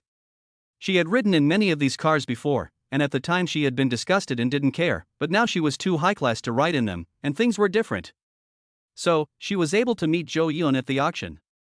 Then there is a chance to ask for forgiveness, and maybe she can change her situation. But now she dares not say it. She is already extremely fearful of her parents, and no longer as willful as before. Shu's parents knew that Jo-yeon was also attending the auction, and it made them feel a little uncomfortable. Looking at those luxury cars, they couldn't help but regret it in their hearts. They should have been present at this moment surrounded by people envious of them. As a result, they can only ride in a broken BMW. Their own car is better than Yi Chen's, but they dare not drive into the city, for fear of being tracked down by their creditors, so they have to take this broken car. Unexpectedly, they got off the car in a bad mood. Are you sure you can really make money? Shu's father still didn't quite believe in Yi Chen. Tonight is just a small show of my skills, and making tens of millions is not a problem. Yi Chen said confidently. Shu's mother urged, so what are you waiting for? Hurry up and go in, don't be embarrassed out here. Standing next to the car, Shu's mother felt uncomfortable all over, as if she was surrounded by scornful glances. Yi Chen nodded and led the Shu family towards the auction hall. As they just stepped out of the parking lot, they saw a group of wealthy businessmen with high social status at the entrance of the venue, surrounding a man and a woman with envy and awe. Yi Chen suddenly stopped in his tracks, his eyes wide open as if he had suddenly been frozen in place, motionless and in utter shock. The Shu family members, who were walking with their heads down, also paused.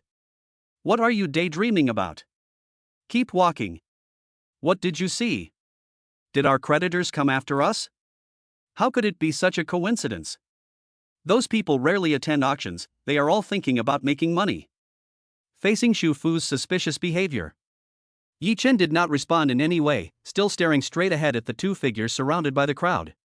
He never imagined that these two would end up together, and they looked so close. Yi Chang. Yi Chen roared and yelled in his heart. His own sister had actually walked together with the enemy, holding hands and chatting happily. The scene in front of him really shocked him. His eyes were instantly filled with bloodshot, and a surging feeling of suffocation spread from his heart. Chapter 49. A return rate of more than 20 times. He was petrified on the spot, unable to believe his own eyes. After standing there for a while, he wanted to vomit blood again, and he almost fainted from anger. His chest felt bloated, as if he had been punched. The impact of this scene was really too great, and it was simply a complete turn of events for him. Although he still didn't like his sister, they were after all the closest of relatives, having grown up together since childhood, and it was impossible to say that they didn't have feelings for each other. At this moment, his sister being with Jo-yeon was the most painful betrayal imaginable. How could she do this? It's impossible, it must be fake, how could Jo-yeon know my sister? What the hell is going on, what happened? Yi Chen shouted hysterically in his heart, and his appearance was also full of veins, and he used all his strength to control himself from exploding. Otherwise, it would be too embarrassing. There were also Shu family members watching, he couldn't lose control. It can be said that the two of them walking together, talking and laughing, directly made him break his defenses. Maybe she still doesn't know about my relationship with Jo-yeon. Once we enter the auction house, I'll have the chance to talk to her alone. And this situation won't happen again. Yi Chen comforted himself in his heart. He closed his eyes, tried his best to calm down, and then said, "It's nothing, I just remembered something bad. Let's go." After he finished speaking, he took the lead and walked towards the auction house. However, Shu Yenran didn't move. Shu's parents quickly pulled Yi Chen, and the three of them looked at her. What the hell is going on? You two are like possessed. Why are you coming one after the other? Are we going or not? However, Shu Yenran did not respond to them. Instead, she was distraught, her hands trembling slightly, muttering to herself, who is that woman? How could she be with Jo-yeon? They're holding hands, in front of my face. Unbelievable. Unbelievable. It must be because of her that Jo-yeon is behaving so strangely towards me. Otherwise, how could it be that just a few days later, Jo-yeon has found a new love? The person holding Jo-yeon's hand should be me. Shu Yenran went a little crazy, her voice shrill and loud, attracting the attention of those nearby. Shu Yenran's father was shocked. He didn't want to be noticed. If he was recognized, then there would be big trouble. He hurriedly stepped forward and grabbed his daughter, forcing her to calm down. Don't be crazy, if you make another mistake today, I'll whip you with a belt when we get home. Hearing the word belt, Shu Yenran instantly shivered, came to her senses, and tears flashed in her eyes. I'm sorry, father, she said through tear-filled eyes. Shu's mother, on the other hand, looked ahead and saw the couple slowly disappearing from view. She sighed. It turned out to be Zhou Yun. No wonder you two would have such a big reaction. Shu's father was not surprised at all. He knew that Zhou Yun had already arrived when they were in the parking lot, so he just sighed and kept quiet. Yi Chen originally wanted to scold Xu Yanran. After all, Yi Qingcheng was his sister, and she had called her a bitch. But when he thought about the complicated situation, he ultimately did not explain. In silence, he continued to lead the way and entered the conference building. This was not the first time Yi Chen had picked up a leak on the Jade Emperor's Peak. He obtained a pass in advance and entered the auction venue without any obstacles. After getting their seat numbers and auction cards, they took the last row. There was no way around it. With Yi Chen's current assets, he was the bottom of the pile among the wealthy businessmen there, and was not qualified to sit in the front. Zhou Yun and Yi Qingcheng, on the other hand, were sitting in the middle of the front row, in the best position in terms of location and sightline. Their group of people was like shadows, in stark contrast to Zhou Yun, who was in the spotlight. Yi Chen's heart could not help but twist. Looking at the two figures, he could not help but want to go up and forcibly separate them. The Shu family members, on the other hand, looked dejected, huddled together, and constantly looked remorseful. Zhou Yun in the front row, as if sensing the gazes behind him, turned his head to look at their position. Immediately, the Shu family members were scared, and hurriedly looked down at their toes in silence. Now, their relationship with Zhou Yun was irreparable. And Zhou Yun was their biggest creditor. When the court's verdict comes down, they will have to pay the Zhou family an immeasurable amount of compensation. So, they simply dare not make eye contact with Zhou Yun.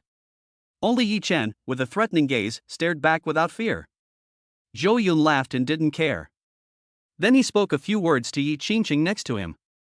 Yi Qingcheng also turned his head and looked at Yi Chen. This time, it was Yi Chen's turn. He quickly buried his head in his seat. Embarrassed, extremely embarrassed. Although when they were outside, he really wanted to question his sister about why she was with Zhou Yun. But when they were face to face, he found himself a bit flinching. He remembered telling his sister not to bother him again in the future. If he were to approach her now, it would be too embarrassing. So at this time, he could only bow his head and secretly look for an opportunity. Fortunately, Yi Qingcheng only glanced at him and then ignored him. They all let out a sigh of relief. The auction had not even started yet, and the tension was already palpable. Soon after, a waiter from the auction house came around with drinks and snacks. With a drink in hand, the auction officially began. The host took the stage, wearing a professional smile, and said into the microphone, "Welcome, distinguished guests, to the Jade Emperor's Peak auction. It is my honor to host this auction for you. I am Xiao Jiang. Today's items are all precious collectibles, competing with each other for attention. This is an artistic carnival, a cultural heritage. Without further ado, let the bidding begin. Every bidder has the opportunity to acquire their desired item at the right price. Now, let's open the first lot. It is from the Ming Dynasty, Chongzhen period, a blue and white Chui Rong taking off his boots, a large brush. See this collection." On stage, the staff carefully placed a brush holder on the table in the center. The host spoke loudly about the origin and value of the brush holder. Soon after, the bidding began, and those who liked it raised their bidding cards to make an offer. The final transaction price was 1.2 million. During this process, neither Zhou Yun nor Yi Chen made a move, obviously not aiming for this blue and white porcelain. During the process, the two of them turned on all their investment skills and observed the actual price of the auction items. As time passed, the auction was 1/3 of the way through. There had been no bids, and the auction items were all eventually bought at reasonable prices. There was no profit to be made, and there was nothing worth buying.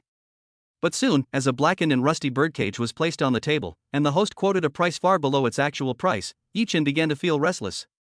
The host said, "This birdcage is called a filigree enamel birdcage, made of enamel and gilt bronze. Because of the rust, the surface looks black, but there is no doubt that it is a Qing dynasty treasure." In those days, people who could afford this kind of birdcage were either wealthy merchants or officials with extraordinary backgrounds. The starting price is 100,000. In Yi Chen's eyes, the return on investment of the birdcage kept changing with the offer price. This thing is rare, and there are many people who like to collect it. Although most people don't understand its true value, there are still successive offers. But it is still far from reaching the high price of the birdcage. And when the birdcage reached 500,000, Yi Chen's rate of return on investment was more than 20 times. In other words, the real value of this birdcage starts at tens of millions. Chapter 50. What do you two want? You're not clear about each other. Yi Chen was ecstatic, and his body trembled slightly from the excitement. Tonight had been a frustrating night for him. The only way to let off some steam was to buy the birdcage, study its true value, and then show off in front of Zhou Yun. He couldn't wait, but instead of making a move, he waited until no one else was bidding. However, what Yi Chen didn't know was that Zhou Yun also had investment skills. And they were even stronger than Yi Chen's. Compared to Zhou Yun, Yi Chen's investment skills are still rudimentary. In Zhou Yun's eyes, there is not only a detailed quote for the birdcage, its historical origin, but also the future price fluctuations of the birdcage. What's even more terrifying is that the birdcage has experienced many owners, and the identity of the owner is perfectly clear. And the reason why the actual price of the birdcage is so high. In addition to the special material, it is also because the first owner of the birdcage was a royal relative, the Prince Bale. With this layer of identity, the price of the birdcage skyrocketed.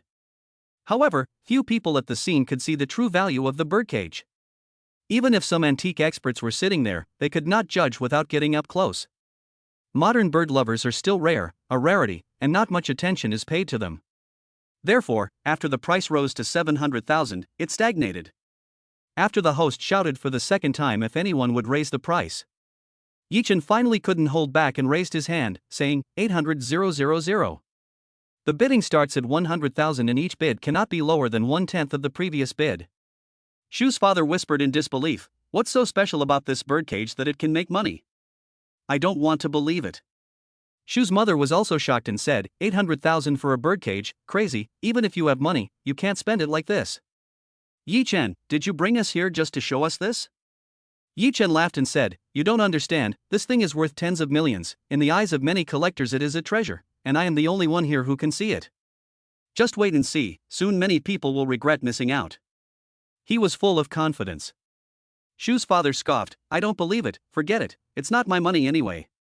The Shu family was now broke.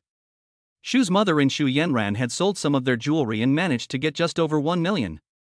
The family didn't dare go back home, as someone was bound to be there, so they were truly destitute. Yi Chen just had to wait for the auction to be successful, then let the Shu family be impressed by him, and enjoy the feeling of being a show-off. He was looking forward to it. However, to his surprise, he thought no one would compete with him, but who knew that Zhou Yun actually followed him and also made an offer? 1 million. Zhou Yun's clean voice resounded in the venue, attracting the attention of everyone. After seeing clearly that it was him, no one dared to compete except Yi Chen. Zhou Yun is also extremely famous in the auction world of Jiangchang. No matter what this guy auctions in the past, he simply doesn't care about the money. Even if the premium of the auction item is several times higher, he will still go ahead with the auction. This has directly led to the result that no one will unintelligently compete for the things he has his eye on. At the same time, because of his identity, no one wants to make enemies with the Zhou family, so no one will compete with him. Yi Chen stared at Zhou Yun, secretly annoyed, and could guess that this guy was definitely doing it on purpose, just to compete with him. He had never raised his hand before, so why did he follow his offer after he made his own? Yi Chen had never heard that Zhou Yun liked to play with birds, so he must be doing it to annoy him. Yi Chen had never thought that Zhou Yun also had a system and investment skills that were even stronger than his. It wasn't aimed at him at all, Zhou Yun simply wanted to make some extra money. Even if he doesn't sell it, it's still pretty to take home and collect. It's placed in the garden pavilion, and the Zhou family's style is directly full. The birdcage worth tens of millions of yuan is casually thrown in the garden as a decoration, not for anything else, just to give the homeless birds a mansion. Seeing Zhou Yun's offer, Shu's father also kindly reminded him, don't compete with Zhou Yun, you can't compete with him, he's never failed to get what he wants. Yi Chen sneered, he doesn't know the value of the birdcage, he's just grabbing it for fun, I don't believe he can keep competing with me. Even if he wants it, I'm going to raise the price of the birdcage to its actual price, so that he won't make a single penny. How has he never failed? Didn't he lose his fiancée? Shu Yanran, who was standing nearby, suddenly had a strange look in her eyes when she heard this, which then faded away. She was now trying her best to keep quiet and let her parents make the arrangements, having completely given up hope. She had been staring at Yi Qingcheng since entering the venue, and even she had to admit that in terms of appearance, the other party was several streets ahead of her. With such a beautiful woman by her side, how could Zhou Yun possibly look at her? Again. Shu Yan then regretted it immensely. In the past, when she had the opportunity but didn't grasp it, it had passed her fingertips. Now it was too late to regret it. 1,100,000. Yi Chen raised his bidding card again, and his eyes full of provocation as he looked at Zhou Yun. I'll outbid you by 10,000 every time, and see who gets sick of it. He thought to himself. At this moment, the attention of the entire crowd was focused on him. Seeing that it was an unknown person who dared to compete with Zhou Yun, they also sneered and whispered. Who is this guy? I've never heard of him. Competing with Zhou Dong, isn't that looking for death? He can't earn the pocket money of someone like Zhou Dong in a lifetime. Being watched by everyone, the Shu family's three people quickly buried their heads and remained silent. Yi Chen, on the other hand, raised his shoulders. Zhou Yun didn't even look at him, but continued to raise his bidding paddle and said, 1,500,000. As soon as he finished speaking, Yi Chen immediately followed suit, 1,510,000. Zhou Yun raised his paddle, 2 million. 2,010,000. At this point, anyone with a discerning eye could see that Yi Chen was stirring up trouble. If he really wanted it, he would have bid a much higher price. Instead, he was always bidding 10,000 at a time. This kind of bidding is very offensive, and only happens when the two parties have a bad relationship. Zhou Yun did fine, offering a reasonable price each time, showing that he really liked the birdcage. But Yi Chen was deliberately trying to offend people. A price of 2 million for a birdcage, even if it was made of enamel, was considered high. No one would compete for it in a normal auction at a time like this. Yi Qingcheng, who was sitting next to Zhou Yun, also stood up without any courtesy, turned to look at her younger brother, and asked angrily. Yi Chen, have you had enough fun? Zhou Yun made a normal offer, and you had to pull this kind of stunt. Since when did you learn to play with birds? Stop your foolish behavior immediately. Yi Chen was furious on the spot, his expression crazed. It was clear that Zhou Yun had to compete with him. And yet, his sister was lecturing him instead. What exactly were you two, who were not exactly clear about each other, trying to do? Chapter 51, Always Lashing Out. Yi Chen was really angry. Not only did his own sister not help him, she even turned around and blamed him. Is this like something a human would do? She's even helping an outsider. Moreover, it was clearly Zhou Yun who was in the wrong in the first place. She was the one who made the first offer. But my sister is siding with her. What kind of mind-altering soup did Zhou Yun pour into her sister's ears, or did she cast a spell on her? Fuck, Yi Chen found it hard to accept this outcome for a while. But he didn't dare to say it out loud. After all, just the other day, he had said angrily to his sister that the Yi family's business had nothing to do with him. He had also told his sister not to come to him again in the future. In other words, his family had no say in what he did. And he had no say in what his sister did. He was the one who snatched first.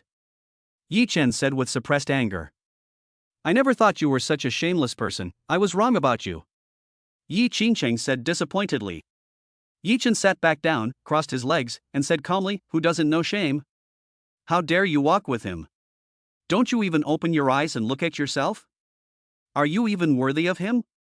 Zhou Yun is much better than you, at least he doesn't do underhanded things. Yi Qingcheng retorted. Everyone is competing on their own merits at the auction, if he can't handle it, he should just leave, I haven't broken any rules. Yi Chen became more and more confident. If he gets desperate, Zhou Yun will definitely get desperate.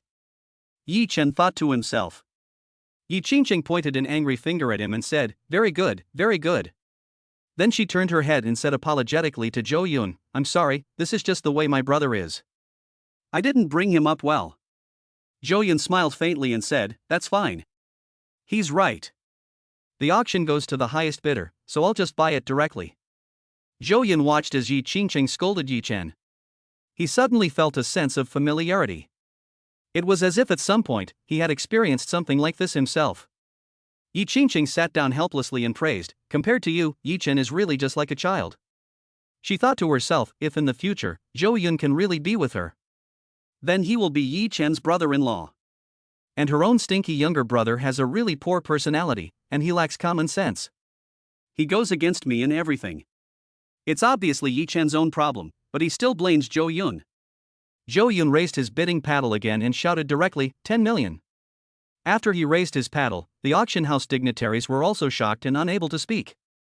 This was really extravagant, directly raising the price of the birdcage nearly 10 times. They have participated in so many auctions and have never seen anyone so crazy. Only Zhou Dong is so generous, willing to spend a fortune on something he likes, just as the rumors say. The wealthy businessmen didn't get their money by chance, they couldn't have succeeded without a bit of brains.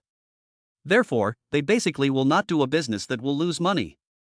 In their opinion, the actual price of the birdcage will never exceed 1 million. And buying this birdcage for 10 million, even if it is out of a hobby, is extremely unwise. But this is definitely a big move, and it will definitely be on the news in Jiangxing tomorrow, and many people will be jealous. 10 million is just pocket change for Zhou Yun. For ordinary people, it is a wealth that they can never hope to achieve in their lifetime. Yi Chen also hesitated for a long time, wondering whether to continue raising the price. The value of the birdcage was only about 10 million. Now, there was no profit margin left. What if Zhou Yun didn't play along if he raised his bid? If he spent 10 million, the money he brought later would only be half of what he had now. The chances of picking up bargains later became even slimmer. As a result, Yi Chen simply shut up, looking at Zhou Yun with a smug smile on his face. As long as he didn't let Zhou Yun make any money, he was happy. After the host had called 3 times and still no one had bid, he struck his hammer and was the first to applaud. Congratulations to Mr. Zhou Yun, the winner of this auction item, a birdcage made of filigree enamel. Let's give him a round of applause. For this auction, our company will donate half of the profits to the children in the mountainous areas. Once again, thank you, Mr. Zhou Yun, for your contribution to the children in the mountainous areas. The experienced host was once again in his element. After learning that Zhou Yun had suffered a loss, he immediately used words to indicate that the money lost would be used for charity. This has inadvertently raised Zhou Yun's reputation. If Zhou Yun was angry at this time, after hearing the host's words, accompanied by the applause of praise around him, he would definitely have his anger dissipated by a large extent. Yi Qingqing also repeatedly cast admiring glances at the host. It is no wonder that this is the top auction company in the country. The host they have trained is really different. This ability to be well-versed in all aspects, if Yi Chen can learn half of it, I won't have to worry so much. Unfortunately, Yi Chen couldn't hear what his sister was saying, otherwise he would definitely be mad. No matter what her sister said, she would always take credit for herself, always lashing out and shooting herself in the foot. Zhou Yun didn't look angry at all about losing money, but instead said with a smile, "I'll tell you a secret, but don't tell anyone yet." What secret? Yi Qingqing's gossip fire burned fiercely, and a flash of excitement passed through her eyes. She felt that Zhou Yun's willingness to tell her a secret meant that the two of them were one step closer. It seemed that scolding Yi Chen just now had some effect. Moreover, keeping his secret together is in itself a sign of intimacy. Zhou Yun whispered, "I didn't lose anything, I actually made a profit. The actual price of the birdcage is around 12 million. Yi Qingqing's eyes widened. Although 10 million was nothing, she was full of curiosity about this matter. Zhou Yun explained the origin of the birdcage and why the price had varied so much. But not only that, the price of the birdcage could rise even higher. 10 million was not the final price of the birdcage. In fact, very few people knew that the filigree enamel birdcage was actually a birdcage. Yi Qingcheng was relieved to hear that Zhou Yun had not lost any money, but her eyes were still flashing with question marks. She had no idea what he was talking about. Zhou Yun continued to explain, the birdcage was not meant to hold birds, its ornamental value was much greater than its practical use. After the birdcage is made, there will be a bronze bird in the cage that blends in with the whole thing. If you find the bronze bird inside, its value will double to more than 20 million. Zhou Yun has used his investment ability to see the bottom of the birdcage, to know its true face, and to know its true value. And in the introduction to the birdcage, before the auction ends, there will be a temporary addition to the auction items. This item will be the bronze bird from the birdcage. Buy them together at that time, and the value will double. Of course, he would not say this out loud, as he could see the future value of the item. Yi Qingcheng praised, "I'm increasingly impressed with you. Not only do you know about feng shui, you've also studied antiques." Zhou Yun laughed and said, "Feng shui also has insights into antiques, and I just happen to know about it." Yi Qingcheng regretted, "Unfortunately, it would be great if we could find that bronze bird." Zhou Yun said mysteriously, "Maybe it will appear soon. No one can say for sure about fate." Yi Qingcheng nodded, adding in her heart, "If it weren't for my younger brother, I wouldn't have come to this small Jiangcheng, and I wouldn't have met Zhou Yun. Fate is truly a strange thing." Chapter 52, The routine doesn't work anymore. Yi Chen was also clapping his hands in congratulations, beaming with a smile, as if he had already won. Shu Fu whispered, "The birdcage was obtained by Zhou Yun, and although he didn't make a profit, you also got your revenge. Since there are no more leaks to pick, should we go?" Yi Chen shook his head and said, "There are more than just this lot that can be sold today. We don't need to leave until it's over." "Alright, I've seen your abilities. I've decided to cooperate with you. Alright, let's go quickly."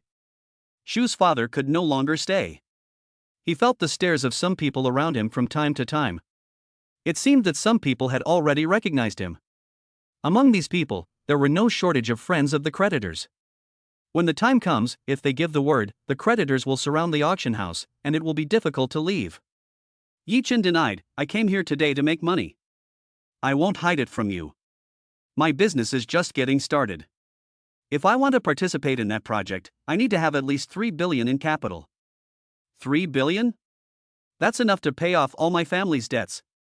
Shu's father was shocked and hurriedly said, "If you have 3 billion, don't bid, just give it to me, and I'll marry my daughter to you directly." "No, I'll also give you my company, everything." Yi Chen turned his head and looked at him, as if he were looking at a fool. In his heart, Shu Yanran was certainly important. But it was not as good as the 100 billion project. This was the cornerstone of his success. He would definitely make the 100 billion first, and then give the 3 billion casually. He knew very well what was important. "We'll talk about it later." Yi Chen didn't explain, and continued to stare at the next item on the stage.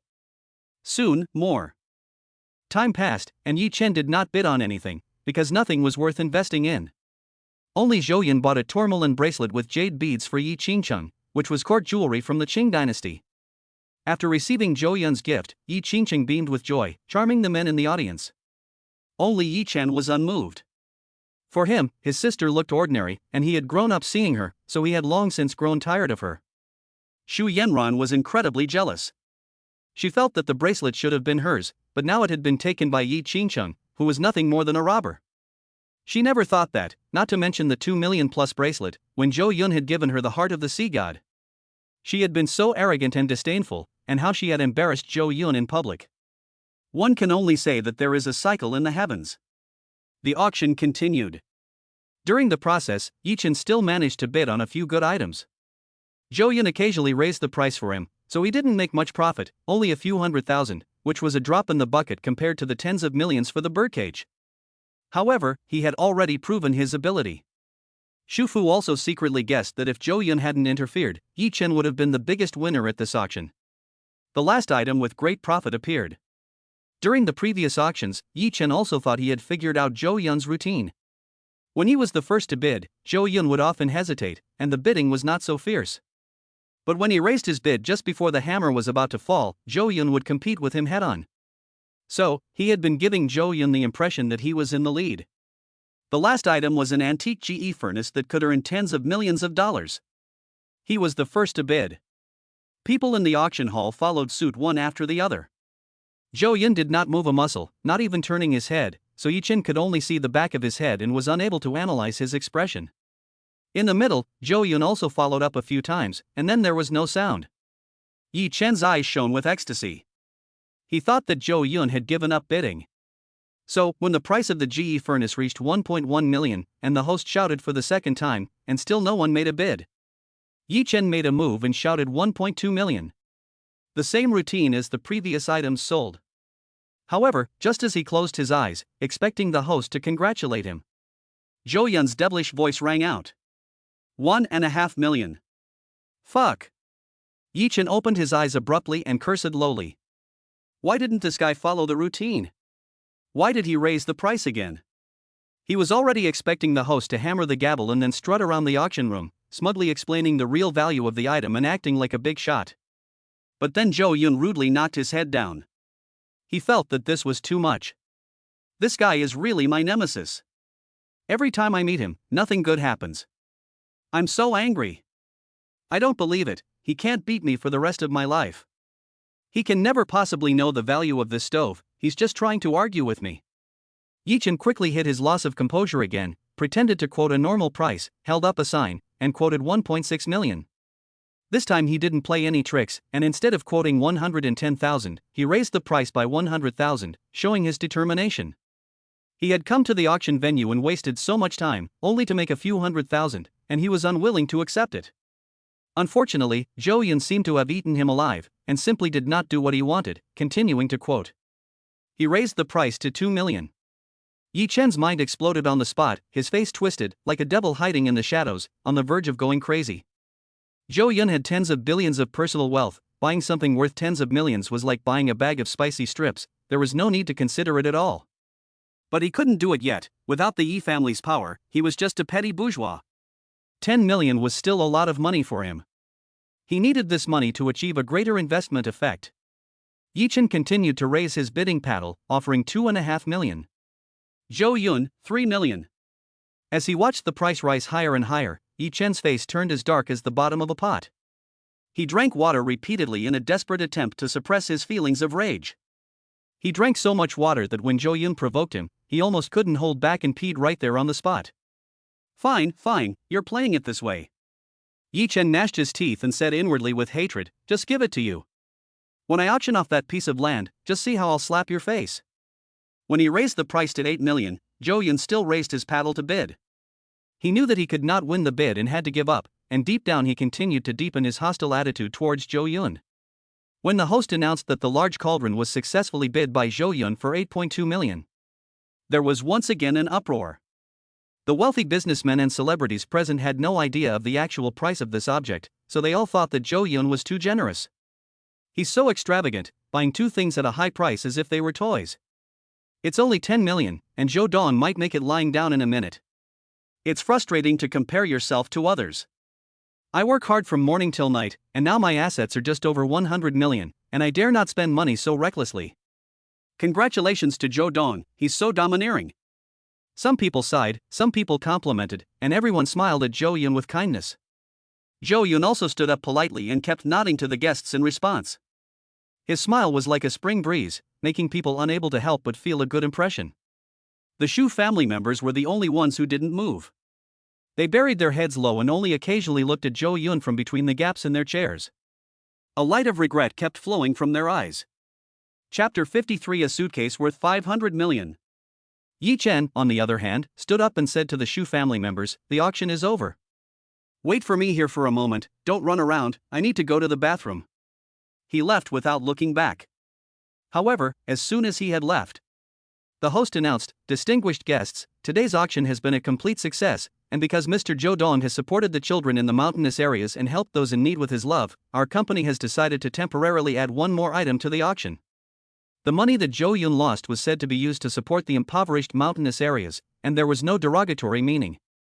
The host was completely thinking of Zhou Yun's interests. After all, such a generous customer, as long as the manager of the Jiangcheng branch of the Yuwangding auction house is not a fool, will spare no expense to maintain it. They will also definitely spare no effort to publicize anything that will make the other party look good. Therefore, in order to prevent Zhou Yun from feeling bad in the future because he has bid on two premium items in a row, the auction house decided to add an auction in his name. Zhou Yun nodded and cast an appreciative glance at the host.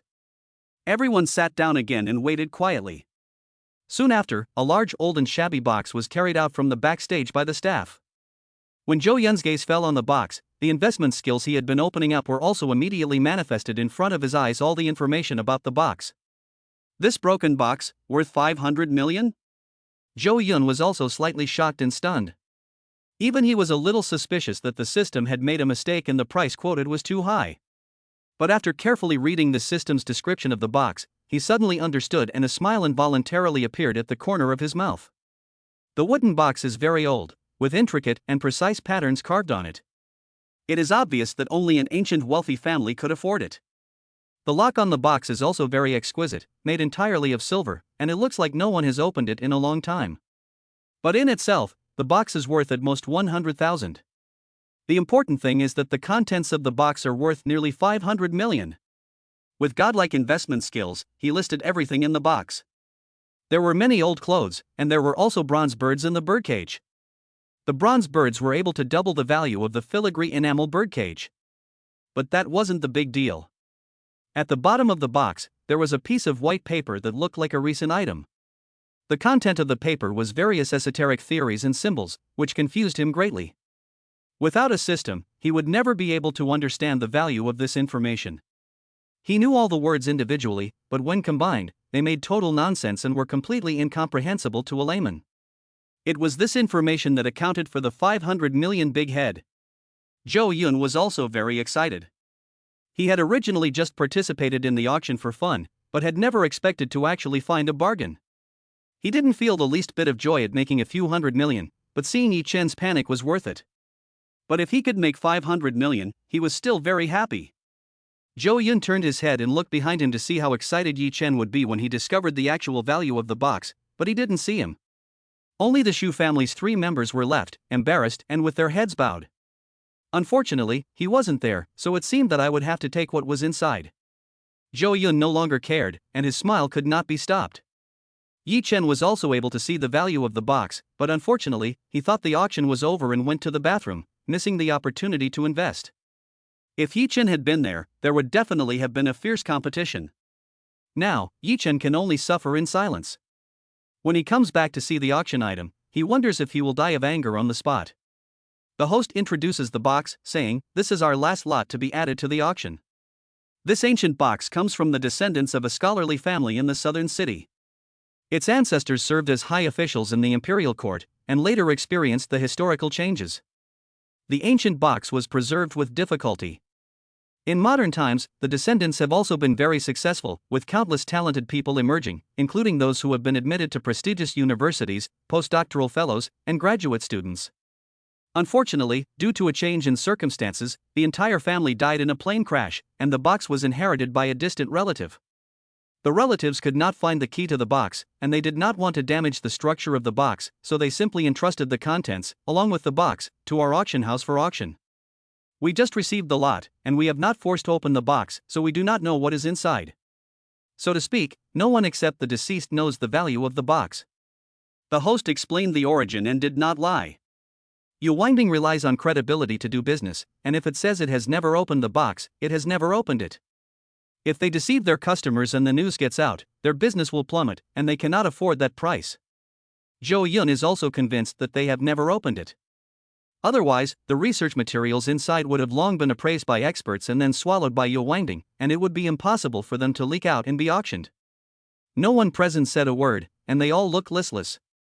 An inexplicable box is like gambling, no one would bid on it because they don't know what's inside. The host continued, "The fact that the box has been preserved intact from an ancient scholarly family is in itself of special significance. If this box is kept in the family, it can bless future generations with greater wisdom and insight." The host kept adding unseen and intangible value to the box, raising everyone's interest. Upon hearing him say this, some local tyrants who were themselves uneducated became instantly interested. Although they didn't study much, they had also suffered a lot from being uneducated, so they also wanted future generations to produce a true scholar. Therefore, after the host had blown the box up to the heavens, someone began to raise their bidding card. In the end, when the price of the chest stopped at around 500,000, Zhou Yun also started raising his paddle. Yi Qingcheng on the side covered her mouth and laughed, "You want to bid on this? You don't even have any kids yet, buying this thing is pointless." Zhou Yun joked, "I'll have kids in the future, I want to have 8 or 10 of them, so we can play soccer together." Yi Qingcheng rolled her eyes, saying, "Are you that good? Ha! I can't do it alone if I have 10 kids. Do you want to try?" Zhou Yun was also interested and looked straight at her. Yi Qingcheng was not to be outdone and pursed her lips and said, "Let's try, who's afraid of whom?" "Good, it's settled then." Zhou Yun's face did not turn red and his heart did not skip a beat. You can't be too honest when flirting with a girl, occasionally crack a dirty joke to spice things up and have more fun together. Yi Qingcheng, however, tilted her head to the side and her face inexplicably turned red, as if she had applied blush, which was extremely cute. She kept imagining things and daydreaming. After Zhou Yun opened his mouth to make an offer, everyone in the room, sensibly enough, didn't compete with him. This last lot was itself an additional lot for Zhou Yun. No one said anything when he bought it. After the host struck the hammer a third time, he announced that the box belonged to Zhou Yun and officially took effect. The audience once again broke into loud applause, congratulating him. At the same time, they were also full of curiosity, all wanting to know what was in the box, even though it was already time to disperse. But no one wanted to leave. At the same time, Yi Chen returned from the bathroom with a still gloomy face. Looking at the lively hall, he asked the Shu family, "Isn't it over already? Why haven't they left yet?" Shu Fu said, "There was another auction just now, and a broken box was sold." Yi Chen frowned, "A box?" Chapter 54, I don't get angry with children. Yi Chen was puzzled. Why did they have to auction off a box? It was a pity that he didn't get to see it. However, after learning that it was auctioned off by Zhou Yun, he sneered. This guy is addicted to competing with him, buying even a broken box. He told the Shu parents to stay put for now, and he was going to go mock Zhou Yun a bit, otherwise he really couldn't swallow this. Those wealthy businessmen all gathered around Zhou Yun, exchanging information with each other. Soon after, the auction house staff completed the paperwork and brought the items over for Zhou Yun to sign. After Zhou Yun signed, the auction house staff were about to help him carry the items he had purchased to his car.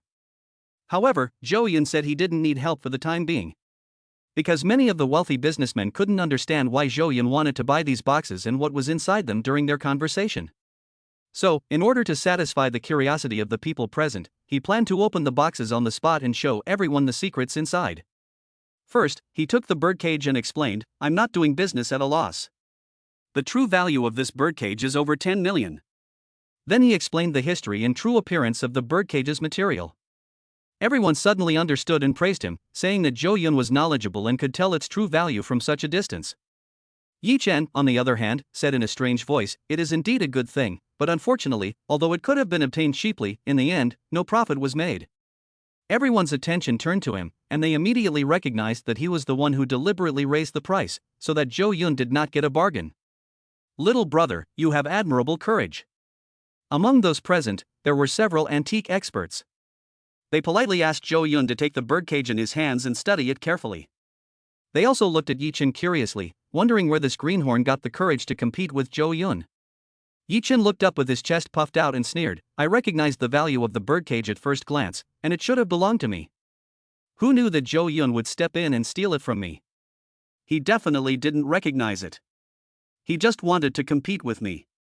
Since he stole from me, I naturally can't let him get away with it." However, upon hearing these words, the experts also sneered continuously. Although Zhou Yun and the others didn't dare to provoke them, Yi Chen looked like he had no background at all, so they questioned him. "This birdcage is worth more than 10 million. Do you know why?" Yi Chen's expression changed, and he said, "More than 10 million? No way, I definitely didn't misread it." The expert rebuked him, "The filigree enamel birdcage is a cage specially made for viewing. There was originally a bronze bird inside. If you find the bronze bird and put them together, the price will double again. It seems that you only know a little bit about it. You'd better go back and read more." The words of the expert immediately drew laughter from the entire audience. They said that he was short-sighted and had not even grown a full head of hair, yet he came out and showed off. Yi Chen's old face turned red, but he was unable to refute. He could see the actual value, but he didn't know why it could be sold for such a high price. Compared to the theoretical knowledge of the experts, he only knew the result. And this result was still wrong. Yi Qingcheng also felt ashamed, and hurriedly shouted at Yi Chen, "You have nothing to do here, so hurry back. I know exactly what you're worth. When did you learn to appraise antiques? You're embarrassing yourself, and I'm embarrassed for you." Yi Chen glared at her, retorting, "You should go home sooner. Why do you keep hanging around Jiangcheng? You're really annoying. All you do is cause me trouble." The siblings didn't reveal their identities, but they knew what the other was saying. Seeing that Yi Qingcheng was about to scold again, knowing that she could not argue with her sister, Yi Chen sneered again and said to everyone present, "But Zhou Yun doesn't have a bronze bird, so this birdcage is only worth 10 million. Ha, saying more is useless. Trying to find a matching bronze bird is like looking for a needle in a haystack, and it cannot be done with money. The broken birdcage is just like its owner, and they will never be able to find their other halves." Yi Chen's words left no room for compromise, completely ignoring Zhou Yun's face and blatantly picking on him. He just wanted to make Zhou Yun angry and make this guy lose his temper in front of everyone. To be honest, since meeting Zhou Yun, Yi Chen has never seen him get really angry before. He has always been calm and collected, which makes him very unhappy. He started cursing in a strange voice, repeatedly being blocked, and his temper was about to snap. As soon as Yi Chen spoke, the atmosphere in the room instantly turned to ice, and everyone kept their distance from him. Everyone looked at Yi Chen as if they were looking at a madman. He was shouting in front of the local gangsters in Jiangcheng, and he was really looking for death. Yi Qingcheng was also furious. Without any regard for her face, she took off her sexy high heels and then gave Yi Chen a fierce kick. What are you talking about? Are you crazy? When you were a child, your parents taught you all this, and you've forgotten it all? Where is your gentlemanly etiquette? Where is your upbringing? Have you fed it to the dogs? God, if father knew of your current virtue from the grave, how sad he would be. Yi Qingqing said, her eyes already moist, tears about to fall. She had watched Yi Chen grow up, and had always tried to correct her younger brother's arrogant character, but had failed to do so, and instead, it had only gotten worse. Yi Chen was kicked back repeatedly, opened his mouth, and realized that he had lost his temper. He had been bullied by his sister since he was young, and had been beaten so much that he had become accustomed to it, so he didn't think about kicking back. He just insisted, I'm telling the truth. Seeing him so stubborn, Yi Qingcheng became even more desperate. Her own smelly brother was really hopeless. She was at a loss and could only look to Zhou Yun for help, repeatedly saying, I'm sorry, my brother has gone too far, I'm really sorry. He's not usually like this, he just got some kind of shot today. Zhou Yun looked at the mess in front of him, and then felt Yi Qingqing's watery eyes. He sighed and said, forget it, I'm not going to get angry with a little kid. Then, without realizing it, he opened his arms to comfort her. Yi Qingqing didn't know why, but she felt as if there was some kind of magic in these hands, and she let herself fall into Zhou Yun's embrace. Feeling the warmth of his chest and the solidness of his arms, her emotions gradually calmed down. Yi Chen was at a loss for words. What is going on between you two? Do you have any shame? How could you hug each other the next second? And in front of my face too, can you please restrain yourselves a little? Although he had already guessed that there might be something going on between Zhou Yun and his sister. But when it really happened in front of his eyes, Yi Chen still felt like his whole body was about to explode, with countless tall and handsome men galloping past in his mind. He suddenly regretted it. Why did he antagonize Zhou Yun, giving the two of them the opportunity to openly embrace each other? Did I single-handedly push my sister into the abyss? No way. Hey, what are you doing? Let go of her. Embracing like this is unbecoming. What kind of place is this? I'm still here, what are you doing? Yi Chen grabbed his hair, his eyes wide as never before. Chapter 55, Found the Copper Bird, a patent worth hundreds of millions of dollars. Talking about the birdcage. What's wrong with you two? Shouldn't you be discussing whether the birdcage has lost money or not? Yi Chen's head was glowing, as the crystal chandelier in the auction house was swaying right above his head. Feeling uncomfortable after Yi Chen's shout, Yi Qingcheng also felt something was wrong, and quickly broke away from Zhou Yun's chest, her cheeks once again turning red. Zhou Yun was careless and didn't care at all, laughing, you think I can't find the bronze bird? Unfortunately, in this world, fate is so strange. You're still young and have very little social experience, and there are people out there who are beyond your ability to fathom. Zhou Yun borrowed a large axe from the auction house, personally carried it, and under the stunned gaze of the crowd, smashed the expensive silver lock on the box. No, if there were no antiques inside that were more valuable than the box, then it would be a huge loss. Amazed by the crowd, the box was opened, and an unpleasant musty smell came from inside, covered by tattered clothes. At first glance, there was nothing, and the valuable box had been split open by the axe. After all, it was very old and couldn't withstand such brute force. Yi Chen stared at it for a long time, then couldn't help laughing out loud. It's all some rotten clothes, ha ha. If I'm not mistaken, these clothes are all 1980s antiques and are worthless. You're throwing away the watermelon and picking up the sesame seeds, Zhou Yun, you're losing out. Yi Chen bloated, the only one in the room to laugh out loud. But no one paid any attention to him, instead they watched Zhou Yun throw out the clothes one by one, and then found a bronze bird at the bottom. Yes, as if she had foreseen it, Zhou Yun remained expressionless, completely unconcerned by the strange looks of the people around her, and she was the first to find the bronze bird. Was there really a bronze bird inside the box? At this, Yi Chen fell silent, inexplicably feeling his face burn. Damn, how could she find a bronze bird like this? No, it might not be the matching bronze bird for the birdcage, it must be a mistake. Yi Chen comforted himself in his heart. However, the reality did not go as he wished. Zhou Yun easily placed the bronze bird in the enamel birdcage, and it fit together seamlessly, as if it were one. The experts also hurriedly brought the birdcage to continue their research, and they suddenly let out an exclamation of wonder. It was exquisitely crafted. Perfect and flawless, it didn't seem like it had ever been separated, but as if it had always been welded together. Amazing, suddenly I feel that the ornamental and research value of this birdcage has soared by a huge margin at this moment. It is indeed worth twice the price. The bird inside is so lively, it seems like it will fly out at any moment, so quickly close the cage door.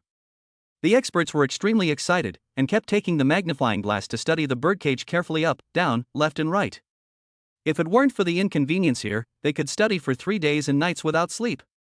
They were more energetic than when studying the other half. And their reaction also proved that this bronze bird is indeed the bronze sparrow in the birdcage. Although the wealthy merchants did not understand, they were also amazed. This is amazing, they found the copper bird? As the saying goes, good people are blessed, and they thought it was just a broken box, but they didn't expect it to hide a copper bird inside. In that case, Zhou Yun did not lose, but instead made tens of millions of dollars, so easily. The wealthy merchants were full of discussion, feeling that tonight had been truly wonderful, and they had witnessed a miracle comparable to magic. Yi Chen felt like he had just eaten a fly. The voices of doubt suddenly stopped, and his throat felt as if it had been blocked by something. He had also opened the box to observe it with his investment skills. Unfortunately, the box was not for sale, so he could not see anything. Therefore, he did not know the real price of the contents of the box. This was the reason why his investment skills were not as good as Zhou Yun's. You're lucky. There was a hint of acidity in Yi Chen's tone. Going to the toilet is such a waste of time. If I had known, I would have definitely raised the price of the suitcase to tens of millions, so that you wouldn't have gotten a bargain. Yi Chen said in a low voice with clenched teeth. Yi Qingcheng, who was standing next to him, also had a radiant look in her eyes, and her gaze at Zhou Yun was full of admiration. This man is always so calm and composed, and nothing can shake his emotions. He can handle any problem with ease, and he is truly a rare and peerless man.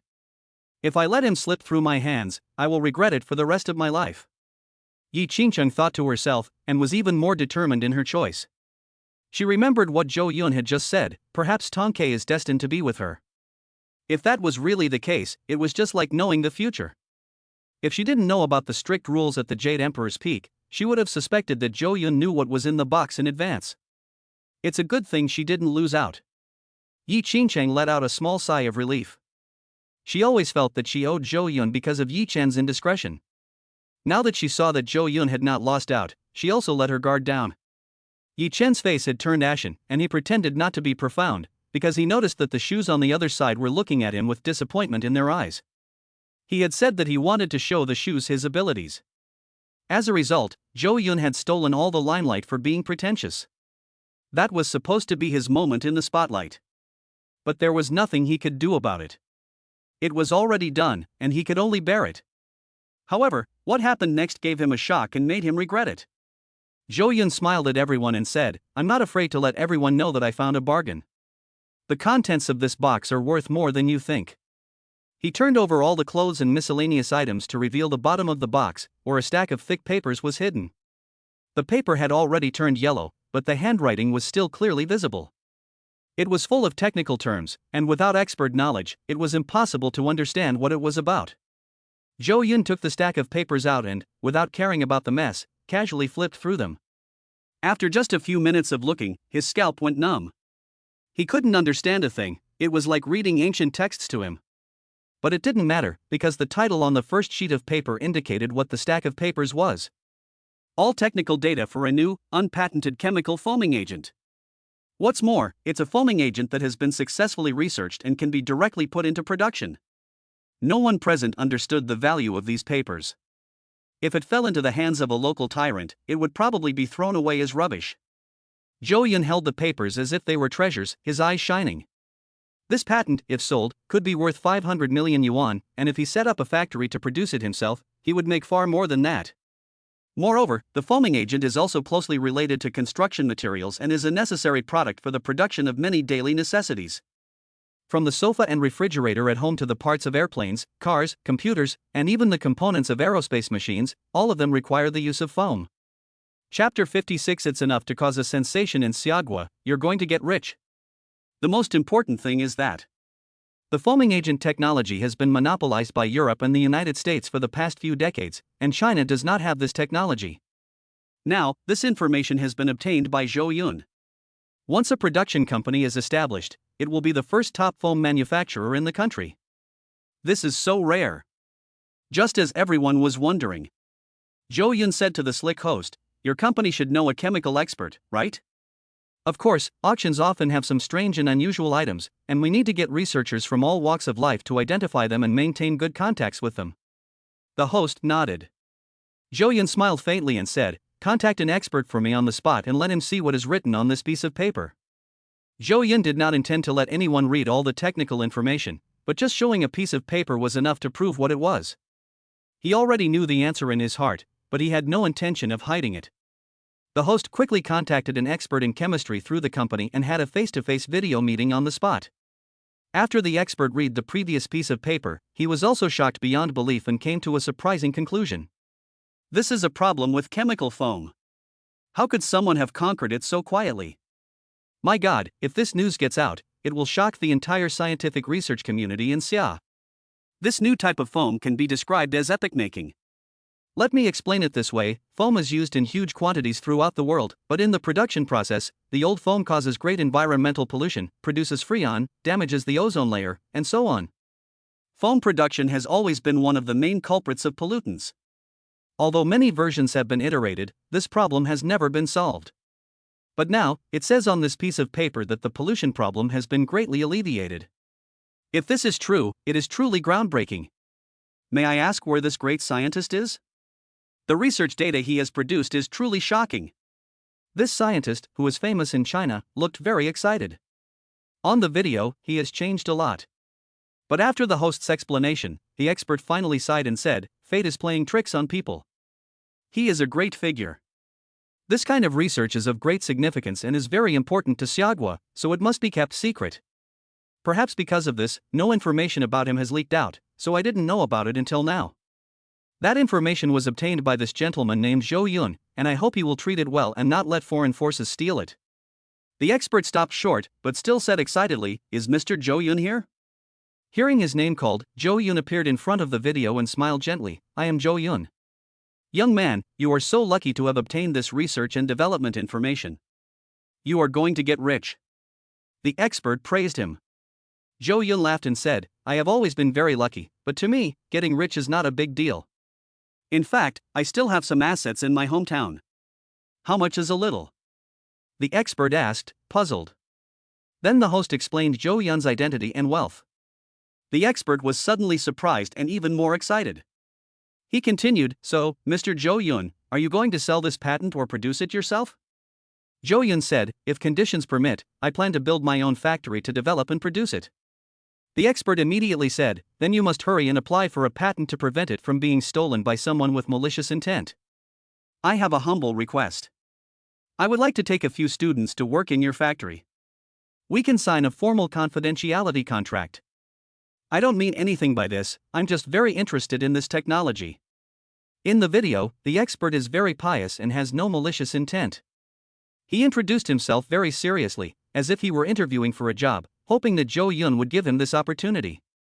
The host whispered to Zhou Yun, "Zhou Dong, this chemist is a master in Xiagua, and many people want to hire him as the head of the R&D department, but he has refused. This is a good opportunity." Zhou Yun immediately understood and said to the chemist, "Then I will need your help in the future. There is no reason to refuse. An expert who comes knocking at the door should not be rejected. Moreover, after signing the contract, there will be a series of problems, such as the need for professionals to carry out reasonable production and purchase professional equipment. If the chemist can help, it will save a lot of trouble." Zhou Yun knows nothing about this, and is only interested in making money. The expert happily said, "I will fly to Jiangqing tomorrow to talk with you in detail, and apply for a patent for you in the meantime." After a few more pleasantries, the expert hung up the phone, looking very anxious. In the auction room, after this video conference, everyone knew the value of this information. Many people's eyes instantly reddened. Most of the wealthy businessmen here only have assets of about 100 million yuan. Zhou Yun's pickup is worth more than 500 million yuan. Moreover, this is the value of the information. If it is officially put into production, the profits that can be obtained in the future will be terrifying, and the prospects are great. It is simply impossible to imagine how much income there will be. You have to understand that this is a new technology that has broken through the monopoly of Europe and the United States. The value it can create is absolutely amazing. In the past, when scientists developed new technologies, it wasn't that they didn't want to produce them alone, but because they didn't have the money to buy the equipment. Moving billions of dollars is a huge investment, and not many people can afford it. Moreover, they don't have the time to manage factories and companies, and they have to coordinate with various parties, apply for permits, and deal with all kinds of other troubles. For scientists who are dedicated to studying the mysteries of the universe, they would rather spend their time exploring the unknown.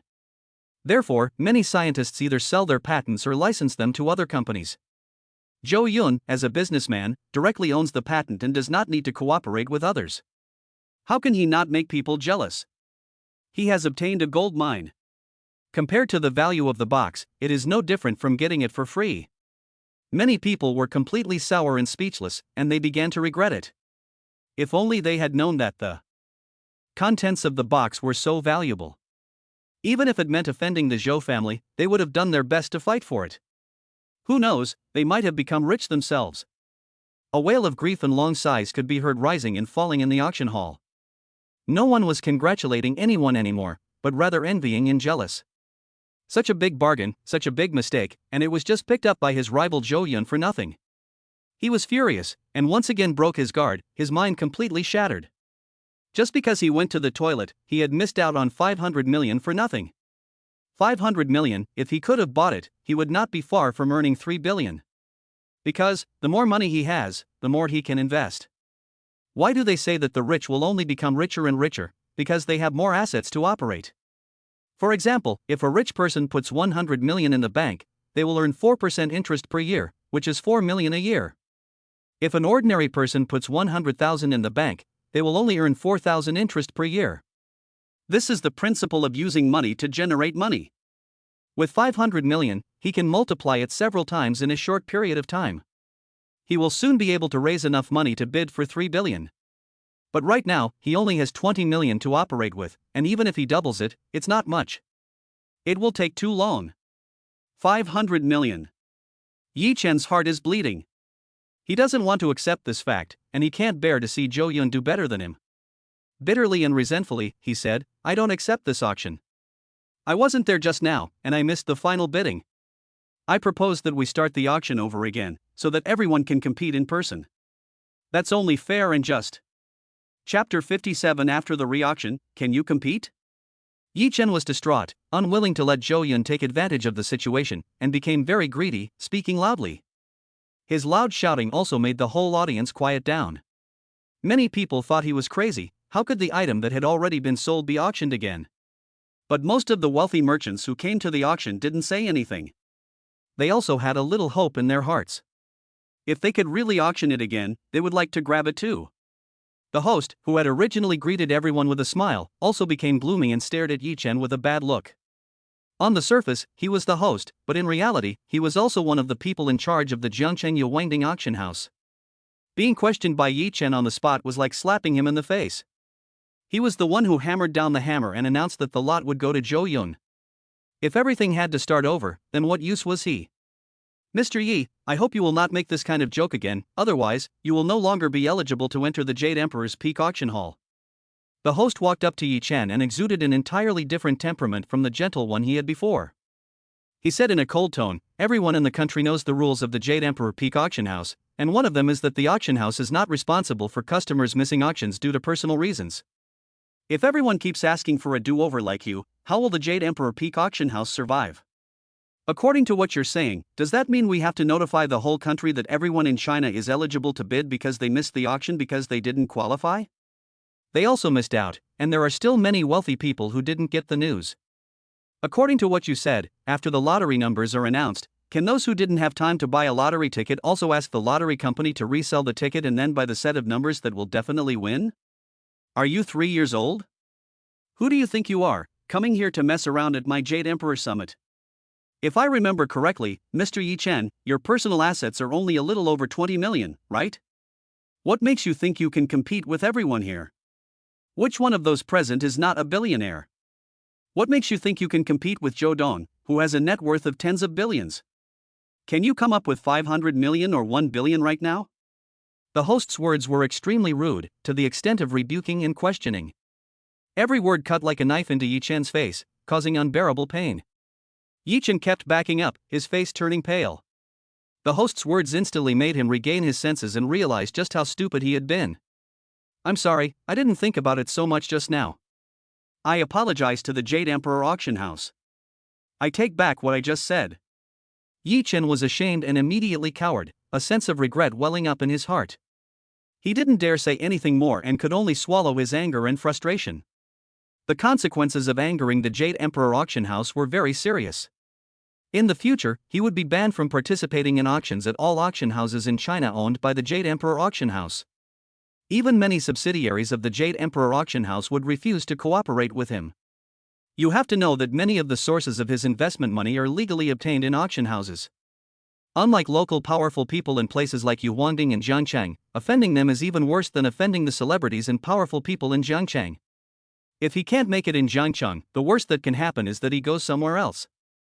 But offending Yuhuangding, apart from going back to the Yi family and asking his family to help mediate, or going abroad, it will be difficult for him to continue doing business in Xia country. This is the terrifying thing about a powerful family. At this time, Yi Qingqing quietly walked up and, while everyone was in a daze, slapped Yi Chen in the face. Pop! The crisp sound resounded throughout the hall. Ignorant, childish, willful, and unreasonable, you are no different from a street thug now. Perhaps it really was a mistake for me and my mother to let you go in the first place. Yi Qingqing's eyes were red and swollen, and there was regret in them.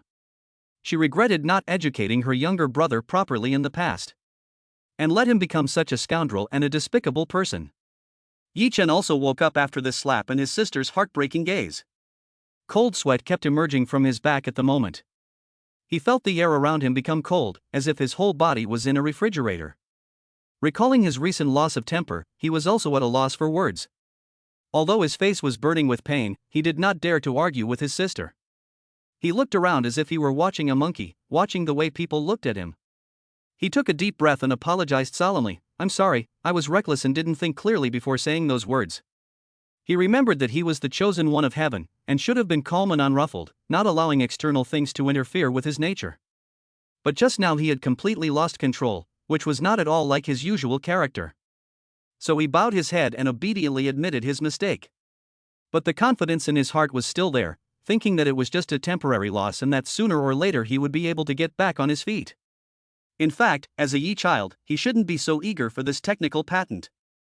The Yi family has much more than this. It's mainly because he was angered by Zhou Yun. It's like playing a game. You're clearly superhuman, with 6 magical equipment and a huge economic lead, like a war god, killing everyone in your path. In the end, he still lost because the other player was a scoundrel and stole his home. That feeling of being angry and suffocated, with a stone in your chest that you can't let out. That feeling of wanting to follow the network cable and go give the person who stole the tower a good beating. Even though you know that even if you lose a game, nothing will happen, you just can't help being angry. Now that he has calmed down, he dares not let things develop in an uncontrollable direction. The host looked at him after he finished apologizing, his expression quickly changing, and he resumed his amicable appearance. I hope you will be more careful in the future. The host didn't say anything else. Yi Chen felt that he had no face to stay, so he could only glare hatefully at Zhou Yun, and then whispered to Yi Qingcheng, I'll wait for you outside, you owe me an explanation. After saying that, he left the meeting without looking back. The Shu family members in the corner, who had been watching the show, also quietly followed him. Inside the hall, the powerful people also gave up their thoughts, and looked at Zhou Yun with sparkling eyes. They felt that this guy was a gold mine. They also had their own industries that required foam, and before they had to import it from abroad. Now that it was available domestically, and the person who mastered this technology was right in front of them. Not to mention anything else, if they could establish a good relationship with Zhou Yun, they should be able to get cheaper prices later. Therefore, a large number of flattering voices sounded in Zhou Yun's ears, and the entire hall became even more lively than before. Zhou Yun, surrounded by people, responded politely to each one, and jotted down the names of several people who were sincere about cooperating. Yi Qingcheng, who was on the sidelines, was pushed aside, but she was not annoyed. Her sad expression turned into a series of sneers. Watching Zhou Yun's helpless appearance, she had no intention of helping him out. Instead, she said coquettishly to Zhou Yun, "Young Master Zhou, you go ahead, I still need to talk to my stupid younger brother. Let's get together again some other day, we have plenty of time." After saying this, Yi Qingqing picked up the red high heels on the ground and put them back on. Before leaving, she did not forget to seriously tell the host, "I hope that you will not cause trouble for Yi Chen behind you, because he is one of the heirs of the Yi family in the capital." After saying this, she left the venue, leaving behind a curvy back. The host also slightly narrowed his eyes when he heard the words Yi family. However, he soon let go, shaking his head lightly with no concern. Chapter 58, He's Your Brother-in-Law. Yi Qingchun walked out of the auction hall with an expression of ice-cold indifference, like eternal ice, spreading an aura of keep away. Compared to the gentleness she showed when facing Zhou Yun, she was like two different people. This was the face she always showed to others. Yi Chen stood under a tree that was not illuminated by a street lamp and waited. The Shu family had already entered the car, and they did not dare to linger outside for too long, for fear of their identities being exposed. Yi Qingcheng had just come out when two large men in black with cold demeanors appeared silently by the roadside. She waved her hand to indicate, and the large men in black retreated again into the darkness. Of course, when Miss Yi goes out, she will be followed by bodyguards, all of them first-class experts, even more professional than the security guard next to Zhou Yun. Yi Qingcheng walked under the tree and stared at her younger brother without saying a word. Yi Chen asked in a low voice with an unpleasant expression on his face, "What is your relationship with Zhou Yun, and why are you two together tonight?" Yi Qingqing thought for a moment and said, "We are just friends now, we just met a few days ago. But he may become your brother-in-law in the future." "Ah, do you know what you are doing? The family will not agree to this." Yi Chen was shocked. Sure enough, as expected, his sister had been charmed by Zhou Yun. Yi Chen felt very uncomfortable. This was so awkward. But exactly where he felt uncomfortable, he couldn't say at the moment. Yi Qingcheng said non-committally, "When he stands at the same height as the Yi family one day, the family will naturally agree." "Why? Is he worthy? A petty landlord in Jiangcheng wants to surpass the chaebol?" Yi Chen said coldly, "The Yi family has accumulated a family fortune that is rivaled only by the wealthiest countries through the efforts of countless ancestors. How could he, who only relies on his father's generation, possibly be on par with the family?" Yi Qingqing's eyes sparkled, "I believe in my own self-awareness. He is different from any man I have ever met, full of charm and a clear future." Yi Chen frowned and said, "Don't let him fool you, this guy is no good. Don't rely on intuition, he will not become successful, sooner or later he will fall. Don't even think about marrying him, your final destination will be the men of other tycoons, such as those in the Long and Tang families. Zhou Yun wants to be my brother-in-law, but he is not worthy." Yi Qingcheng said expressionlessly, "Don't mention those disgusting men to me, or I'll slap you." Yi Chen took a step back in fear. He knew that his sister wasn't joking, and she really dared to slap him. In the end, he still insisted on his own opinion. "Zhou Yun, he can't marry you. I'm telling you, the two of you are not going to get together." The thought of Zhou Yun really becoming his sister's husband made Yi Chen's hair stand on end. He only thought about it for a moment before quickly extinguishing this thought. He was really afraid of seeing that day. If that day really came, how ashamed he would be. He was afraid that he would completely lose his mind and lose his reason completely. Just thinking about it was not allowed, and it made him feel like he was having a nightmare. That kind of scene was too horrible. Yi Qingcheng shrugged and said, "As long as I want to, I can make him your brother-in-law at any time. But, coming back to you, since you think that Zhou Yun is unlikely to reach the same height as the Yi family in his lifetime, then where does your confidence come from, thinking that you are better than Zhou Yun and can rely on your own abilities to take revenge?" Yi Qingcheng lectured, "People, Zhou Yun is much stronger than you, and is better than you in every aspect of character and ability. However, I have been compared to him by my sister all the time, and Zhou Yun has become someone else's child." This made Yi Chen very angry. He is the son of destiny with a system, the protagonist of this world. How can he be compared to that kid Zhou Yun? Although he had lost twice in a row and fallen at the hands of Zhou Yun, he never thought it was a problem with his own abilities. He could only say that he had been careless and not careful enough. In the future, he would definitely learn from his mistakes. If he had to do it all over again, he felt that he could easily defeat Zhou Yun. "I am different from him. No one in the world can match my abilities. There is no use for me to say any more now. Just wait and see, I will rise up soon and astound you. Yi Chen snorted, adopting an attitude of supreme arrogance. The mere thought of a project that could earn hundreds of billions of dollars made him feel extremely secure. Yi Qingcheng looked at his younger brother like he was a fool. How come I never noticed this about you when we were growing up? Forget it, I'll warn you once more, don't mess with Zhou Yun, and if you do, I'll beat you up. And, I'm running out of patience. I'll give you time to prove yourself, but if you still don't achieve anything, you'll come home with me. You've been hanging out with that woman surnamed Shu recently, haven't you? Stay away from her. This woman is too low level to even be qualified to be a Yi family servant. Yi Qingqing yawned, and with a serious tone, she warned Yi Chen. Then, she turned her head and left under the tree, got into her car, and left. Yi Chen listened to his sister's warning and thought about it carefully. It was clear that Zhou Yun provoked me first, but she's blaming me. No way, where there's Zhou Yun, there's no room for me, and where there's me, there's no room for him. Yi Chen thought bitterly. He also returned to the parking lot and, under the contemptuous stares of the internet celebrities, drove away. On the way, the Shu family's 3 members sat in the back seat. At first, they were able to keep quiet, but in the end, Shu's father couldn't help but ask, "That woman called you brother. Could it be that he's your sister, your real sister, or a cousin?" Yi Chen drove the car, thinking about things in his mind, and casually answered, "A real sister." Then what did he mean by walking together with Zhou Yun? Shu Mu couldn't help but spit out. It's like the feeling of having a spy among your companions. Yi Chen's headache said, "I can't control her. Things are not what you think. They are just ordinary friends now. Forget it, I won't argue with you about this. I only care about when I can help me get through the difficult times." Shu Fu felt like he had 2 heads and couldn't sort out the complicated relationship between them at all. Now he just wanted to get out of the sea of suffering quickly. "I would have succeeded halfway today, if I had been there, that patent might have." Yi Chen was a little angry when he thought about it. "If you're not sure, our cooperation," Shu Fu said worriedly. "What's your hurry? If I didn't have confidence, would I still be looking for you, Shu family?" Yi Chen gritted his teeth and said, "Our next stop is Yun City." Yun City. Where is the most famous? You want to go stone gambling? Shu's father's eyes went wide. Yi Chen nodded, "That's right. According to the information I found, the old Jin family mine has recently unearthed a lot of new material. There are some good things in there, which might be able to double my assets." "You really are."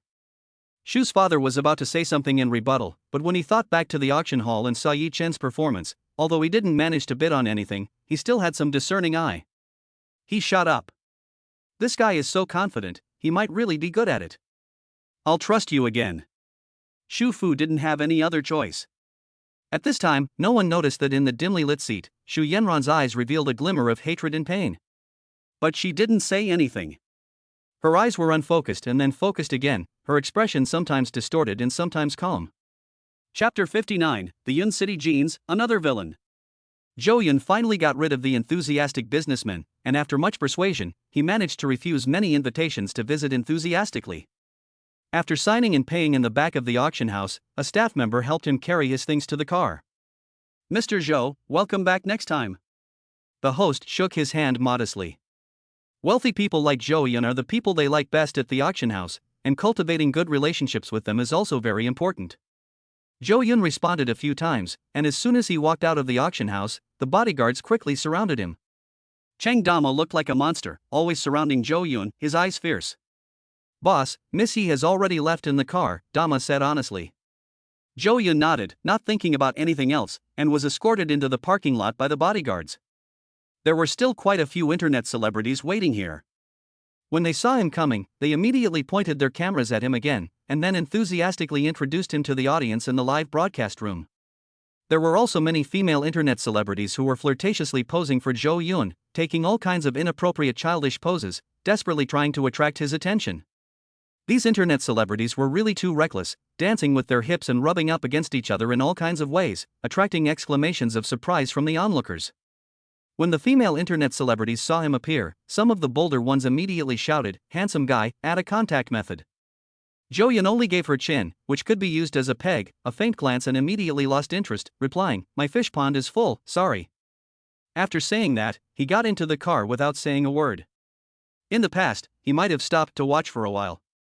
But after having had close contact with Yi Qingcheng, these mediocre women, with their plastic surgery-enhanced internet celebrity faces, no longer moved him.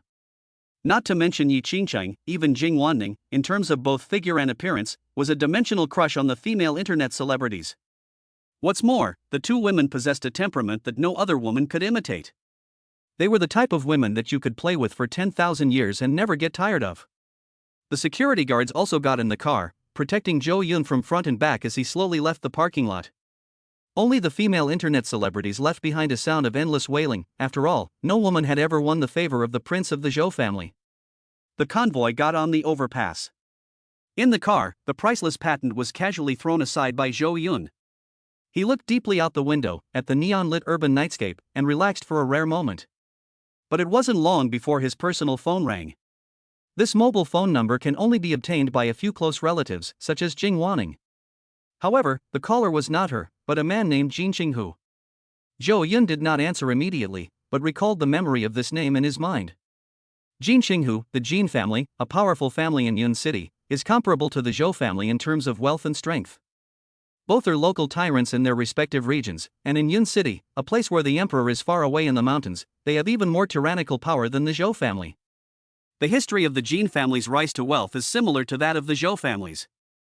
Both are nouveau riche who have risen rapidly in recent decades. In the early years, the Jin family encountered major setbacks. A single wrong decision caused their business to plummet, and they almost went bankrupt. At their most desperate, it was the elder Zhou who came to the Jin family's aid, saving them from ruin. From then on, the two families grew closer and closer, becoming close friends. Both the friendship between the two patriarchs in times of trouble and the almost brotherly relationship between the younger generations, Zhou Yun and Jin Qinghu, make the two families rely on each other. If one family is in trouble, the other will definitely spare no effort to support them. Jin Qinghu has been coming to Jiangcheng every summer and winter vacation since he was a child to play with Zhou Yun. Of course, occasionally Zhou Yun would also go to Yuncheng, so they can be said to have grown up together. They know each other very well and will notify each other of any news. Over the years, the Jin family's influence in Yun City has grown stronger and stronger, and they have even reached out to Myanmar beyond the border. Their strength there is also not to be underestimated. Zhou Yun recalled the original story. After he was slapped by Yi Chen and sent to prison for life, Jin Qinghu was the first to bring people to Jiangcheng to seek revenge on Yi Chen. Jin Qinghu had been in the border area for many years, and was used to being rude and ruthless. His character was as unreasonable as a bandit. As soon as he got off the plane, he took people to try to kidnap Yi Chen.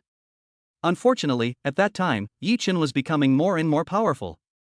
None of the people Jin Qinghu brought were a match for Cheng Dama, and they were all knocked out with one punch. They could not even get close to Yi Chen. Jin Qinghu was lucky to escape and then looked for various masters and top assassins to deal with Yi Chen. He would not rest until he avenged the Zhou family's blood. However, the people he recruited were all defeated by Cheng Dama one by one, and some were even killed on the spot. At the same time, Yi Chen also took the opportunity to develop underground forces and gathered a lot of thugs to dominate the underground world of Jiangcheng. Then he counterattacked the Jin family in Yuncheng.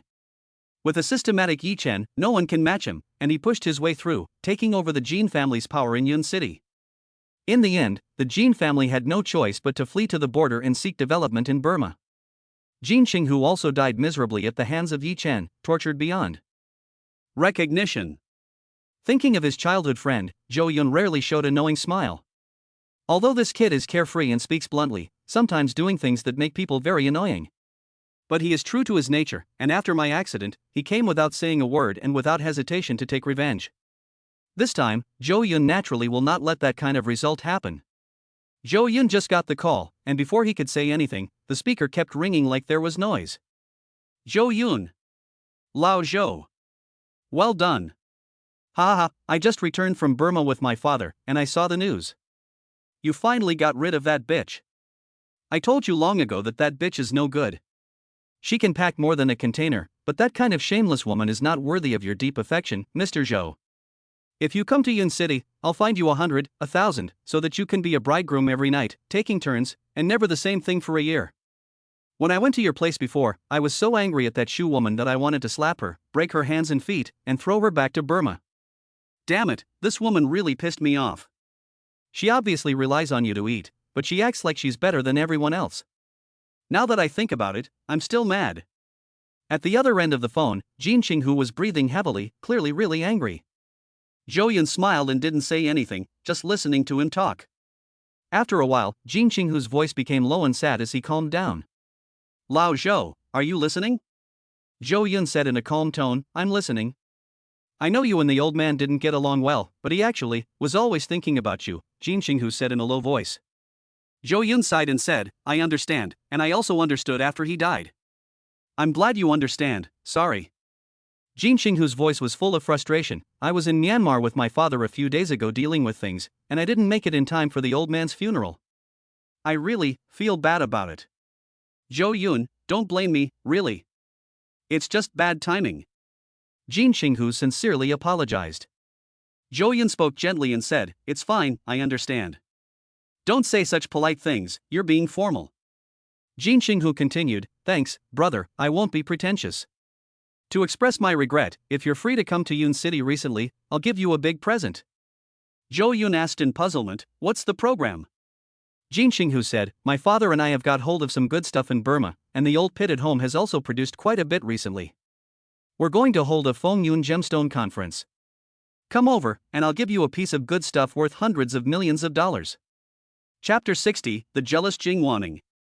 The good material worth hundreds of millions of dollars that Jin Qinghu mentioned. It's not worth hundreds of millions of dollars after being cut. It's worth hundreds of millions of dollars before being cut. The jade in the material has a more than 90% chance of being profitable. Zhou Yun hesitated for a moment, thinking about his recent busy schedule. He needs to keep an eye on Yi Chen at all times to prevent him from getting a chance to turn things around, so he doesn't have much free time. So after thinking for a while, he replied, I don't know if I have time yet, so I'll get back to you after a while. Jin Qinghu said, I understand. You just took over the group, so you must be a very busy person. It's okay, I'll hold on to this material for you, I won't sell it. Zhou Yun laughed and said, Okay, that's settled then. I'll definitely go to Yun City to find you when I have time. After chatting with Jin Qinghu for a while longer, he hung up his phone. It was late at night, and the lights were just being turned on outside, filling the streets with a dazzling radiance.